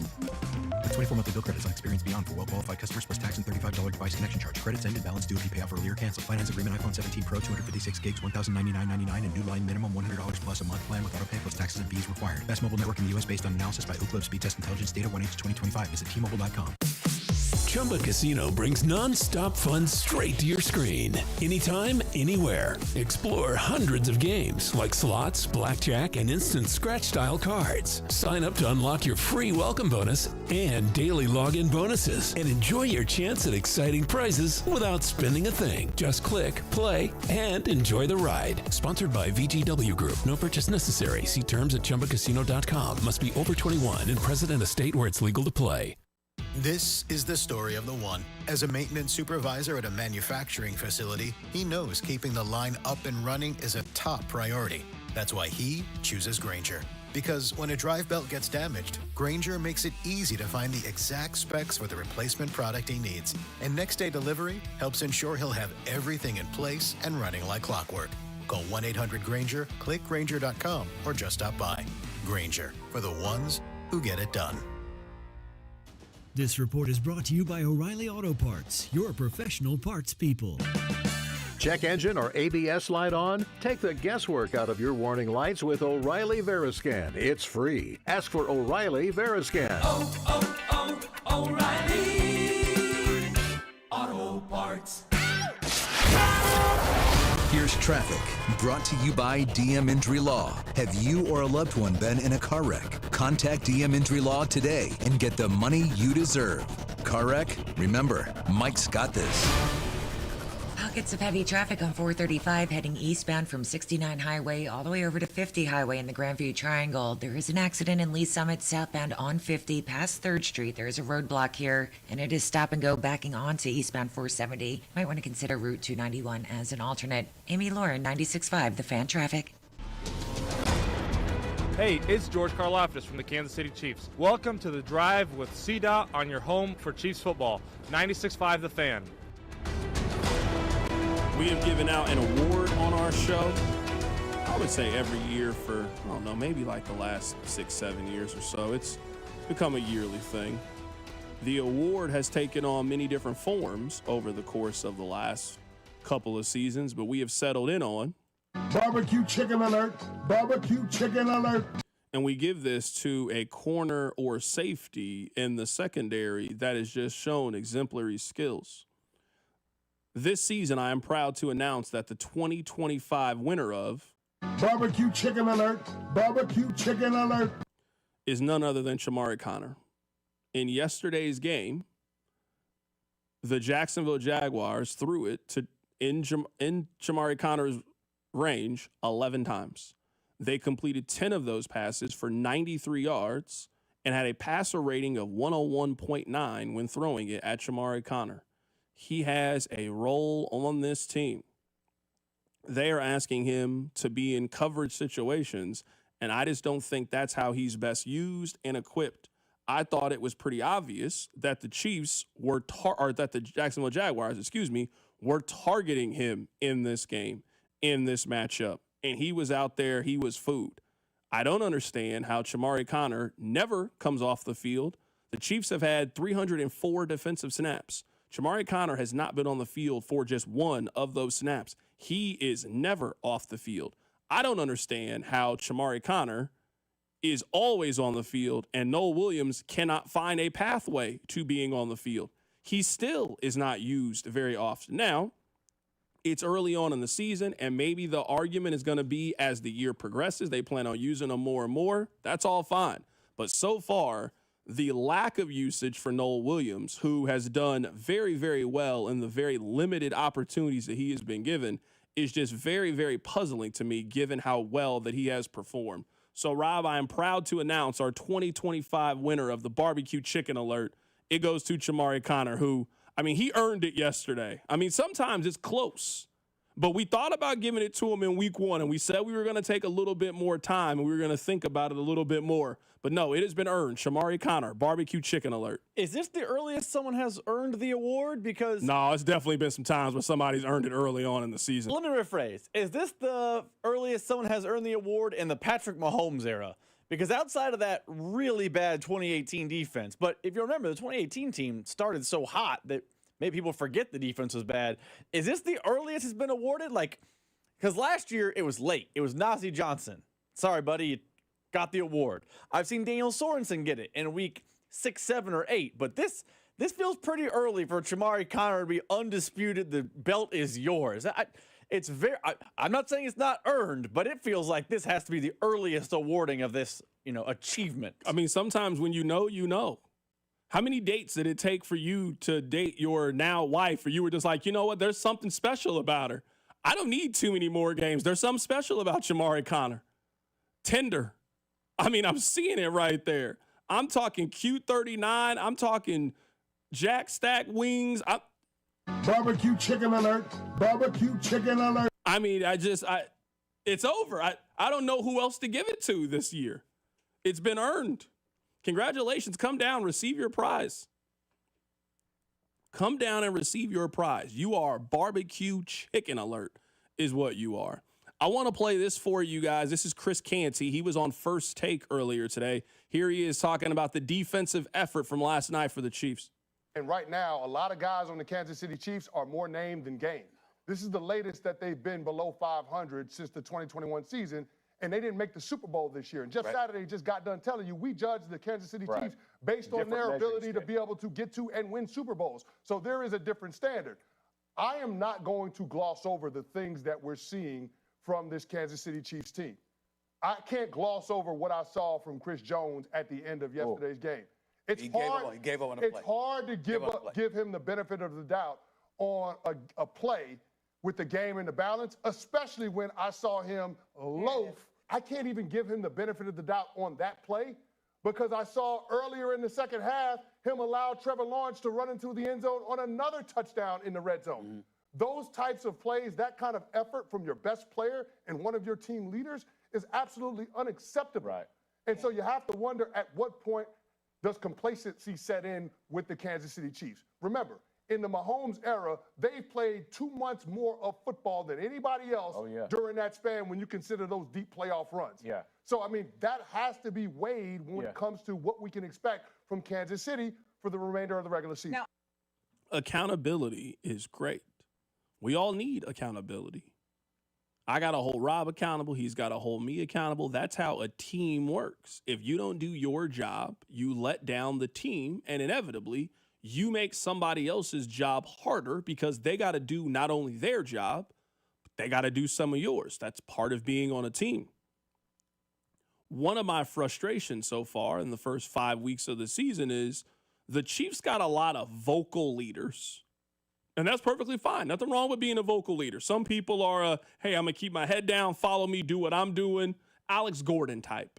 Alex Gordon is very much a leader. Look at the way he trains, look at the way he eats. People are going to follow that. They got a lot of vocal leader guys. We've seen Kelsey be that before. We've seen Chris Jones be that. And again, there's nothing wrong with being it. Everybody's leadership quality is different. But who then holds the leader accountable when they mess up? When Chris Jones is going 30% on the most critical defensive play in the game, who's the one that holds him accountable? When Kelsey drops a ball that results in an interception, and now that's a big swing in the game, who holds him accountable? This goes to my main point, where we can poke at this thing and this thing. Right now, their leadership, the core group, the guys who have won Super Bowls, the guys who are going to be in the Ring of Honor, the guys we are talking about potentially getting statues for them, they have contributed in major ways to them losing these games. Whether it's a pick six, whether it's a bobble that results in an interception, whether it's not having containment on a third down and then Justin Herbert scrambles to get a first down, whatever it is, your key players, your key pieces, they have been in the center of why and how you have lost these games. I want to play this for you guys from Colin Cowherd. Here's what he said about last night's game. They're a very young team. Andy Reid is going to coach those mistakes out of them. Jacksonville doesn't make mistakes. Falling down on the final winning play, that's just Jacksonville. Fumbling the ball at the one, that's just Jacksonville. So I think you can coach out the 13 penalties or most of them. I think Kansas City's good and getting better. Now, they're losing one-score games. Last year, they were 11-0 in one-score games. But this year, they're a little younger in spots, and they're making mistakes. And I mean, the final play of the game, they had Trevor Lawrence trapped, Jags out of timeouts, and they couldn't make the play. But they averaged 7.6 yards a play, had almost 500 yards. They had a bad pick six from Mahomes, so congrats to Duval. I love Trevor Lawrence. I thought his throw to Brian Thomas up the right sideline on that final drive was one of the best throws of the year in the NFL. He's always had talent. Fumbles too much, makes too many mistakes, but he's a great kid. I've met him a couple times. I'll always root for him. But this morning, I feel Kansas City's a better team, and I don't care what the score was.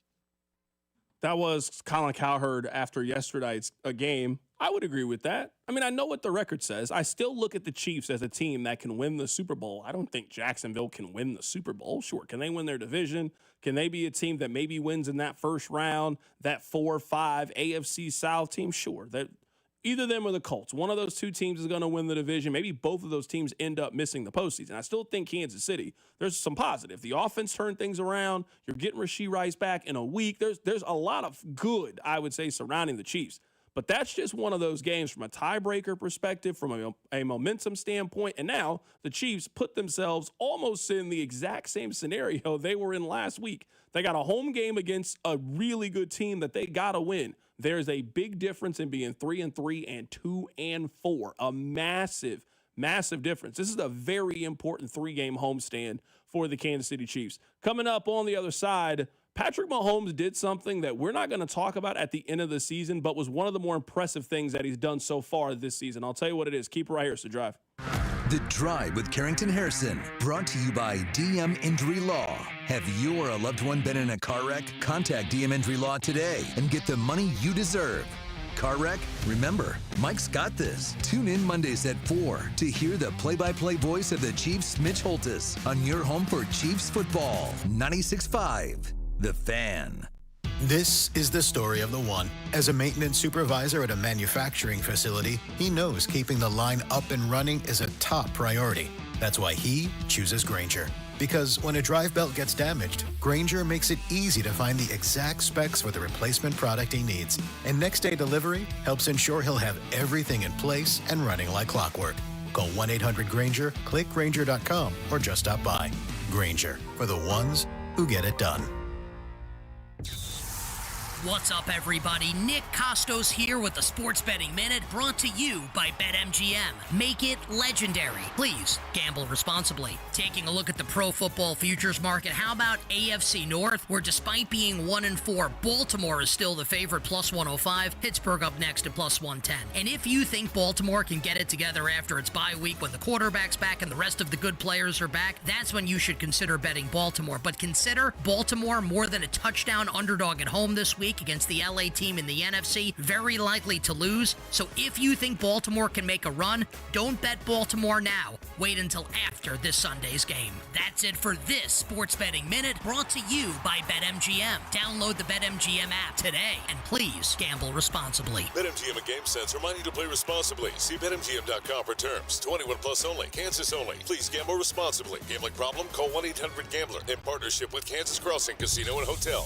What's up, guys? It's Drew. Well, we're in the heart of football season, and the players, they got to be on their game and at peak performance and ready to go when it matters most to try and get a win on Sunday, Saturday, whatever time of the week they play. You also have to be ready and confident where it counts. I'm talking about Blue Chew, a small chew for a big difference. Day and nights just got longer and better for everyone because showing up matters during life's most exciting moments. Turn oh no into oh yes with Blue Chew. It'll have you feeling fantastic. Be ready when she is. It's not just about performance. Confident where it counts. Give her group chat something to talk about, because nothing makes you more of a legend than a little Blue Chew.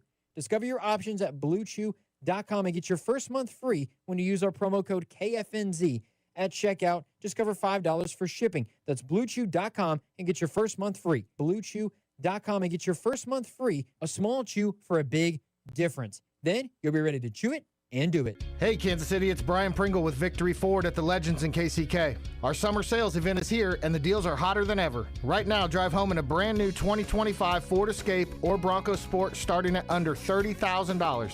Or lease for just $399 a month with zero down. Need something bigger? Check out the spacious new Explorer, the larger Bronco where you can pop the top and doors off for those nice fall days, or the always tough F-150 STX Crew Cab 4-wheel drive. Just zero down and $499 a month. Lease payments are plus tax, title, and license. And folks, if you haven't checked out the versatile Ford Maverick, you're missing out. At Victory Ford, we have them in stock starting under $30,000. That's unbelievable value, a pickup that even fits right in your garage. Kansas City, if you haven't been behind the wheel of a new Ford lately, now's the time. The build quality is second to none, and we've got the selection ready for you today.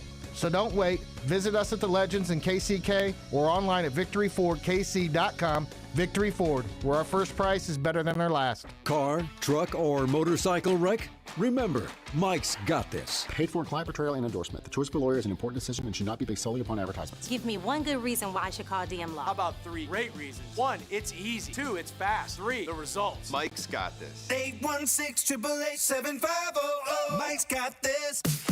Chumba Casino brings non-stop fun straight to your screen. Anytime, anywhere. Explore hundreds of games like slots, blackjack, and instant scratch-style cards. Sign up to unlock your free welcome bonus and daily login bonuses. And enjoy your chance at exciting prizes without spending a thing. Just click, play, and enjoy the ride. Sponsored by VGW Group. No purchase necessary. See terms at ChumbaCasino.com. Must be over 21 and present in a state where it's legal to play.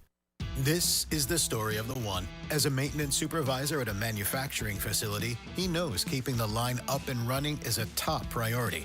That's why he chooses Grainger. Because when a drive belt gets damaged, Grainger makes it easy to find the exact specs for the replacement product he needs. And next day delivery helps ensure he'll have everything in place and running like clockwork. Call 1-800-GRAINGER, click Grainger.com, or just stop by. Grainger, for the ones who get it done. Brought to you by Duke's Mayonnaise. This is the Duke's Country Song. It's a song about the best mayo. Has a yellow lid, and its full name is Duke's Mayonnaise. Get Duke's Mayo in store. It's got twang. You're listening to 96.5 The Fan from the DM Injury Law Studios. Mike's got this. Here's traffic, brought to you by DM Injury Law. Have you or a loved one been in a car wreck? Contact DM Injury Law today and get the money you deserve. Car wreck? Remember, Mike's got this. Heading home on 435, watch for a collision westbound at State Line Road. You've got a couple left lanes blocked here. Stop and go from Holmes, attracting attention on the eastbound side as well. Still clearing that wreck in Lee Summit, southbound 50 just past 3rd Street, with delays backing onto 470. And if you're traveling through Northland, watch for a wreck eastbound on 152, past 435 at Shoal Creek Parkway. Amy Lauren, 96.5 The Fan Traffic. Follow the station on Instagram at TheFan965 for giveaways and behind-the-scenes content. I think this is a really fair point about Harrison Butker. Someone says this. I don't want to crush you guys for your feelings on Butker. The numbers bear it out. But haven't we seen him clean up these misses before? I want to believe in this ability until we can't. I would say sometimes what kind of make Chiefs conversations difficult in real time is I feel like we always talk about the Chiefs based on either what they were in the past, what they are going to be in the future, very rarely what they are in the present. And I get that.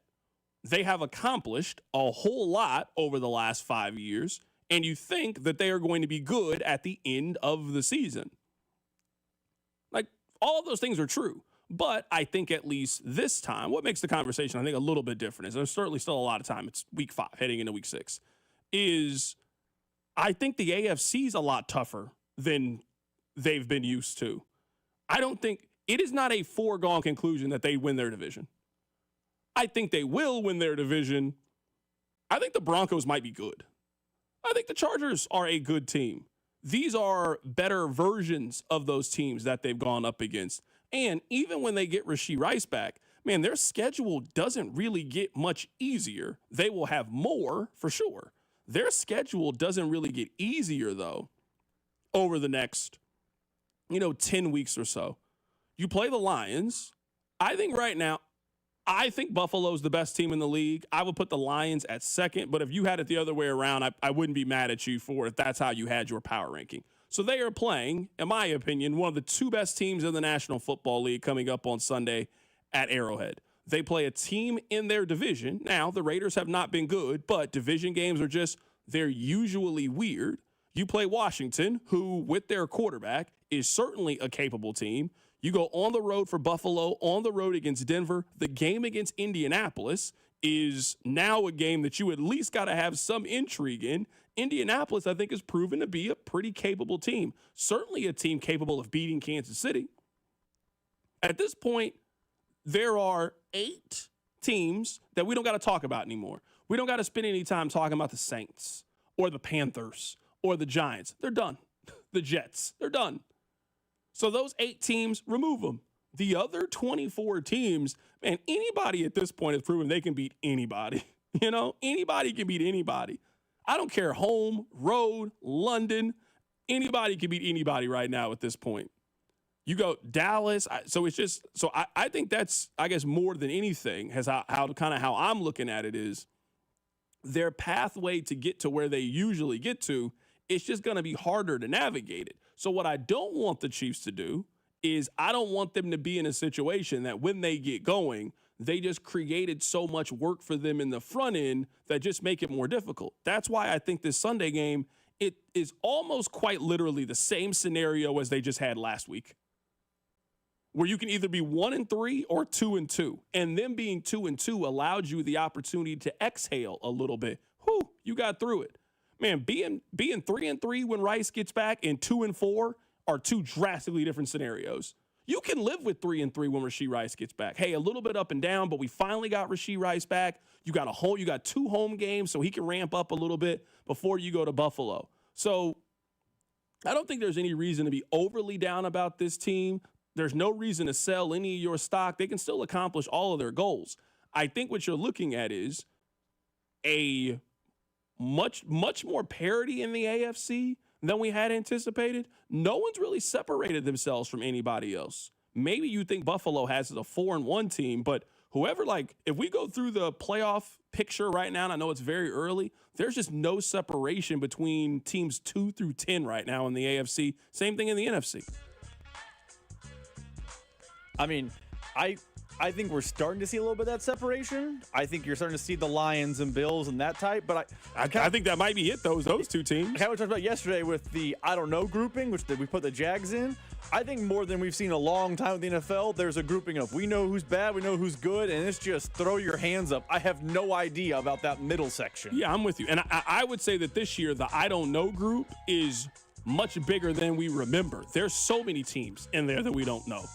The Niners, the Rams, there's a whole division of I don't know teams. You know what I mean? That's kind of where we are, I would say, right now in the National Football League. We had a lot of fun today. We'll be back tomorrow. Patrick Mahomes will be on the show tomorrow. Take care of yourself. It's The Drive. Chiefs Kingdom up next.